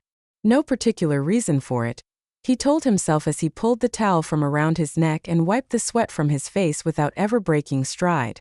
It was just that he was in the States for the first time in a couple of months. No particular reason for that either. He just hadn't had any cause to visit the USA. Now there was. He'd come over on business and after a long meeting, a workout at the quiet, exclusive club seemed a good idea. Lucas's jaw tightened. Who was he trying to kid? He'd sent his second-in-command to the States 3 times instead of flying over himself. The pressure of work, he'd told himself, but that was just bull. So was lifting weights and running laps when it was 90 degrees outside and probably more than that inside, unless a man had the inclination to end up in an emergency room, but it was the only way he could think of to clear his head and keep from thinking about what had happened the last time he was in the States. Alyssa. Why did he waste time on such nonsense? She'd left him 2 months ago and except for his admittedly wounded pride, he'd forgotten all about her. He never thought of her anymore. Never. Never. Nev. Mierda. Lucas growled and swung off the track to the locker room. An hour later, showered, dressed in mocks, chinos and a pale blue shirt with the sleeves rolled up and the collar open, he sat in the mercifully dark, mercifully chilly confines of a local bar, an icy bottle of ale in front of him. He felt much, much better. Why hadn't he done this in the first place? Not only headed here but phoned Nicolo and Damien to see if, by some minor miracle, they were in the city too. They were. And, Reyes, what in hell are you doing in the outer reaches of hell in mid-August? Lucas rose to his feet, grinned and held his hand out to Nicolo. Prince Nicolo Barbieri to be exact, one of the 2 best friends a man could ever have. Nicolo. The men grinned at each other, then embraced. Still ugly as ever, Lucas said. That's just what I was thinking about you, Nicolo countered. Man, it's great to see you. What's it been? 6 months. 8, another male voice said. But who's counting? Damien Aristides, Prince Damien Aristides, flashed a grin and grabbed his 2 oldest friends in a bear hug. Nicolo. Lucas. How the hell are you guys? Good, both men said with one voice. The 3 old pals settled into the wooden booth. The bartender, who'd known them for a long time, appeared almost instantly with 2 more bottles of cold ale. Lucas nodded his thanks, then turned to his buddies. Amazing, he said, that the 3 of us should be in New York at the same time. This time of year, Damien said. Who'd have believed it? Business goes on no matter the weather, Nicolo said. Damien nodded. Then a sheepish smile angled across his mouth. Truth is, he said, Ivy read about an exhibit at the Museum of Natural History. A butterfly room, You know, one of those things you walk through and the butterflies swoop all around you? I suggested waiting until fall, but she said the baby was at just the right age, so. I know what you mean, Nicolo said. Amy found out about a baby tiger at the Bronx Zoo. I said, great, we'll fly over when the weather cools. She said yes, but the tiger would be bigger then and so would little Nicky. Priorities change, Damien said softly. Nicolo nodded. And for the better. The two men grinned at each other. Then Damien turned to Lucas. But not for our holdout. Lucas raised his eyebrows. Holdout. Lucas Reyes. Our perennial bachelor in residence. Still haven't found the right woman. Huh. You mean I still haven't been trapped? Not that you two were, he added hastily. I just meant that marriage isn't for every man. That's what I thought, Nicolo said. Damien smiled. Same here, but I was wrong. He took a long, cool swallow of his ale. So, Lucas, what brought you to the city? Business. Ah, I thought maybe it was a woman. Why would it be a woman? Just a thought. Business is why I'm here. Yes. So there's not a woman in the world I'd come all this distance to see. Nicolo and Damien exchanged quick looks. Was Lucas's tone just a little grim? Nicolo shrugged. Of course there isn't. As Damien said, you're our perennial Bach. I'd never get that deeply involved. His pals shared another glance. No, Damien said. We understand that. I'm finalizing a deal with the banker. Very hush-hush. He wanted some verbal hand-holding. He suggested flying over to Spain. Lucas reached for his ale, saw that the bottle was empty and signaled for another. But I said, why go to all that trouble? I can be in New York in just a few hours. Absolutely, Nicolo said carefully. Far better to hold your meeting here, where you could fry an egg on the sidewalk, than to sit on the patio at Marbella enjoying a breeze from the sea. Lucas looked up, his eyes flat. What's that supposed to mean? It's only an opinion. Yes, well, your opinion is way off the mark. Dio, Nicolo said dramatically. You mean there is no more sea breeze at Marbella? Damien started to laugh, saw Lucas's face and changed the laugh to a cough. Very amusing, both of you. Lucas waited until the bartender put the new bottle of ale in front of him and removed the old one. It was simpler to hold the meeting here. He paused. And if you want to fry eggs on sidewalks, the place to do it is the Southwest. Florida, from what I hear. I once read an article and this guy said, it's so hot in Texas, Lucas said. You could definitely fry an egg on the sidewalk. His friends blinked. Texas? Nicolo said. If they had any sidewalks in Texas, that is. Hey, Austin and Dallas and a lot of other places would be pretty upset to hear you say. Texas, Lucas said coldly, is nothing but sagebrush and rattlesnakes baking under the sun. He took a long swallow of ale, frowned and signaled to the bartender that he needed another bottle. If I never see it again, it'll be too soon. This time, the look Nicolo and Damien exchanged began with what's he talking about? And ended with maybe we better find out. You have something personal against Texas? Nicolo asked with caution. Why the hell would I? Well, I don't know, it's just that you sound as if. I met a woman in Texas. Just like that, what had been gnawing at Lucas's gut all day, hell all day every day since Alyssa left him was right there in the open. Nicolo looked at Damien. Your turn, the look said.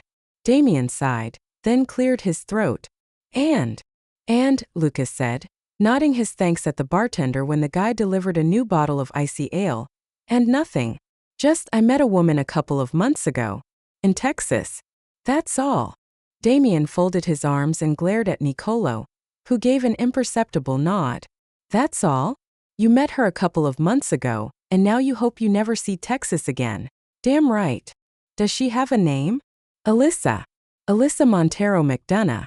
Look, forget I said anything. The lady's history. She doesn't mean a thing to me. Oh, well, in that case. We met because my grandfather said he wanted me to buy a horse, except it turned out what he'd wanted me to buy was a bride. Damien opened his mouth. Nicolo kicked him in the ankle. Well, of course I'm not an idiot. I wasn't about to get trapped into marriage. I told that to Alyssa. I kept right on telling it to her, even after I took her to Spain. This time it was Damien who kicked Nicolo.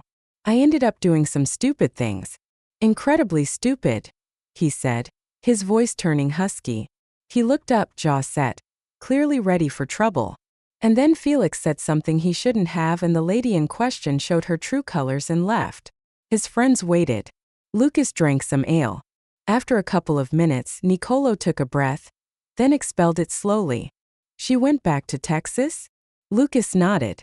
And you said, good riddance. Of course. Lucas frowned. Well, I thought it.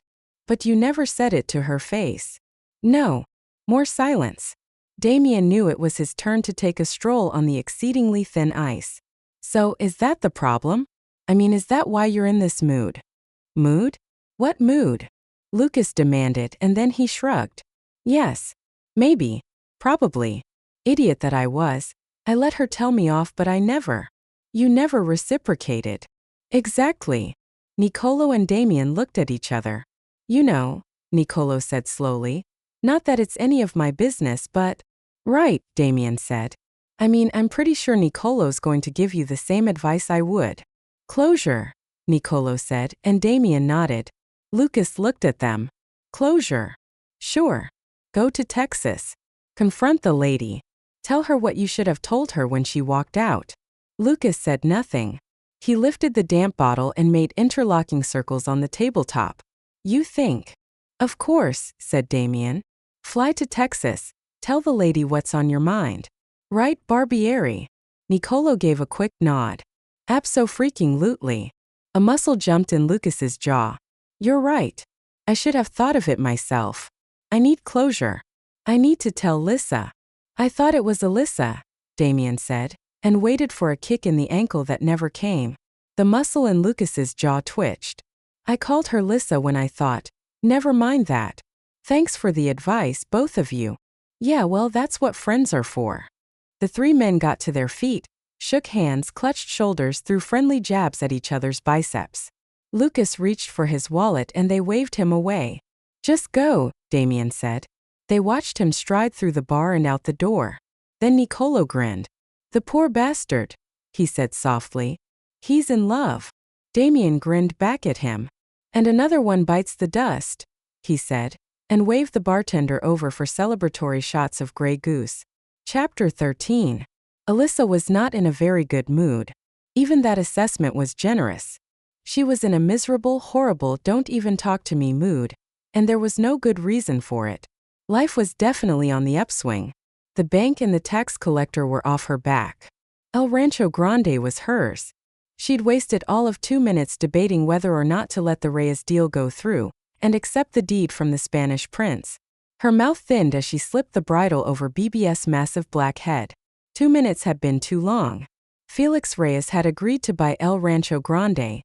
Aloysius had agreed to sell it. The arrangement had been legitimate enough except for the ridiculous marriage clause. There were times she still felt as if she'd been the victim of a tasteless joke, but so what? In the end, the Spanish prince had at least done one decent thing. Damned right he had. The land was hers.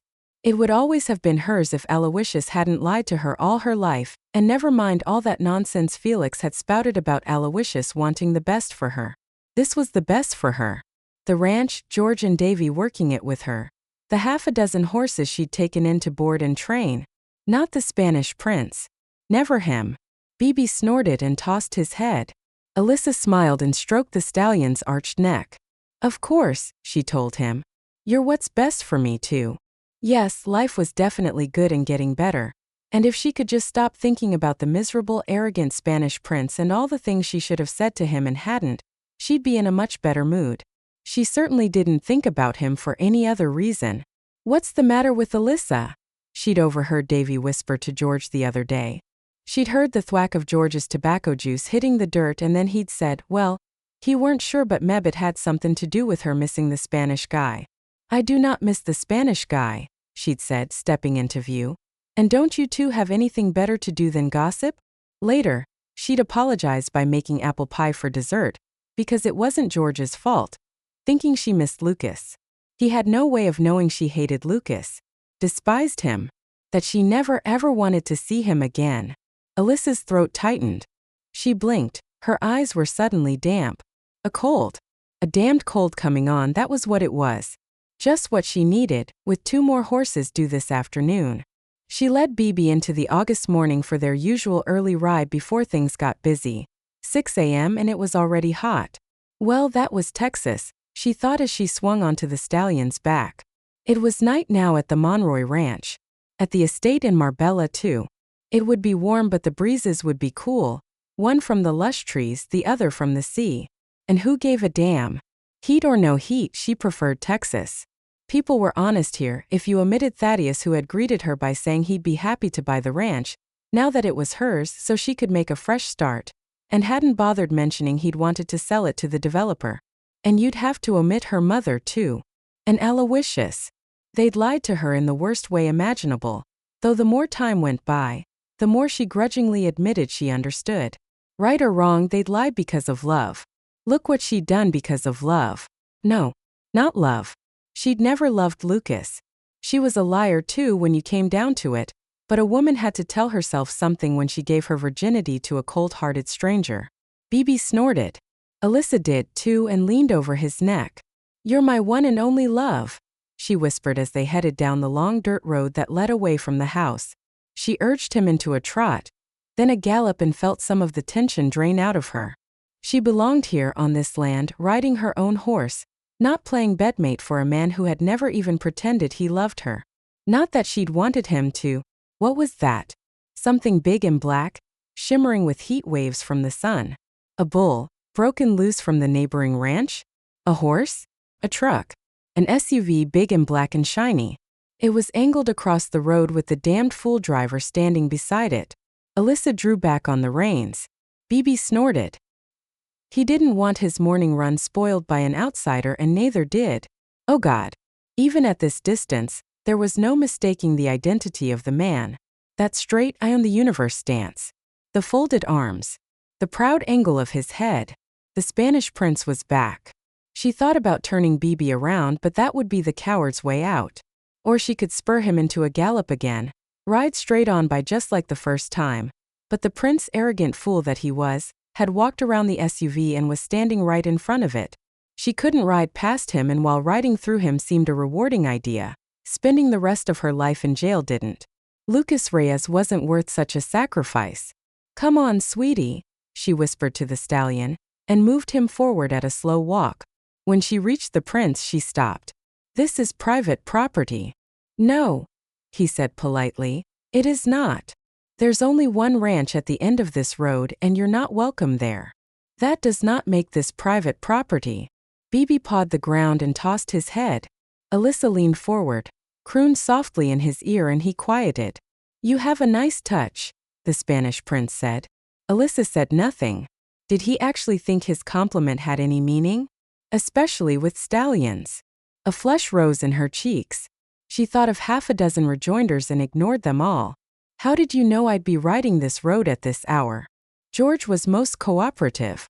"George is an old fool." "What do you want here, Your Highness?" What indeed? Lucas knew why he'd come. Closure. The problem was, seeing Alyssa, he was no longer sure of what that meant. He'd spent most of the flight thinking of what he'd say when he confronted her, that he knew she'd never given a damn for him, that she'd only stayed with him so she could get what she wanted, and trying to work around the fact that he'd basically suggested marriage on precisely the same terms. When he didn't respond, she eyed him coldly. "I'm not returning the deed."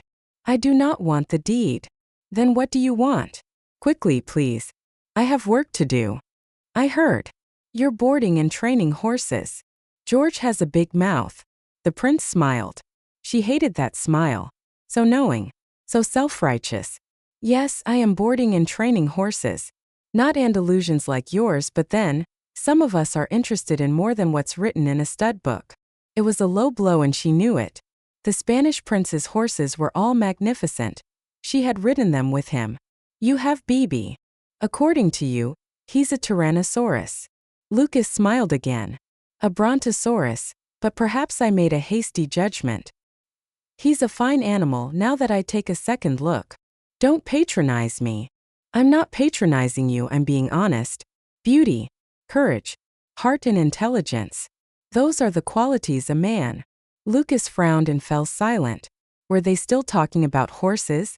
And what had happened to the little speech in which he'd tell her what he thought of a woman who'd use a man to get what she wanted? True, the argument was flawed. He was the one who'd suggested marriage on pragmatic terms. They cared for each other, he'd said. And if they married, the contract terms would be met and she would get her land. Why blame her for leaving him once she knew there no longer was a contract? Why blame her for leaving him after finding out he'd lied? Why blame her for anything except breaking his heart? Didn't she know he loved her? Adored her? That his life had no meaning without her? Didn't she feel the same way? He knew that she did. All the times they'd made love, she'd given herself to him in ways he'd never before known. Ways that surely involved the heart and not just the body. The stallion snorted impatiently. His Lissa was impatient too. He could see she'd had just about enough of this foolishness. So had he. Goodbye, Your Highness. Her heels touched the stallion's sides. Lucas lunged forward and grabbed the bridle. Get off that horse. She laughed.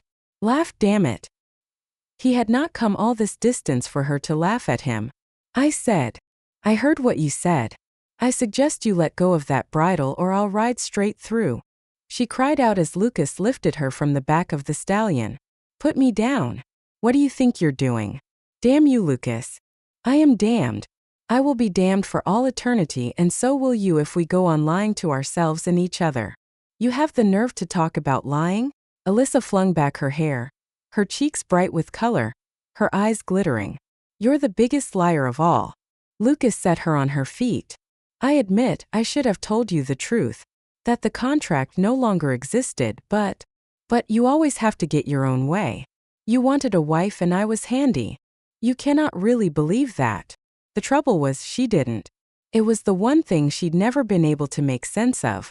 If Lucas Reyes had wanted a wife, he had hundreds of women to choose from, and that left her with the same question that kept her awake nights. Why else would you have kept the truth from me? Lucas drew a long breath, held it, then let it out. He was a man stalling for time and he knew it, but there had to be a way to say what he had to say without giving everything away. He had never felt as vulnerable in his life. You see, you can't give me any other reason because there is none. You figured it's time to get married and here's this compliant female. Lucas grinned. Compliant? You, Amada. Whatever. I was available and you. And I, he said, forgetting that giving everything away could be dangerous. And I, he said, cupping her face, tilting it to his, gazing deep into her eyes. I had fallen crazy in love with you. Her mouth opened then shut. Amazing. He had, for once in his life, said something his Lissa could not counter. Why do you look so surprised, chica? His tone softened, as did the touch of his hands. Did you never realize what was happening to me? God, such arrogance. I should have realized what was happening to you. I love you, he said softly. I adore you, Amada. Coward that I was, rather than admit it, even to myself, I clung to that damned contract, that impossible marriage stipulation to keep you in my life. Alyssa felt her eyes filling with tears, and that would never do. She would not let the prince see her cry because then he would know the truth, that she loved him, had never stopped loving him. And, she swallowed hard. And that's it? You love me and I'm supposed to say, that's wonderful, I forgive you for lying to me because I love you too. He smiled. Do you? Forgive you? Do you love me? Time, the world, the universe stood still. Alyssa looked up into the golden eyes of the Spanish prince, her prince, and let the love so long trapped within her heart burst free. Yes, she said. Oh yes, Lucas, yes, I love you, I love you. He gathered her close. Her arms rose and wound around his neck. He kissed her and she kissed him, and perhaps their kiss would have lasted forever. But the stallion whinnied, stepped forward and pushed his handsome black nose against Lucas's shoulder. Lucas laughed. He's jealous. Alyssa smiled. He has every right to be. Lucas's arms tightened around her. Alyssa Montero McDonough, will you do me the honor of becoming my wife? The tears Alyssa had fought against spilled from her brimming eyes. I would be proud to be your wife, Your Highness, she said. Lucas kissed her again. Then he mounted the black stallion, drew his novia up behind him, and they rode slowly into the warm beauty of the Texas morning. Their wedding, everyone said, was a storybook affair. The ceremony was held on the Reyes estate in Marbella, on a hilltop overlooking the sea. The bride was beautiful and wore a gown of white lace. It was new, but her lace mantilla had belonged to the groom's grandmother. The groom was incredibly handsome in his black tux. His two best men, there had to be two, he said, and never mind anyone who said there should only be one, were almost as handsome in their tuxes. At least that was what Alyssa said. Their wives, Amy and Ivy, whispered to Nicolo and Damien that they really were the handsomest men in the world. There was dancing and champagne, lobster and filet mignon. There was a flamenco guitarist, a string quartet and a famous rock band, and when the band veered from its image long enough to play an old-fashioned waltz, Felix got up from his wheelchair and danced with the bride. At last, the newly married couple slipped away. The groom carried his bride up the stairs to his bedroom. It was their bedroom now. He kissed her tenderly, whispered to her, then stepped out on the balcony, as nervous as any man about to make love to his bride for the first time. They had slept apart for the past month. For 3 months now, counting the time they'd been separated. Since their reconciliation, they'd kept their intimacy to hot, deep kisses that left them both burning with desire. It had been Lucas's idea. He wanted to take his virgin bride's innocence as he wished he had that first time. It was his special gift to her. He had no way of knowing that Alyssa had a special gift for him too. When she was alone, she took off her bridal finery and drew on the hand-sewn white silk nightgown that had been Dolores's gift to her. Her face glowed with happiness. Lucas turned when she said his name. His heart leaped when he saw his beautiful wife. "I love you," he said. "With all my heart." Alyssa went to him and he gathered her close and kissed her before swinging her into his arms and carrying her to their bed, the white pillows and duvet sprinkled with red rose petals. "Lissa," Lucas said softly.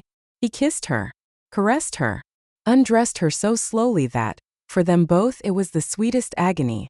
When she lay naked before her husband, Alyssa took his hand. "This is our first night together as husband and wife," she said. "But do you remember, my Spanish prince, the first time we made love?"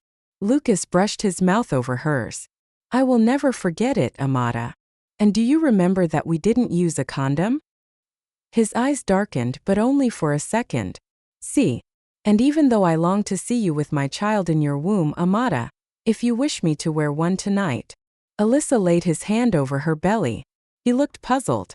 Then he caught his breath as he felt the new sweet roundness of her flesh. "Amada, are we? See, my love. We're having a baby." Lucas's eyes filled with something that felt suspiciously like tears. "I love you," he whispered. Then he gathered his princessa in his arms and kissed her, just as the sky came alive with fireworks.